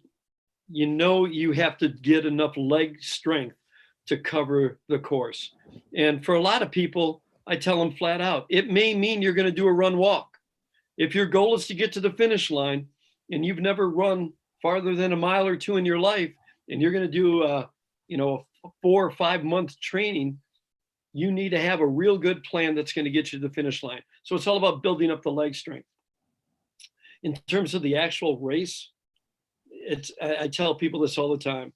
You got to go out under control. If you don't go out under control, you're not going to have legs the last 6 miles because the downhill is going to kill you. You've got to just manage your emotions and your energy over the whole thing. I use the example of Tom Watson at the British Open. He said one time, he goes, I know the course so well. I know where I can score and where I can't score. And I just focus on those places. That's the same as Boston. I was lucky enough to know the course. I knew where I could score and knew where I just had to hold my place. So it served me well. I tell people always, go to Boston, try to run some segments of the course to get ready. If you're going to be serious about it, know the course. Fobbs, how much did that help you running the course? Because we did that. Yeah. I think it helped a lot. Like not only knowing sort of like the miles, like 15 to 16 is so downhill, and knowing that's coming and kind of knowing the contour of the hills, but also knowing that if your legs are under you, the last 5 miles are actually pretty fast. And knowing that that's not just a survive, get to the line sort of situation, like that's kind of rip it time. Greg, only if you still have the legs. Yeah, that's right. If you got the leg. Yeah. So, Greg, I was reading some of the recaps. I even read one in the New York Times of your 1983 win. So it seemed like you took the lead on the hills, maybe toward the top of Heartbreak or so. Leading into Heartbreak. Leading into Heartbreak. So Scott has the experience of being in the front at Boston, but never really pulling away. And of course, he was 7th. You have that memory of being in the lead and then pulling away, but you didn't really blow it wide open. Were you running scared the rest of the way? What were the last 5 miles like after you took the lead? Well, I got away from Benji between the second and Heartbreak Hill, and I was still running pretty good up until 23 miles. And again, you're always nervous that somebody might be coming. I found out later at about 23 miles, I had about a minute lead. There was a guy in the press truck that yelled to me because I kept looking behind me thinking Billy or somebody's got to be coming. It can't be this easy. And a guy in the press truck yelled to me, relax, there's nobody back there. And I went from still running 5 minutes a mile to over 5:20 for the last 3 miles because I relaxed. The whole game plan with Squires, we never talked about time. It was only about how you were going to win the race. And that's how Billy always used to run. He didn't care about time. He'd crush you in the middle and coast in, or do what he had to do and coast in. I wasn't thinking that I was coasting in, but when all of a sudden somebody tells you to relax, it changes your mindset. I sometimes regret that person yelled at me because I might have run a few seconds faster, you know. But nice. At least one would have been nice. What's that? At least 1 second would have been nice. You know, and somebody asked me afterwards, because it wasn't that far off the record, you know, and records come and go. Win in Boston stays with you for life. Yeah. I still get fed from that, so it's all good. That's awesome. Well, Greg, let me, if you're cool with it, you know who we've got on the line next? Your buddy Dathan. Yeah. Let's pull Dathan on. Fobbs, you talk to Dathan and Greg. I'm gonna take a quick break. I'll be back. I'm gonna get Dathan on here right now, and then I'll put the race on the screen too. Okay. You should see him show up here in a second. I know he's pretty skinny. Does the camera get him? There he is. Hey, Dathan. Hear me? Look who we got. Can you hear me? Yeah, we can hear you. Oh gosh, look at that guy up at the top. Hey, in another couple of years, your hairline's going to look like this. That's okay. You pull it off good. You guys know we're neighbors damn near, right? I knew you guys lived in the same town. I didn't know you guys were neighbors. Well, what are you, about 5-6 miles away? Yeah, I drive past his house and make sure he's still staying at home because he's in the high risk bracket of being over. Be more. Shut up. Well, Dathan, how are you recovering after the trials? I'm doing good now. It was a rough go though, for sure. Yeah. I spent the next 4 days in bed. I didn't move. Oh, jeez. I don't know if I had the whole COVID thing, but I had like a 102 fever and cough for 3 weeks. So maybe the then. Said it was just maybe extreme exertion. I don't know. Okay. How are you doing? Oh, I'm doing fine. You know, it's been a while, so I'm all right now. Good. Yeah. So, have you rewatched this Boston at all since we ran it? If I have, it's been a long time ago. So I mean, I think probably originally right afterwards, maybe. But I haven't seen it. And I tried to pull it up because I didn't know if you guys would have it on. So I pulled it up on NBC Sports, but I haven't watched it at all. Okay. So as I rewatched it, and when we were prepping for this, the thing that really struck me. So we came through 5K in 15:12, and then do you remember there being like a really big surge right after that? I remember being really fast. You know, like you can never tell because it's so downhill, right? But you know, at the same time, it was pretty like it wasn't hot yet, you know, so it didn't feel too bad. But I remember not feeling super comfortable early on. So I don't know if it was that or being out fast, but I mean, we did end up going fairly quick through, but the only other time I had ran it, we had been out like way faster too. So I guess I was mentally prepared for that, but yeah, I don't remember 5K like a huge injection of pace. I just remember feeling uncomfortable. Because I remember there was a big move, maybe it was more like 10K. There was a big move at the water station, and then it was like you, me, Jared, and Shaddy, and we were back. We were maybe like 25-30 seconds back, and we just had to. I remember you being like a really calming presence and just being like, we just got to keep the rhythm. And in my mind, I was kind of like, we might never touch the lead again. But what was kind of going through your head then as kind of like you've been through that situation before? You're right. It was about 10K because I remember then us being back, you know, right after you get kind of past that, what's that town? Is it Brookline? Where's the town about 10K, Greg? 10K? Framingham. Yeah. Framingham. So you get past that and then you start getting back to where it gets, you go past the train tracks and all that stuff, you know, and then I remember us being in a pack of Americans, and I think a couple of the Army guys went up ahead, right? Mm-hmm. And they started, you know, pulling away, and I remember it being exactly like how it was like 5 years ago when I had ran, and I had to just let the pace go because it got so fast. And so I remember thinking the same thing. Okay, it's not super comfortable, but if we sit back here, maybe they kind of slow it back down.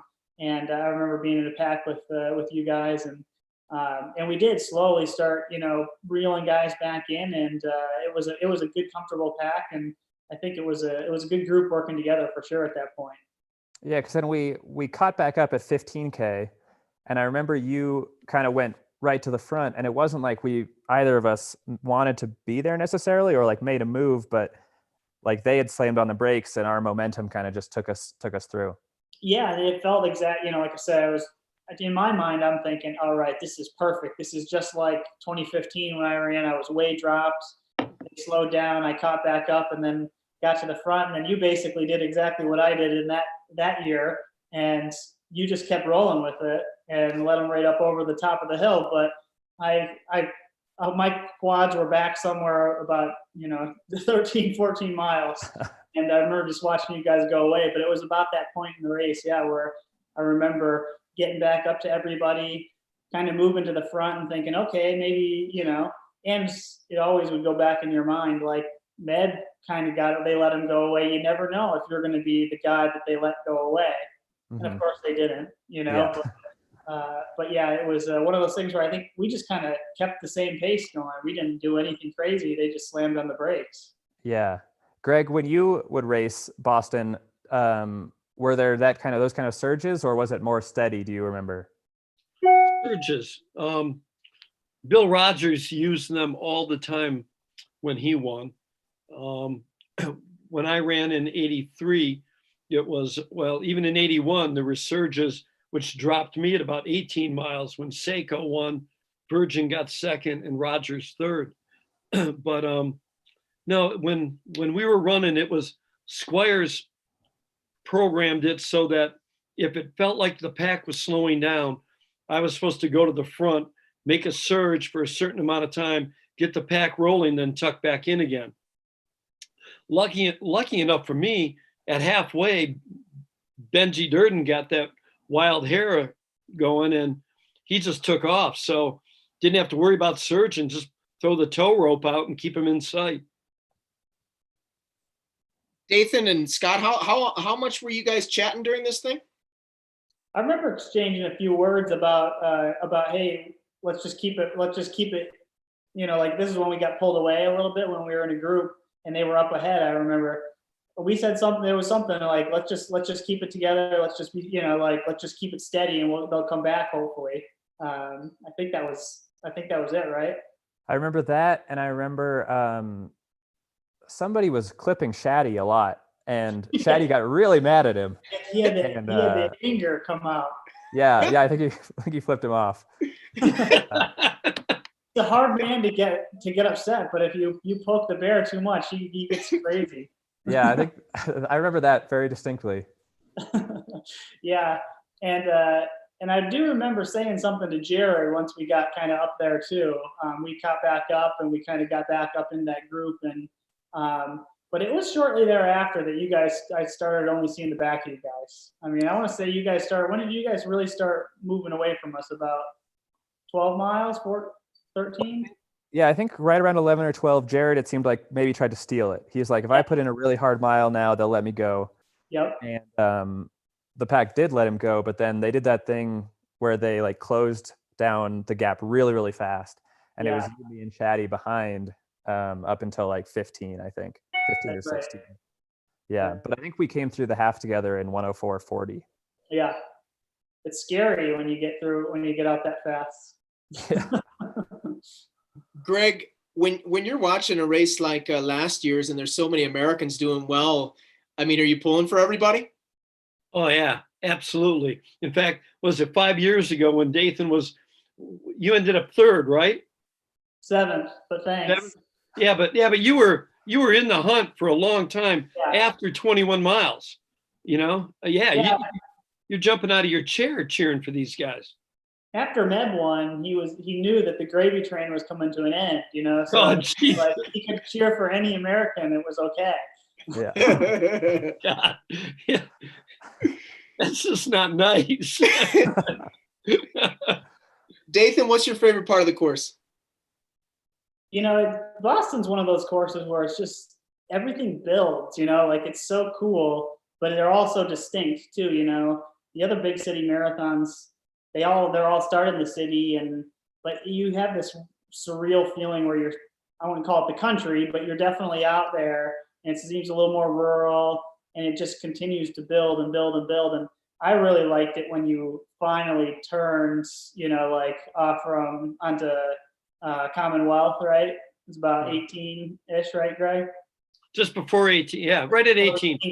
Because it's like, oh my gosh, I've been staring at this for so long, just this one thing. I'm just looking forward to one turn here. And of course, that's where it got really hard for me. So then I couldn't really appreciate that anymore. But, you know, like you could start to really, you know, like you kind of start looking forward to those hills because it's just, you know, until 16, it just, yeah, you're just kind of pounding down. And then you're like, I know that something's going to happen here. This is where it happens usually in the marathons and definitely in Boston.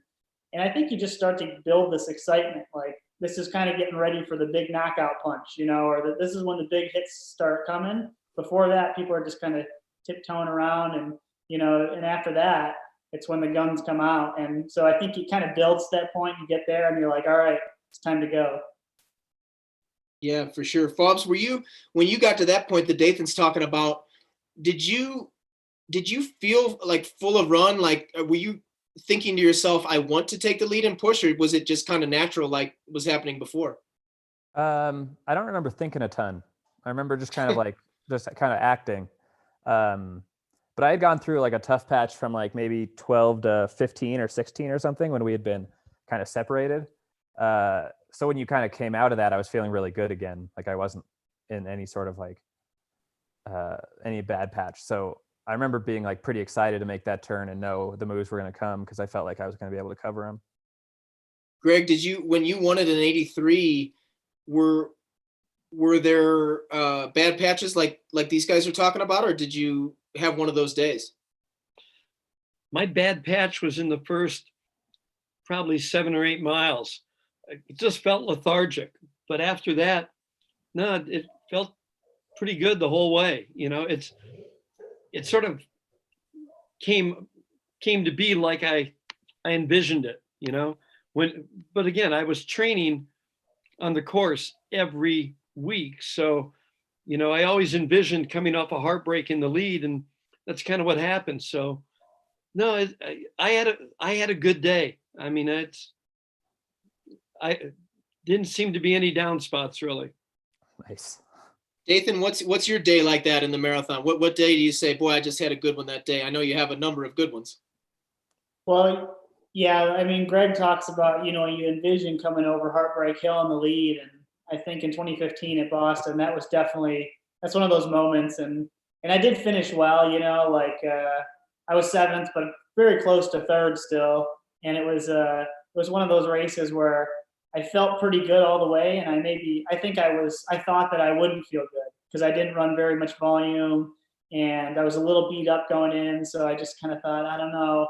But sometimes it just happens, you know, and you do get like the bad patch, like Greg said at 7, and then all of a sudden, like it's like you're not the same person, you know. Sometimes you got to talk yourself into it.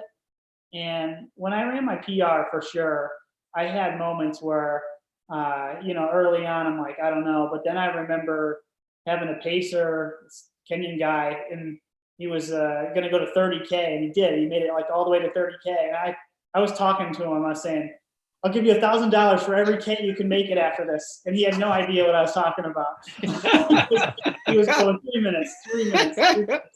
And he peeled off at 30K. He was done. But I just remember, you know, like, you know, just thinking, you know, you get in the rhythm and you go, but the doubts always creep in at some point, you know, and it's funny, you can even be feeling good and the doubts creep in. And I think that, you know, like being able to overcome that stuff is what makes the really special days, like Greg winning in 83 or Scott running 209. I mean, it doesn't always happen effortlessly. You know, sometimes there's moments in the race and you were like, there's no way that would have turned out that way, you know, you think how different things could have been. Fobbs, how conscious of a decision was it when you ran that really fast mile from 15 to 16 to catch back up? It just felt really natural because that mile is so downhill, and we'd done so much downhill work that I just kind of opened it up and just like let the legs flow. And I kind of knew at that point where like if I didn't catch up then, it was going to be really tough. So maybe I put a little bit more into it, but I don't remember it being like all that hard. I remember knowing I was going fast, but it feeling pretty good. Greg, did you guys used to, everybody thinks about the uphills and the Newton Hills. Did you work a lot on the downhill sections too when you were in Boston training for it? Always. And Squires would harp on that. After 81, you sort of knew what the course, I knew what the course could do to me. So you prepared for that. And, but we also had strategies around how we were going to run those. I didn't try to run the downhills fast. I just wanted to be under control and then run the flats or wherever I could, even a little bit of the uphill when I needed to, harder. But no, we just wanted to stay under control and not have the course beat us. We wanted to make sure it was the competition. If we lost, that was going to do the trick. Dathan, go ahead. Greg's, when I was going to run Boston in 2015 for the first time, I met Greg here at the cafe, and he told me, he brought his running log, from 83 and 82 and 83, and so I went all through it, and I thought, and this is something that when I realized, he was running so much indoor, so much fast stuff. So he was on the course, but I think he was just doing stuff where it's really long stride, and things like that loads your quads too. Like maybe not purposely, but it just happens. And I don't know, that was one thing that I also did that had success. Cause I mean, there's a cost benefit to doing tons and tons of downhill work. And so I just thought that from looking at Greg's log, he had some really big weeks in there, definitely like 135 a couple of times, but a lot, I mean, there was only a few. A lot of it was, he was running some fast indoor stuff, and he always had really good long runs and stuff. But I mean, he ran 3:59 in the mile, like that January. I think one of the things that you learn about the downhill is you have to have the turnover to do it easy. And I think having that speed training, the harder intervals that Warhurst would always harp on us on, I think that paid dividends. Yeah, that makes sense. I think what I'm hearing as much as anything is you were just fit. I mean, at the end of the day, you just have to be really fit, especially for Boston, because it's just one giant cross country race. And that's kind of what I feel about cross country. You're going to run it best when you're just super fit, man, and you're on the line for a cross country race, but you feel like if you were on the line for a 10K or a 5K or a mile or a half marathon, you could also run really well. And I think Boston's got some of that. I think all of you have been at the starting line where you've been so fit, you kind of knew that if somebody were going to beat you, they were going to have to be really, really good that day, and that's the kind of way, that's what you want when you go into a big race, is you get there and you go, man, I got no complaints. If this doesn't go well, it's on me. Dathan, do you wish you would have run Boston more often? Yeah, definitely. I think it's one of my favorites. I mean, just so unique, I guess I've ran Chicago twice, and I ran New York 3 times, and having run Boston only twice, it's just, I guess I was going to run it a couple times and got hurt. I was going to run it the 2018 year, and I was super fit, but, too fit, didn't make the line. And I was going to run it one other time earlier, I think like 2014, and just never got over some nagging problems early in the winter. And so it was like, I look back and I'm like, man, I feel like I should have ran like 5 times. That was one of those races that I don't want to go back and do it, just to do it. Like, you want to have that experience where you're like, you feel so amazing, so fit, like you can do anything. And like Greg says, it's like when you're on the starting line and you just know you're like that, it's a special feeling. It's like, you just know, like, you're ready to go. I wish I would have had a few more times to do that. When was it? 3 years ago that you got hurt right before Boston? It's the 2018 year. The Yeah, 2 2018 years year. ago. I've never seen anybody as fit as you. Yeah. I mean, I couldn't keep Greg- up. I Greg couldn't hurt- keep up on a mountain bike. What was he doing? What was he doing that was so amazing? God, what was that workout you did on the White Pine Trail? You went out at you did 8. Well, you warmed up. I don't know how far. Well, you guys know this one, so it's Kevin's. You guys use this one too, the 2 times 6 miles. Oh yeah. And so, but I would warm up and cool down 5 miles. So I'd warm up 5, cool down 5, and I did. So I did the first. I don't remember the exact pace that I was running, but I ran. I was 60. So I ran 2 miles in between because I was running so fast. I ran 5:30 pace. So I did the first one was 4:50 pace for the first 6 miles, and then I ran 5:30 pace for 2 miles, and then the last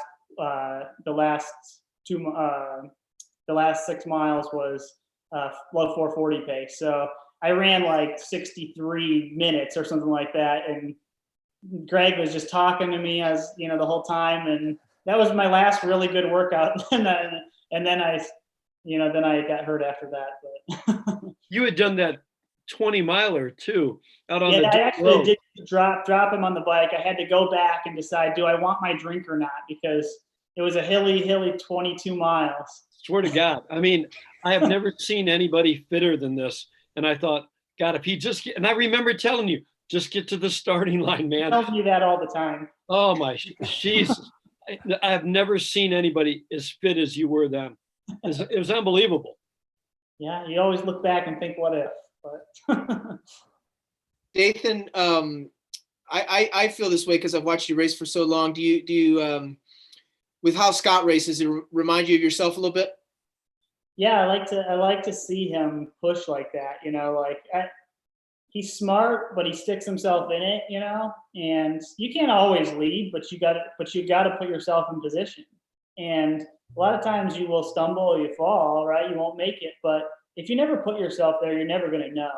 And so Scott does that. He puts himself in the race, and sometimes it ain't going to happen. But Boston last year it did. He had because he ran 2:09 there low, and it was not that great. It was warm. It was humid. It wasn't horrible, but it could be faster, but he put himself in that position. And so if you're not willing to take the risk and just put yourself out there, you're never going to have the big ones either. And so to see him do that, it's cool. I think that he's got, how many marathons have you run now? 5? 4. 4. You're not even getting started yet, So it's pretty cool to see. I think the next 4 years is going to be pretty awesome for him. Well, thank you, Dathan. I appreciate you saying that. Well, thanks you guys. We got Jared Ward coming on next, so we're gonna let you guys go. But this was super fun. Dathan, Greg, thanks a ton, and Thank you. Enjoy the rest of your day. All right, thanks guys. Stay healthy. You too. Okay. Woo. That's cool, Scott. Yeah, that was great. That was awesome. God, those guys are great. Michigan guys are tough. Yeah. This is the part of the race that I was talking to Dathan about. So you can see we are not in the lead group. No.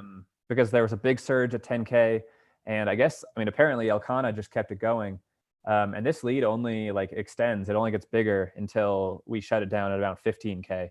But there was quite a while there where if they hadn't have slammed on the brakes, we might not have made it up to the front, and we would have just had to fight it out on our own. But we had a good group of, it was me, Dathan, Shaddy, Jared Ward, and maybe Brian Schrader was in there as well. But it was interesting to hear Dathan say that exactly the same thing happened in 2015. Yeah, I think the ability to be very calm and very cool under pressure in Boston is really important, because the decision making is it's very difficult. You can't depending on how you train, maybe if you train this way you can do it, but I felt confident that you could handle surges, but not constant surges, you know? Yeah. So you made really good decisions there. It helped to have those guys around, though. They were also making good decisions. Yeah. Well, it was, I mean, we were just so fast. I think those guys came through 10K in like 30-20 and pushed, and we were 15-12 at 5K, and it was like, I don't think I'm in 207-30 shape or whatever that ends up being. So that was tough. Yeah. But was there comfort in knowing that they were making that same choice? Yeah, definitely. It was still like, I mean, it was obviously, it would have been really hard to do that alone, to just lay off alone. But, and I don't know that I would have been able to, but it was still like scary, because like I wanted to like do really well. I wanted to run really fast, and there was a chance that like I would have never gotten back into the lead group, and that kind of goes through your head. Yeah, that was the only thing I was worried about. I was so confident that you would be in a really good position if you were in the lead pack. I mean, I guess that's easy to say, but I just felt strongly that would suit you mentally and physically. But there's always that chance nowadays that, you know, potentially one of these guys with these 204 PRs could try to go run 204, and that just wasn't going to be possible. And I was just a little worried about that scenario, because it would just be not debilitating, but I mean, this is kind of a strange word to use, but it's just a bummer, you know. Yeah. You wouldn't have been as engaged. It's impossible to be as engaged in 15th as you are when you're in first. And so once this particular move that we're watching now, or that we were watching a second ago, I guess you would say ended, once the group caught up to Elkanah, and you were back with the lead group at around 15K, I felt very good then, because then it was like, okay, this isn't that type of race. You still don't know what kind of moves are going to be made, but it's not a race where they're just hammering from the gun, like maybe Hall did a couple times, you know, where it was just like, let's go as fast as we possibly can. You knew it was going to be at least somewhat tactical, though still fast. Yeah. And I don't know that I felt that same way, but I understand what you're saying, like with because we had just run New York, where they did that, where it was everyone was together for 5K, and then they ran 205, and there's just, no matter how fit I was, there was no way I was going to do that on that day. But in terms of Boston on this day, that was like right when we caught up to the group. I got like a mile or two where I was feeling good, and then I kind of went through my bad patch. Necessarily that great. It felt like I'd used a ton of energy just to catch up, but it was just one of those miles, you know. Yeah, well, you know, it's like, but it's interesting because Jonathan Gault was making a fair point earlier that, you know, quote unquote, all you guys did at New York on a nice day was run 212, you and Jared. Mm-hmm. But that's sort of my point. It's like, even though you don't feel this, it's not like it's a conscious thing in your head. But I liken it to like a cross country team where you have your 7th and 8th guys battling for that top 7 spot, who's going to make it to the state meet or whatever. And instead of running them in the varsity race, you run them together in the JV race so they can battle it out for that top spot. And oftentimes they run faster in the JV race because they're up front. Yeah. It's not a conscious thing. It's just a subconscious thing that when you're trying to win, there's just a level of energy and a level of adrenaline that's just slightly different. And I think it makes a difference. Mm-hmm. Definitely. That's why it's nice to be running Boston and being up front and being in the lead pack and battling. I mean, you know, could Des have run, what did she run that one year? 222? Could she have run 222 that day if she was in 5th alone? I don't know, you know, but she was battling for the win, and you just find a way to get a few extra seconds. Somebody's texting us, where did you guys go? I think we're still here. Are we not on? Oh, stream unavailable. Let's try this. How are we doing, guys? Friends, text me. Text me if we're back. We're talking. It says we're live.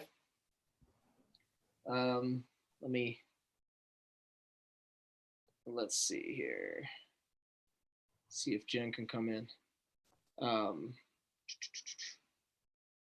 say technical difficulties.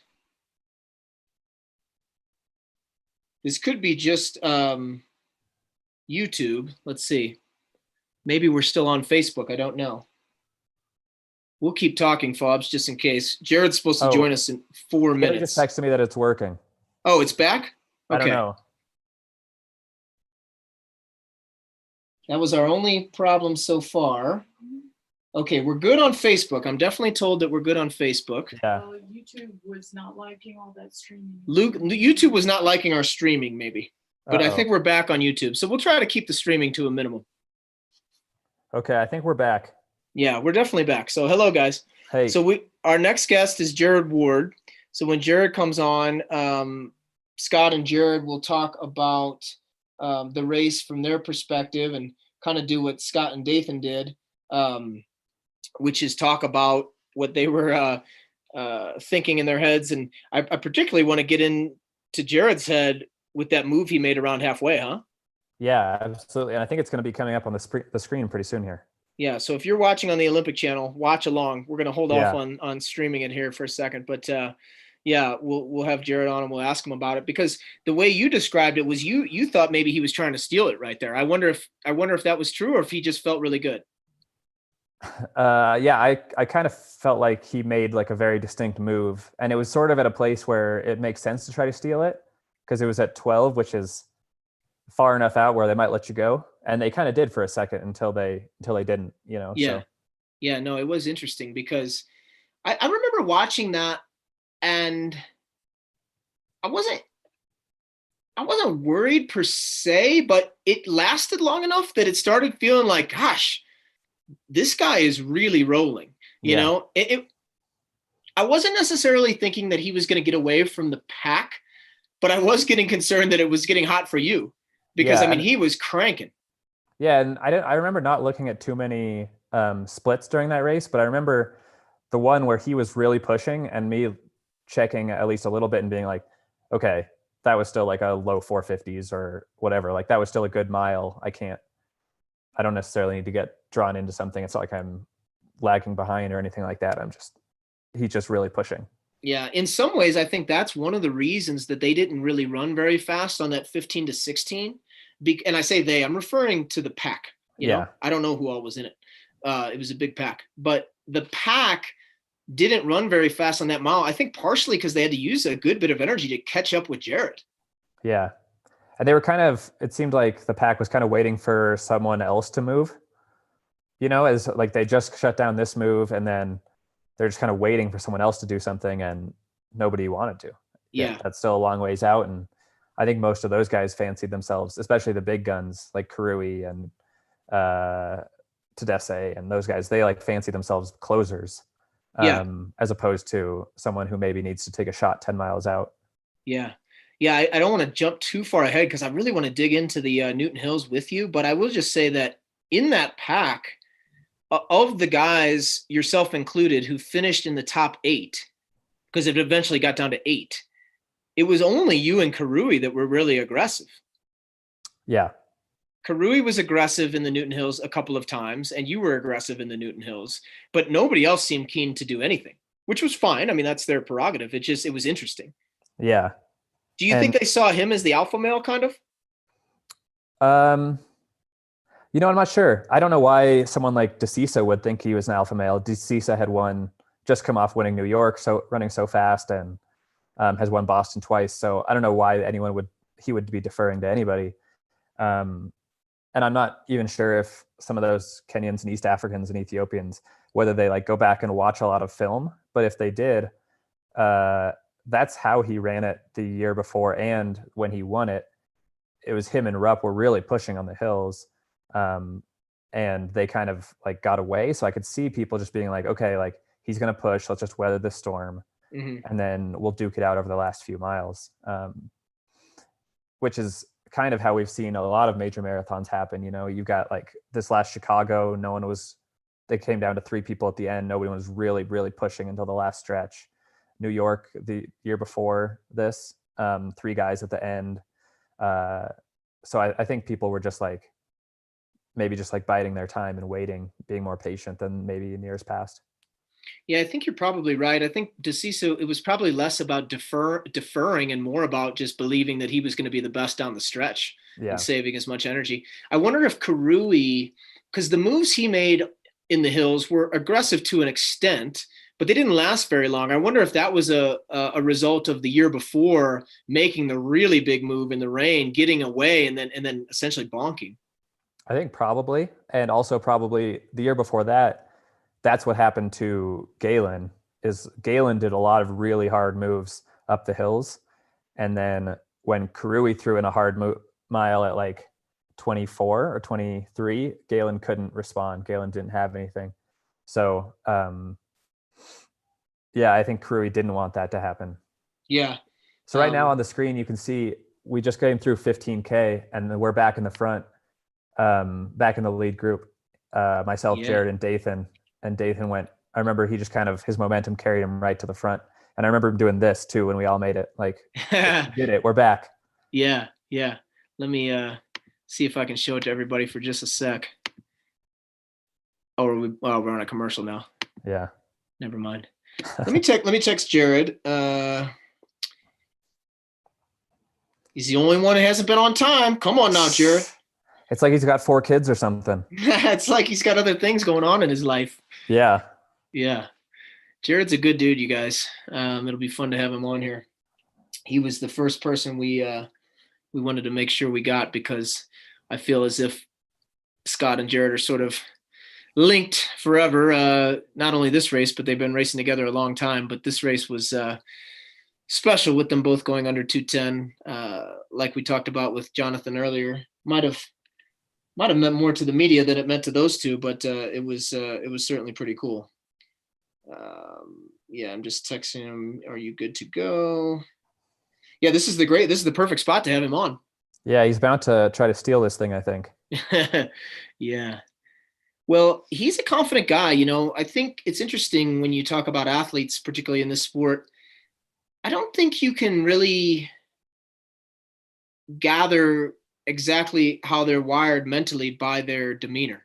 You know, Jared has such a nice demeanor, and he's such an incredibly genuine human being, but he's not to be messed with on race day. He's very tough. And I think there are a lot of people like that as well. Like Molly Huddle, for example. Oh, yeah. Very, very nice. But as soon as the race goes off, she's an assassin. She's a cold-blooded killer. Yeah. Yeah, I think probably people are better at turning it on and off. Yeah. Because I think if you're a kind of person who can never turn it off, you're the kind of person who doesn't get to the line healthy, or doesn't you would fry yourself. Yeah. Because you're racing every single workout and everything means a ton to you, and you're just going to have ups and downs. You're going to have days when you've got to turn it off and you've got to take it easy. Yeah. He's got a really cool head about him. Yeah. What do you remember about that weekend with him? Did you guys chat much going into the race or anything? I remember being really busy. I remember not seeing many people because you got the press conference, and we did some stuff with the book, and did some stuff for HOKA, and did a couple podcasts. And I remember anytime I wasn't doing something, I kind of just wanted to be alone and collect myself. So I don't remember seeing him a ton until I remember warming up with him. We warmed up together, did 7 minutes of easy running outside of the church. But gotcha. Yeah. Let me make sure I sent him the right text earlier. Right time. These time zones were messing with me. No, I said 5:30 p.m. Pacific, so I think I said the right thing. So right now in the race, we're about to, the leaders just came through halfway, and I'm a little bit back. So I think we missed Jared's move where he's trying to steal it. But I came through 15 seconds ago on this stream now, and I was about 20 seconds back right at halfway. Yeah, and they're cranking here. There's Jared getting dropped a little bit, and they're really moving here hard. Yeah. And it's Karui, and he's kind of looking around. This is what he did in the hills as well. He'd make these small surges, and they were aggressive, but then he would sort of put on the brakes.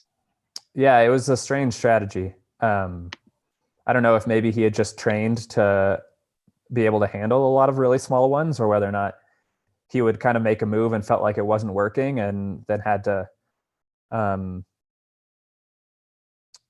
of reevaluate or what. But it did seem like he was kind of the aggressor of some of these moves. Yeah, it was the one moment, I guess, besides when Elkanah was moving, when I thought, is this it? Is this move going to continue? This felt like a move that might continue. And it was right at the time where myself and Scott Smith and my friend Terry were heading out of that Starbucks that Scott was talking about, because we had to we had to get to the 17-mile mark. That was the only way we were going to be able to see you and then get on the tee quick enough. And so I left Starbucks thinking, not that the race was over by any means, but that the possibility of winning maybe was out the window, or being on the podium, because it looked like that move might continue. But then within a couple of minutes, I was getting texts on my phone from my friends that you were right back up at the front. Yeah, it seemed like a couple of minutes, so maybe it was a little bit more, but I think it was a couple miles, because I didn't meet back up with the group until like 16, and they kind of made the move at 12 and a half or so. Yeah, no, of course it was minutes. It feels, or of course it was miles. It feels so quick when you're out there. But yeah, by the time, because we were walking and we didn't have the feed, obviously, so we walked almost a mile. I mean, we were walking quick and kind of jogging in between and things. But yeah, by the time we got up there and kind of got our spot, we knew you were back up in front. Mm-hmm. But that's when you had made that big hill. I wonder if Jared's got the time zones messed up. Well, it's a possibility. It's okay. Yeah. I mean, it's been an awesome day either ways, but hopefully he'll figure this out here soon. We'll have Steph at 6. No, Steph's doing it Instagram. Sorry, talking to Jen there. Well, let's see if we can get the feed up and show everybody what's going on. So here we go. So now Karui has the lead still, but he's not really pushing. He's looking around. You see that Jared's caught back up. And you can see us in the background too. Yep. You're with Dathan. Yeah. And Shaddy, and I think Brendan Gregg might have been there too. Yep. Brendan Gregg's in there too. That's a decent chunk of distance though. Yeah, no, we were not that close. I mean, we were 25 seconds back at the halfway mark. And I think probably that extended by the time what we're seeing had happened. So, I was a little bit afraid that we wouldn't be back up near the front, just because, I mean, there's a chance that they just run like a 63-minute second half, and that happens a lot in these races. And, I would have had to run 62:30 in the second half to catch up, and if they were to do that. And so I was kind of like, just weather this bad patch. Maybe you're not going to be back at the front, but there's going to be a lot of carnage, like one guy after another. And I just had to keep reminding myself, like, I'm still running really well. Like 104.40 is a great half marathon split. That's on pace for 209. That's awesome. So, yeah. Were you at all cognizant of the fact that big downhill was coming up, or did that just happen organically once it was upon you? No, I knew the big downhill was coming up, but I kind of thought that they were going to rip it. That was kind of one of the reasons I thought I was not going to get back to the front, is because, like, why wouldn't you rip it? It's downhill. It's so, but then when they didn't, and we did, or I did, then it was nice to be back there, because you can tell also, like, the guys in the lead group here, a lot of them aren't comfortable. A lot of them don't look very good. And you kind of knew in that second group that people were going to come back. Like, this was not all these guys were going to stay away if they stayed away at all. So, yeah, it's a big group. Yeah. Yeah. But I think you guys have weathered it to an extent. I mean, I don't think they're pulling away from you. Well, it's getting, maybe there's a water station coming up. They were moving there pretty good still. Yeah, I think they should be approaching 25K, which would have been a water station. Yeah. Just showing the women's race here for a second. And if you're just joining us, we did a ton of coverage of the women's race in 2018 when Des won, but we're focused more during this broadcast on the men's race, where Scott was 7th and Jared was 8th. Hoping to have Jared Ward on here shortly. But if you're watching along on the Olympic channel, they're showing the women's race right now. DeGeffa had pulled away quite a bit, and there was still a big battle for second, though, and Hasse was still in there, and Betsy Saina was still in there, and Carolyn Rotich, and some big names, and then, of course, Edna Kiplagat, who ended up sort of winning this pack and getting second place. It's always tough. We talked to a couple broadcasters early about these decisions on what to show during the race, and it's not really up to the commentators. They try their best, but sometimes we miss some of the big things. I think they got a decent bit of you in the And the hills, you get Newton to see Hills. stuff. Yeah, you get Yeah. to see a decent bit, and we'll try to show that and have you talk through that. Give me a sec. Go ahead and entertain the audience. I'll give Jared a call. Okay. All right. How to entertain the audience. So I don't know. How do you guys want me to entertain you? This is my house. This is my living room. I have a treadmill back there with some pictures. One of the pictures is Muhammad Ali, and another one is Allen Iverson. I'll come show you those. Oh, and I've got a picture of a Toyota Previa, which is a type of van, and a burrito. This is a picture of a burrito that my cousin got me. This is a picture of a Toyota Previa that my girlfriend got me. That's a picture of an Allen Iverson that I got me. And there's Muhammad Ali, who I got me as well. So that's my treadmill inspiration. Here's my dog, Blue. Is this entertaining? Is this good internet content? I sure hope so. I think this is what they call vamping. How many of you guys watched the Michael Jordan documentary last night? Because I sure did. I thought my favorite part was Scottie Pippen saying that he didn't get surgery right after the season because he didn't want to mess up his summer. I thought that was very childish of him. That was funny. Oh, the race is back on. Okay, so it looks like the men are 1:13:40 in, just came through mile 15, and I think we must have got the times messed up. I mean, I said it right, but you can see Jared there pushing really well if you're watching the Olympic channel. And I'm nowhere to be seen. I think we're closing it down though. I think we're getting back onto the lead group. Scott Smith sees my tabs when I share the screen, and there's one called 44 Badass Speed Workouts, but it's ladder drills. Oh, okay. They're new ladder drills. Yeah. I have it bookmarked.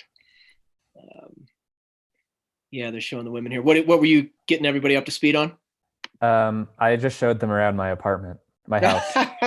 Cribs. Yeah, we were talking about the Jordan documentary a little bit. Did you watch last night? Oh my gosh. Yes. Sorry, running fans, but I think most of you, I mean, 75% of you must be interested in this documentary. It's so incredible. I was saying my favorite part was when Scottie Pippen said he didn't get the surgery right after the season on his foot because he didn't want to mess up his summer. Yeah. And I was like, you're like one of the 50 best NBA players of all time, and you just wanted to like hang out on the beach and drink margaritas. Is that what you're telling me? But the way he said it, you could tell he was still so mad about it. Yeah. To this day. It was kind of unbelievable. Yeah, no, it's just so good. Like what I was telling my wife was that I feel very lucky at 40 years old. I don't think you could possibly be born in a better year than 1980 to watch Michael Jordan, because when they won their first title, I was 11. So I was 11, 12, and 13 when they won those first three. And then I was, 16, 17, 18 when they won their second three. Whereas if you're a little older than me, you were in college during that second run, and like you're doing stuff and you're going out and you're not, you got a lot going on. And if you're younger than me, then you missed those first three. Yeah. I saw them all, and I can remember all of them in detail. It's the best. I remember 0 of them because I was born in 1991. Yeah, that couldn't be worse. Yeah. Yeah. All right. Back to running. Are we on here? Let's see. Okay. So here's DeGuffa. It was interesting. DeGuffa ran very well, obviously, but her winning time was, I think, 2:22. Mm-hmm. And I was just surprised that she beat everybody to this extent. I mean, I know that Mario, I think, maybe mentioned it, and Dathan mentioned it, that it wasn't, I think it was Dathan, that it wasn't the best day ever, but I thought it was pretty nice. Yeah, me too. Yeah, I don't really understand that. I guess maybe people felt it was a little on the humid side. Yeah, well, I think one of the things, because many of these women are capable of running 2:22 on the Boston course, but I think what happened, and I don't know if this for sure, but I bet if you looked at the 5K splits, is she hammered a 5K. Yeah, and it got away. Yeah, and the rest of these people got a race for second, and there wasn't a lot of motivation to push until the end. Yeah. Here, I'm gonna share something that I think is cool. This is one of my favorite things. Let's see here. So I'm going to the leaderboard, and I'll share my screen here. So if you look at the men's race, so where are we right now? Are we getting close to 20K? We're past it. Yeah, you're past it. So maybe getting closer to here. So at 25K, you're down here in 16th. Everybody can see this, I think. So you're 11 seconds back, okay, at 25K. And then at 30K, you're in the lead. Yeah. Isn't that pretty sweet? Had a good 5K. Yeah, you had a very good 5K. That was very impressive because you made up that 11 seconds during that 5K and then made your way to the front. And there you are with the second gap on the entire field. And it was, incredible running. And now you've got the pack down to 11. And then you get to 20 miles, which is the beginning of heartbreak. And the pack's still 11. But then at 21, the pack is down to 8 and you're there, Yeah. And then at 35K, you're there in the top. Yeah. It's pretty cool because people have taken the lead. Americans have taken the lead before, but it's not for real. Mm-hmm. It's just to have a moment in the lead, which is totally fine and totally cool. But I just feel like you and Jared, that's not how you were running. You were running to finish very, very high. So if we switch over to the screen right now, I think this must be it was just a water station. So we're at 16 and I'm about to make the catch. Okay, well, let's go back to it. Hang tight here. And you can still see Dathan and Shaddy are still there. Okay. I will share the screen here.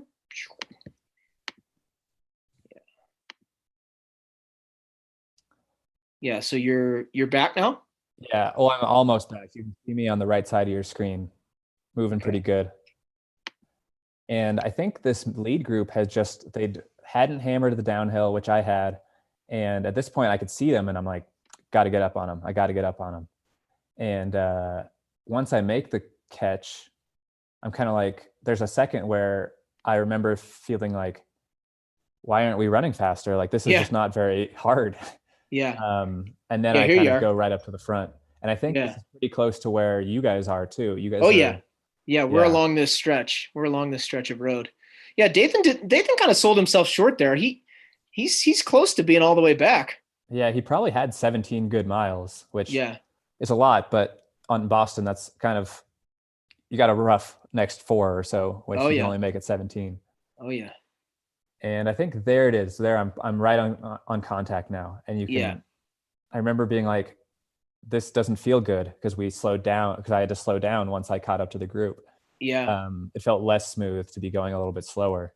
Yeah. Even though this is like a pretty hard hill.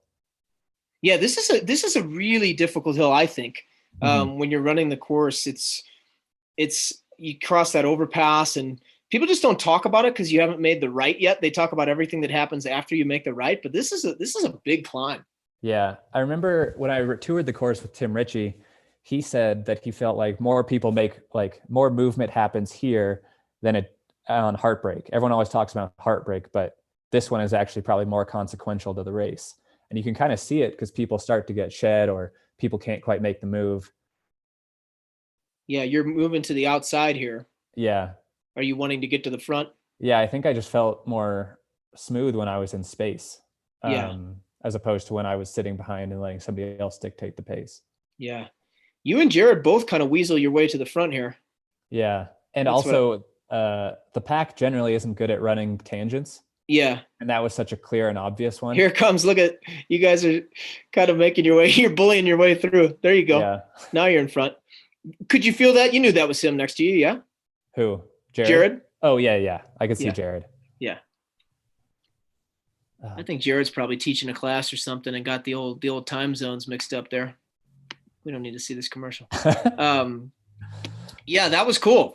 So now you're back. And so does it just give you a big second wind? Yeah, I just kind of came out of that bad patch when we got to the bottom of the hill at 16 miles. And I was like, once you come out of the bad patch, you feel so much better just as a consequence of not feeling bad anymore. Yeah. And being connected was really helpful as well. I was kind of, and having like caught up, and I just felt like I wanted to run my rhythm. I didn't want to get caught up in any sort of games that sort of, it seemed like mostly Karui was playing. And I felt like the best way was to just dictate the pace. Okay. Guess what? Jared Ward. He's coming on. Jared's on. He's coming on. He's texting. He's coming on. So we should have him in a second, which will be very cool. It's actually a great time to have him on. Yeah. It's a great time to. It's right when you drop him. So this is great. Just kidding. Just kidding. That's what he gets for being late. Yeah. He gave me a dang it. So he's upset. He's embarrassed. He's upset at himself. Yeah. There's no doubt about that. It's about as crass as Jared will ever get. He's such a great guy. Yeah, so he'll be on here in a second, but yeah, when we get the feedback, we'll go to it. But yeah, I think there's some great shots of you leading up to Newton Hills, and you led a lot of it. I think it was mostly you and Karui. Here we go. So let's do this here. But I got to get Jared on too. Here he is. Let's get Jared on, and then we'll go to it. Mm-hmm. I'm leading, so I'm gonna get to it.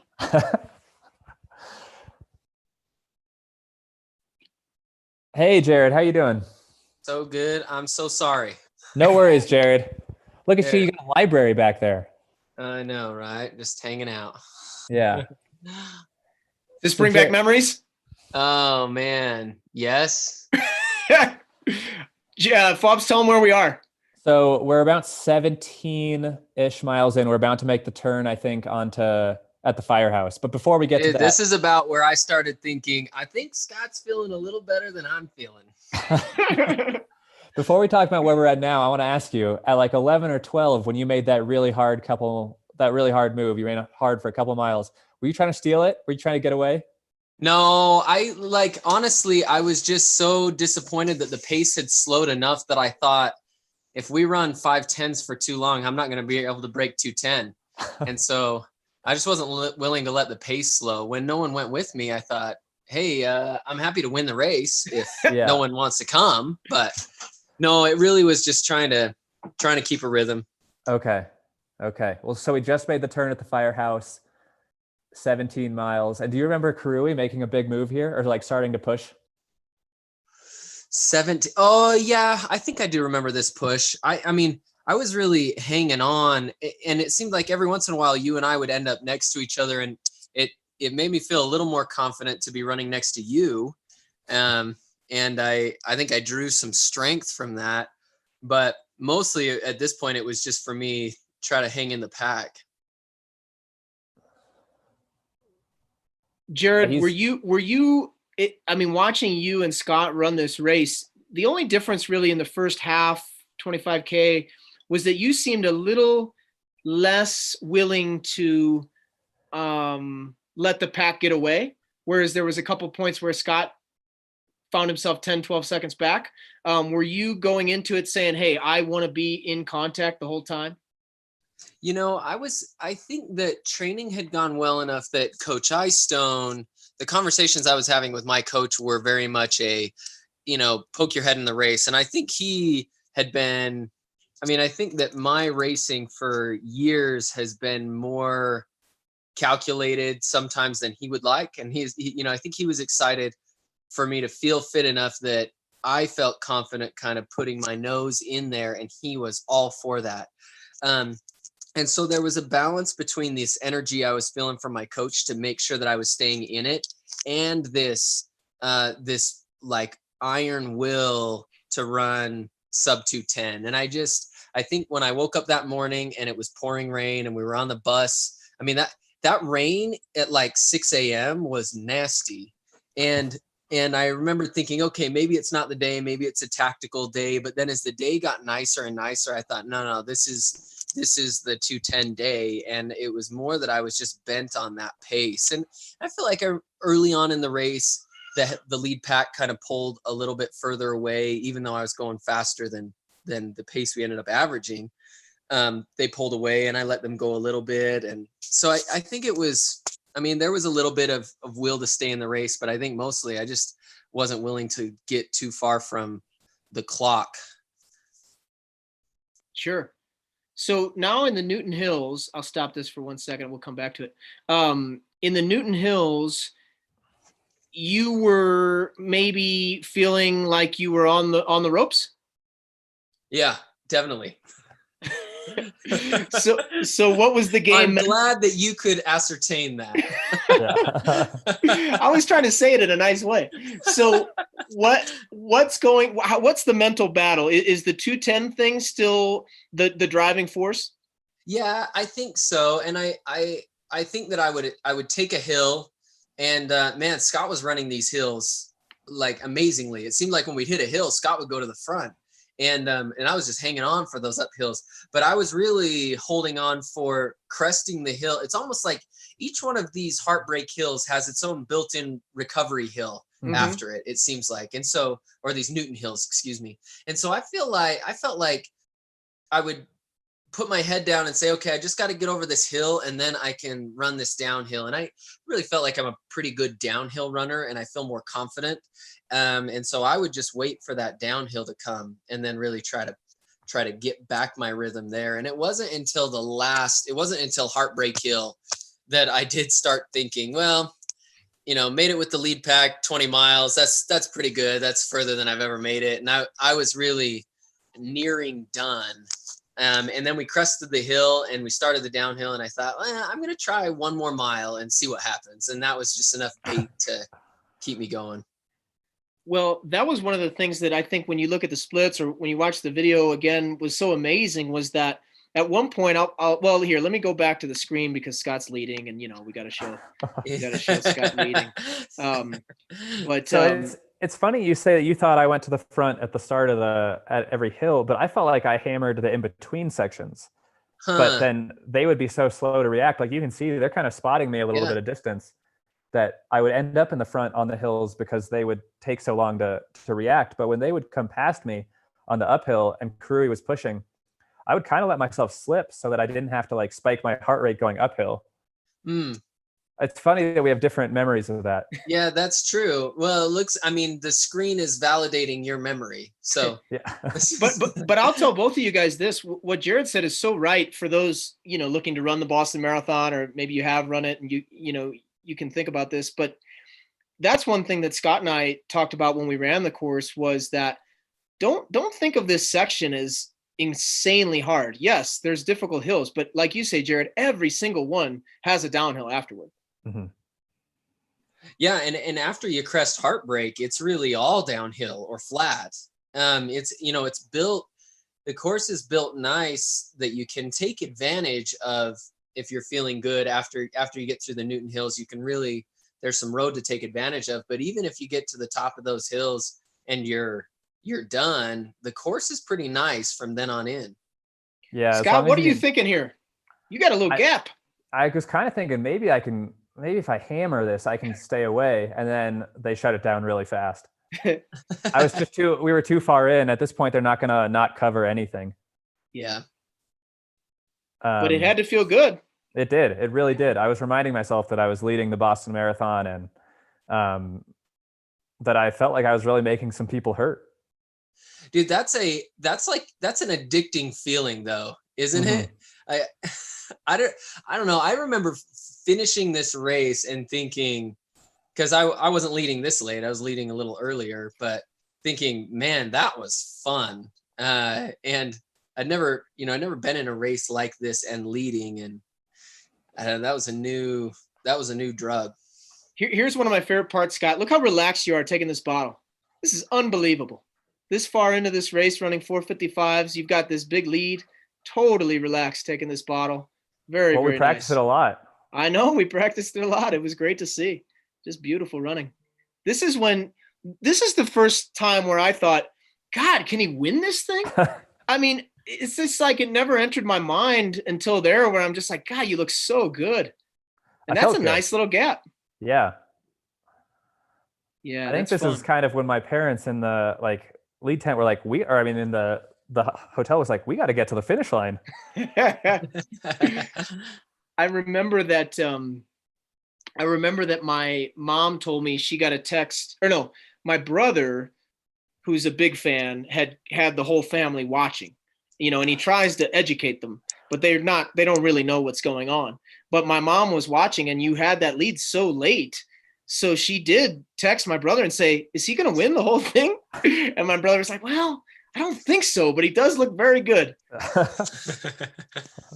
So Jared, when you're cresting heartbreak, you said you got, you gave it one more go. And what I was going to start showing everybody before, and I don't know, it'll take me a second to get the screen up, but you were I had just showed at 30K, Scott had the lead and you were in 14th and you were only a couple seconds back. You were basically in the pack. And then at 20, you were in 12th and you were 10 seconds back. At 21, you were, let's see here, you were in 10th, but you were a little farther back. And then at 35K, at least from the lead pack, which Scott was still in, you were, let's see, 16, 26, 36, you were about 20 seconds. And then at 40K, you were, sorry about this, it takes a second to do this math. You were 30 seconds back of Scott at 40K, but then at the finish, you made up quite a bit of ground. How did you find, what was your last mile? You had to crush that. I don't know. I mean, I was just hanging on mile to mile for the end. And I don't know, maybe this is a finish line spoiler, but I was probably, I don't know. And when I turned on to Boylston, we're looking down the straightaway and I was like, okay, there's, this is where I'm going to finish. No one's close behind me. No one's right there in front of me. And then I was like, all right, there's a female runner up there. And then I got like probably 100 meters from the finish line. And I was like, oh, that chick's a dude. And it was Festus Talum, I think. And so I took off for the finish line and got him right at the line. And so I probably made 5 seconds up in 100 meters. I don't know. That exact same thing happened with me in New York. Exact same guy too. Festus Talam had just given up. Absolutely. Just had stopped running. I think it's the slowest I've ever seen a person run en route to a 2:12. Because he was probably running like 7:45 pace up the last hill. And I was like, I could get another spot. I could get another spot because I was still trying hard because I was close to you. And he had just phoned it in. Yeah. Well, and I don't know. There was a piece of me that felt like at the end of a marathon, we're all just like coming in. I guess I felt guilty until my paycheck came and it was more, and then I didn't feel bad about it anymore. Yeah. No, don't feel guilty.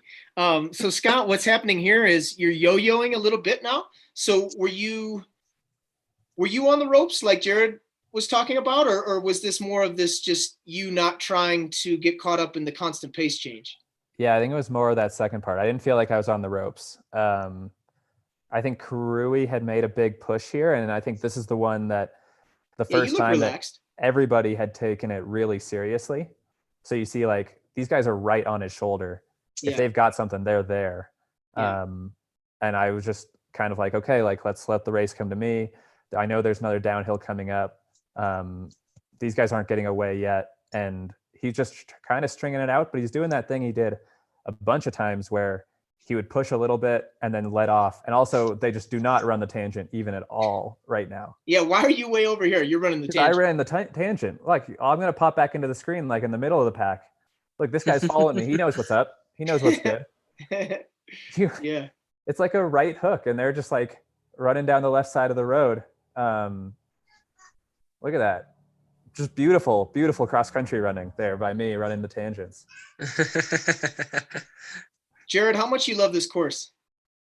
I do like this course. It's a unique, it's a special course, I think, for many, many reasons, but just I do like the course. I do like the course. What we talked to Greg Meyer earlier and to Dathan. What do you guys do special to prepare for it? We work on hills a little bit. I find that sometimes I'm trying to negotiate more downhill training with Coach Eyestone, and he often is saying, "No, you're a good downhill runner, and we're not gonna risk injury." And so I do training on hills, but we don't do any I don't do any downhill running that's faster than marathon pace. So we'll do tempos where we do some uphill and downhill, but then we'll do intervals, long intervals, where I'll push a little harder than a marathon effort, but we'll just go uphill or flat. So it's kind of, it's a tricky balance to try to be prepared for the race, but not break yourself doing it. And when the course is tactical, that sometimes becomes a finer line. Yeah, for sure. So Scott, here you're kind of looking down a little bit. I think we just started up the very last hill. So some people call it like Heartbreak, or some people think it's a different one, but we're definitely past 20 miles now, and we're just getting up the last little hill, which is short, but it's pretty steep. Yeah, that's what they call Heartbreak, just past 20. Mm-hmm. We're going to the women's race for a second. So Jared, once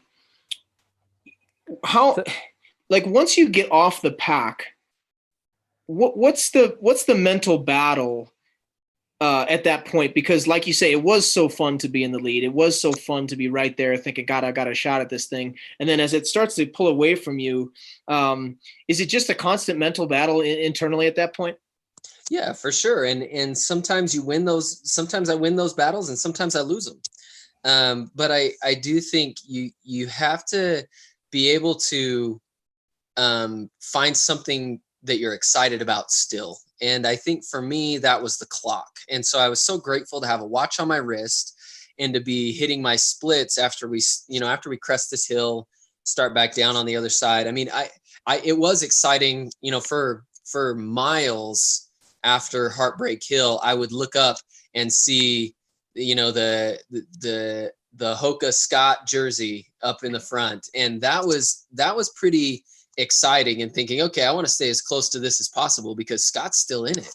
And that was motivating. But I think hitting my split every mile and thinking mile after mile, maybe I could still achieve this goal that I had for this race, that kept me going. My mantra for this race was because I can. And that kind of worked when I was leading, and it kind of worked when I was excited about the race, but it kind of worked when things were tough towards the end again. And so I don't always pick mantras that work that well for races, but for this Boston race, because I can, really kept me going. Scott, what about so spoiler here, you get all the way to 22, you've got 4 miles to go, you're in a lead pack of 8. And that's when you finally got pulled away from, and I use that term as opposed to saying you cracked, because your next 5K from 35 to 40K was 15:04. Yeah. So what's going through your mind? You're absolutely crushing this course, but you're getting pulled away from. I mean, what's going through your head? I mean, it was kind of nice, like the way they made the move. It shattered like a lot of people. Like there were a number of people who were strung out ahead of me. So I had somebody to run after. Like, it's not like all 7 guys immediately ran away from me and I was all on my own. Like I had little targets up the road, and first it was Talam and I caught him. And then there were a couple guys up ahead as well who I couldn't quite get to, but they were still it was still sort of bait for me to go chase. I was really just focusing on that. And then when we hit 1 mile to go, I was like, man, 450 gets me sub 209. Like that was really the first time I had taken note of how fast we were actually going. And I was like, I might be able to do that. And ultimately I couldn't quite, but because that mile is pretty brutal. But yeah, I was just trying to get one more guy. Okay, so before we let Jared get back to his family, let's ask you this, Jared. So you finish, you see the clock. Did you go talk to Scott right away? Like, how? I remember seeing you guys and hanging out with you after, and how happy you both were. Just what was it kind of a relief to break 210, or what was the feeling as you got into the finish chute? Yeah, it was. And I think, it was validating. It was validating in a number of ways. And I think we had both had that goal, but we were both trying to finish high in the race as well. I don't know. I think one of my favorite memories of that day was Scott's comments at the press conference, which I thought were spot on when someone was talking about how there was this drought, this US marathon drought at sub 210 marathoners or whatever. And Scott kind of just said, Well, that was just a number that you threw out, and you could have thrown out any other number, and it doesn't really matter to me. Like I'm out here to compete and to do my best and to finish as high as I can in these races. And it's great we got 210 or sub 210, and next time I want to get sub 29 and I want to get sub 28 or something like that. And I thought that point was spot on, because it was validating to break 210. There's kind of a natural barrier there, at least for US marathoning, and I felt like that was gratifying, but it was also gratifying to have finished well in a major marathon where we ran some fast times on a good day with Scott, and to feel like, hey, we're good and we can run with these guys. Yeah. And I don't know, I think it was just validating in a lot of ways. And so I was grateful to have had the experience, but it really, it meant something to me that I was watching Scott have it out in front of me, and that we were doing this thing together. Totally. Scott, what do you think? Yeah, I mean, that was very, very gracious. I couldn't have said it better myself. Yeah, that's awesome. You guys had such a fun day. It was such a blast. I can't wait to see you guys racing against each other again soon. Hopefully this fall. Yeah. Jared, you were very gracious to come on here. We really appreciate it. Thanks for reliving some of this special day with us. Oh man, so happy to. This is fun. Good to see you guys. Nice beards. Thanks, man. Mine was better. I had to do a mid-quarantine shave, but I'm getting going again. Take care of Flagstaff for me. That's beautiful training. Will do. Get yourself out here if you can. Okay, I'm gonna try. All right. See you, Jared. We'll see you guys. Bye-bye. Oh, he's the man. He's great. He's the man. I remember going into the Fairmount Copley not right after the race, as soon as I could get there. It takes a while, but once I got there, I saw Coach Eyestone. He was one of the first ones I saw, and he was pumped. Yeah. He was really, really pumped about the day. He was so happy for both of you guys. But I think you saw, talking to Jared, how important it was for those two to break 210, which makes sense, because it's not that we didn't want to break 210. It's just that he knew he could have broken 10 a long time ago. 210 a long time ago. He got sixth at the Olympics. He ran 2:11:30 at it was 80 degrees and 100. Oh yeah, he was way fitter than 210 that day. Yeah. So I think you could see why it was such a important thing to him. So here's our last guest of the day, Stephanie Bruce. She'll be on in a second here. Nice sweatshirt. Connecting. Hello. Do you hear me? Hey. Yes. Yep. Hi. Hey, you're not in your robe. Every single time we've Zoomed, you've been in your robe. Well, I had to represent with you here with 2019 Boston. It's a nice sweatshirt. It is. Steph, this has been a marathon. We've been on since 1 p.m. our time in Flagstaff. I know. How you doing, most importantly? I'm great. I've had 2 bathroom breaks and 1 granola bar break. Oh gosh, I hope more than that. Nope, that's it. The Scots have held down the fort. They've been great. I'll tell you where we're at in this race. Scott, what are we like in the men's race? Maybe you're at 22 now? Yeah, I think we're just about to make the turn at Cleveland Circle. Yeah. So they don't. Well, I see, Edna Kipla got throwing down hard. She threw down hard. Well, we were just talking about the women's race. DeGuffa was phenomenal, of course, and made a big push to get out in front. But at the end of the day, on what was a pretty nice day, she ran 222 high. It was just surprising that she got away so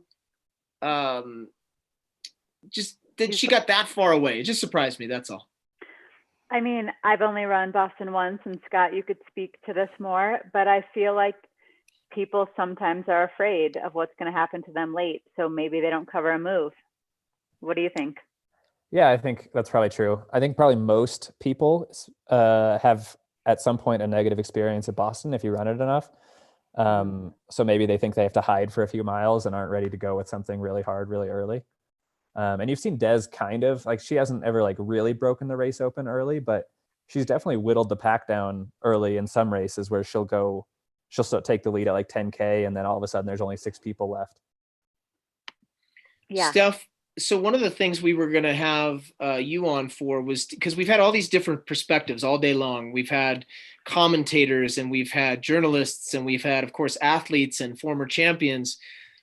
when you're a teammate and you're sitting at home and you know how fit Scott is, and of course we've done this with you, watching you win national titles, set PBs, etc. What's that experience like? What was the team doing back here in Flagstaff that day? It's like the worst. You're I'm serious. Like all the people that watch us racing, I give you so much credit because it's so nerve wracking. And like, I made fun of myself today because I am like yelling usually at the TV and yelling at the screen, like, you can do this, come on, Scott. And obviously I know you can't hear us. I know you're trying your very hardest, but I just want you to run faster than you're running at that given moment, you know? Or I remember watching like Meb win and I was like, don't turn around, you know, like don't look back. So you, because you've been there, you have all this like advice you want to give, but I don't know, it's nerve wracking because you can't help them. But it's also like so exciting to be like when someone is having a day to like know what that feels like. And it's like Scott was having a day in 2019 and to just like, you know, how much the marathon can just tear you apart. And when you can tear the marathon apart, like there's no better feeling. So it's very exciting. It's literally like watching someone's like dreams come true.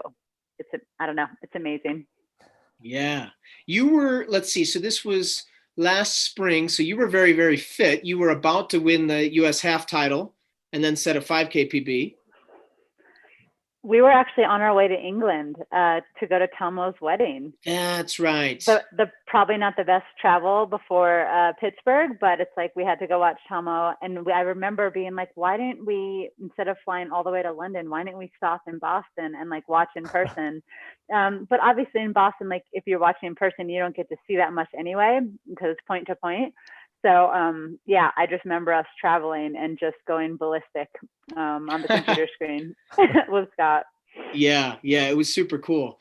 We were on a roll there because we had, let's see, Alafine had just run Rotterdam and ran 226. Then Scott ran the 209. Then Kellen ran 226 in Prague. And that was the same weekend that you won the half, wasn't it? Yeah, I remember waking up to Kellen's results. And I remember my first thought was like, God, what an idiot. She went out in 71 minutes or like 71:20. I remember that thought. Yeah, totally. But then my second thought was, Stephanie, you better run faster than that in your 1/2 today. And it like got me really fired up because I'm like, what an idiot I'd look like if I didn't run under whatever 71:20. But she held on valiantly. So it was, I just remember like that month being like, wow, NAZ is just like going off every weekend. And so there was a lot of up and down of emotions. Yeah, it's like one person did something and then that got you super fired up to like go do it and execute yourself. Yeah, Carrie Tolson was talking about that earlier, how we did kind of catch fire. And we've done that a couple of times where same thing the year before with the women, 2018, when you know, Alafine won 2 national titles in May, and then Kellen ran 224 at Grandma's, and then you won the national title in the 10K. Yeah, that was a year of the women of NAZ Elite. I remember that. And then Scott was like, all right, man, I got to get us back on track. My back still hurts from carrying the team. That's good. That's good. Yeah, it's awesome. No, it was a very good year. We've had a good couple of years here. Steph, tell the audience how you're recovering from the trials. Good. Like what are we now? 6 weeks out away? We are 7.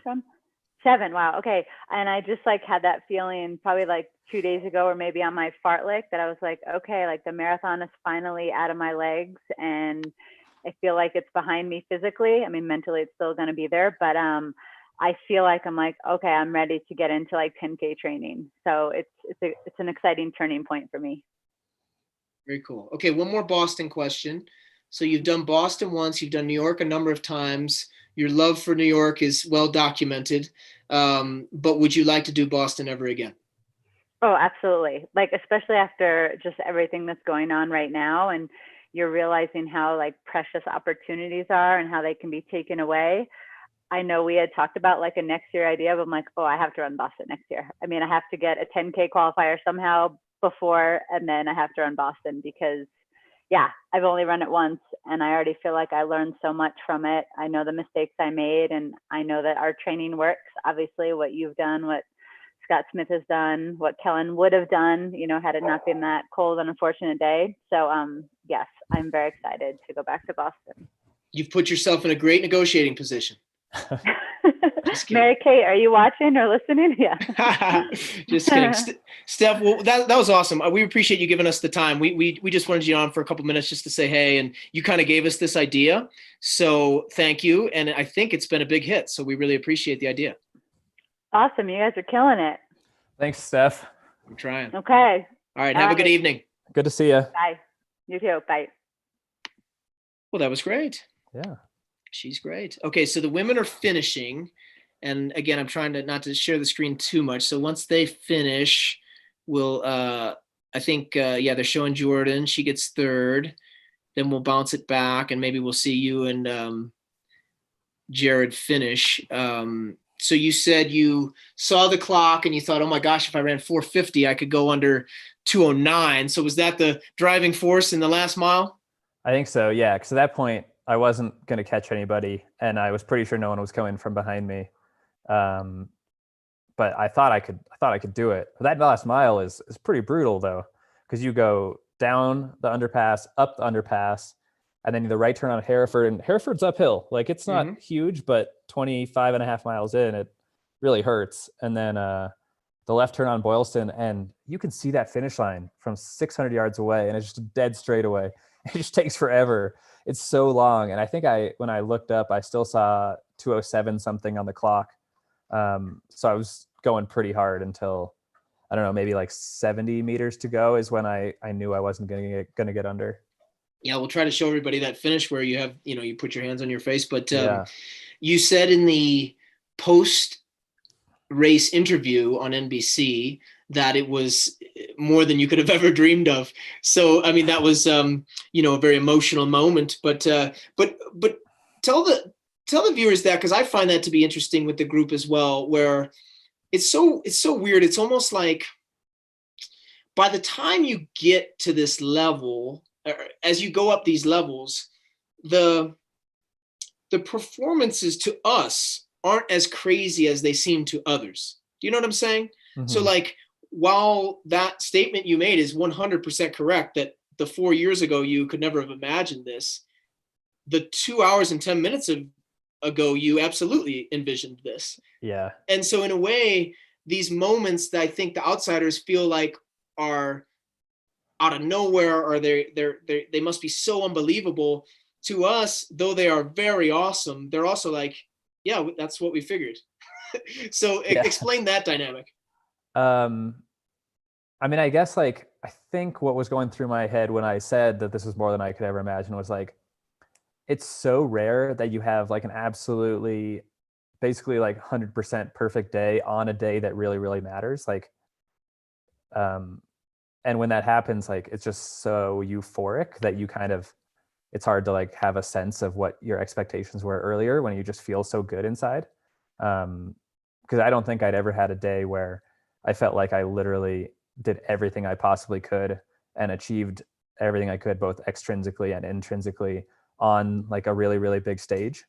So I think that was probably going through my head, but yeah, I mean, I think when you're around it every single day, you can convince yourself that like, you're going to be really great, as opposed to maybe when you only see us a few times a year when we're racing, or twice a year if we're doing marathons, like,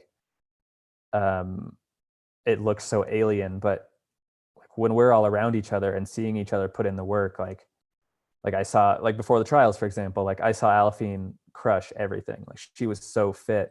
And so it wasn't like a shock to me when she won. I was so proud of her and happy for her. But like, in a way I was like, oh yeah, that totally makes sense. She's on fire right now.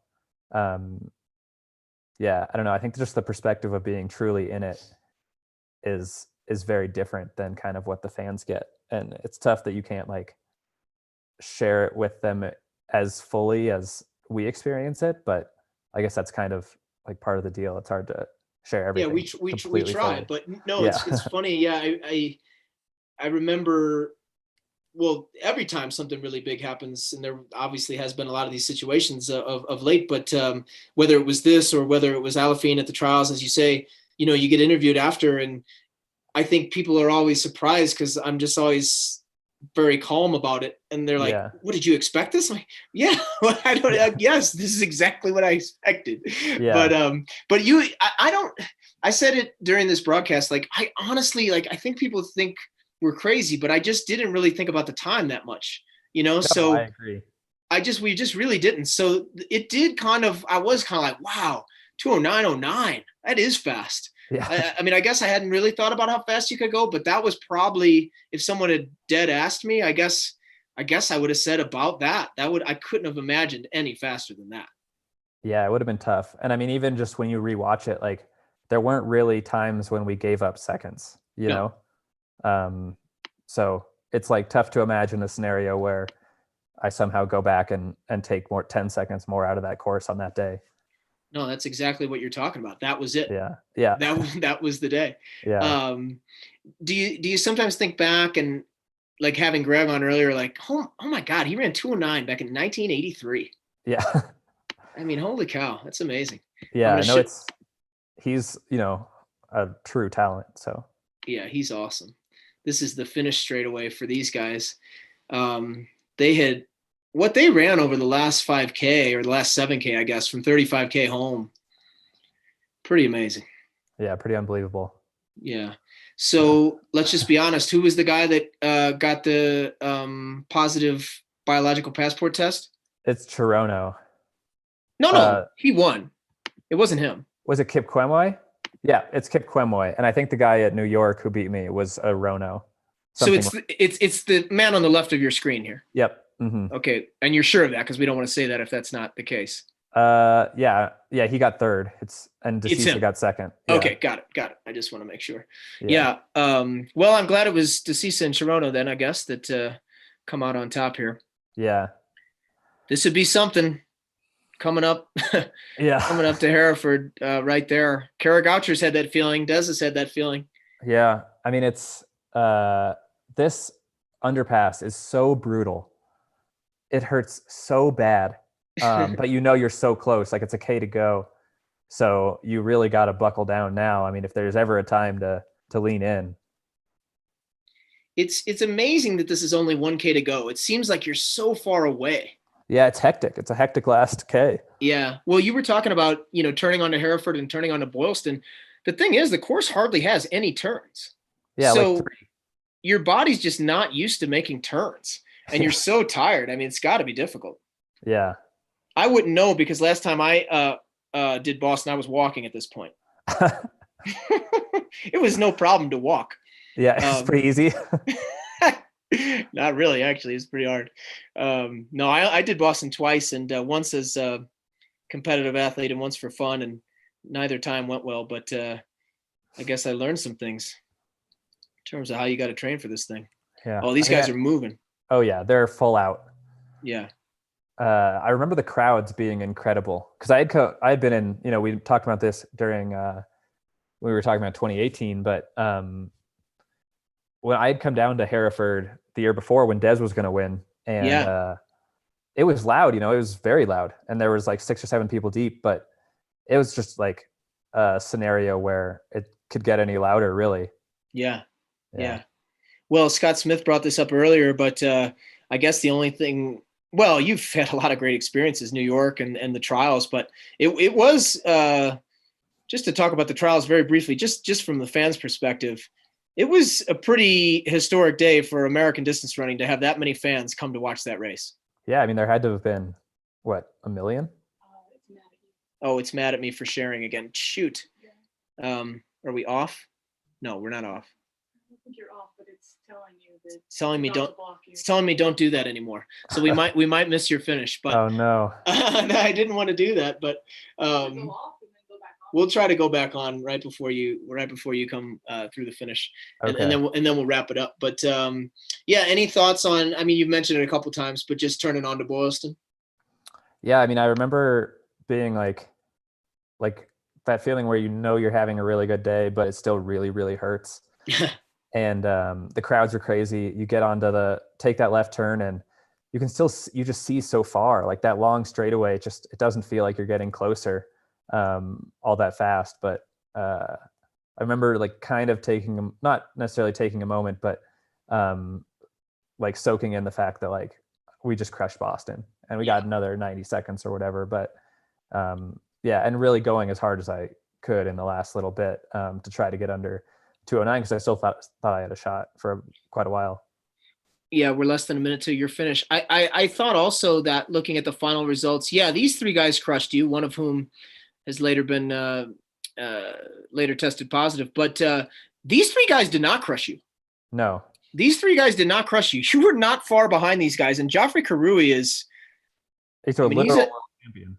He's a world champion. He's a Boston Marathon champion. So I think Jared was making that point as well, that, I mean, it was just, you guys competed with the best guys in the world, you know?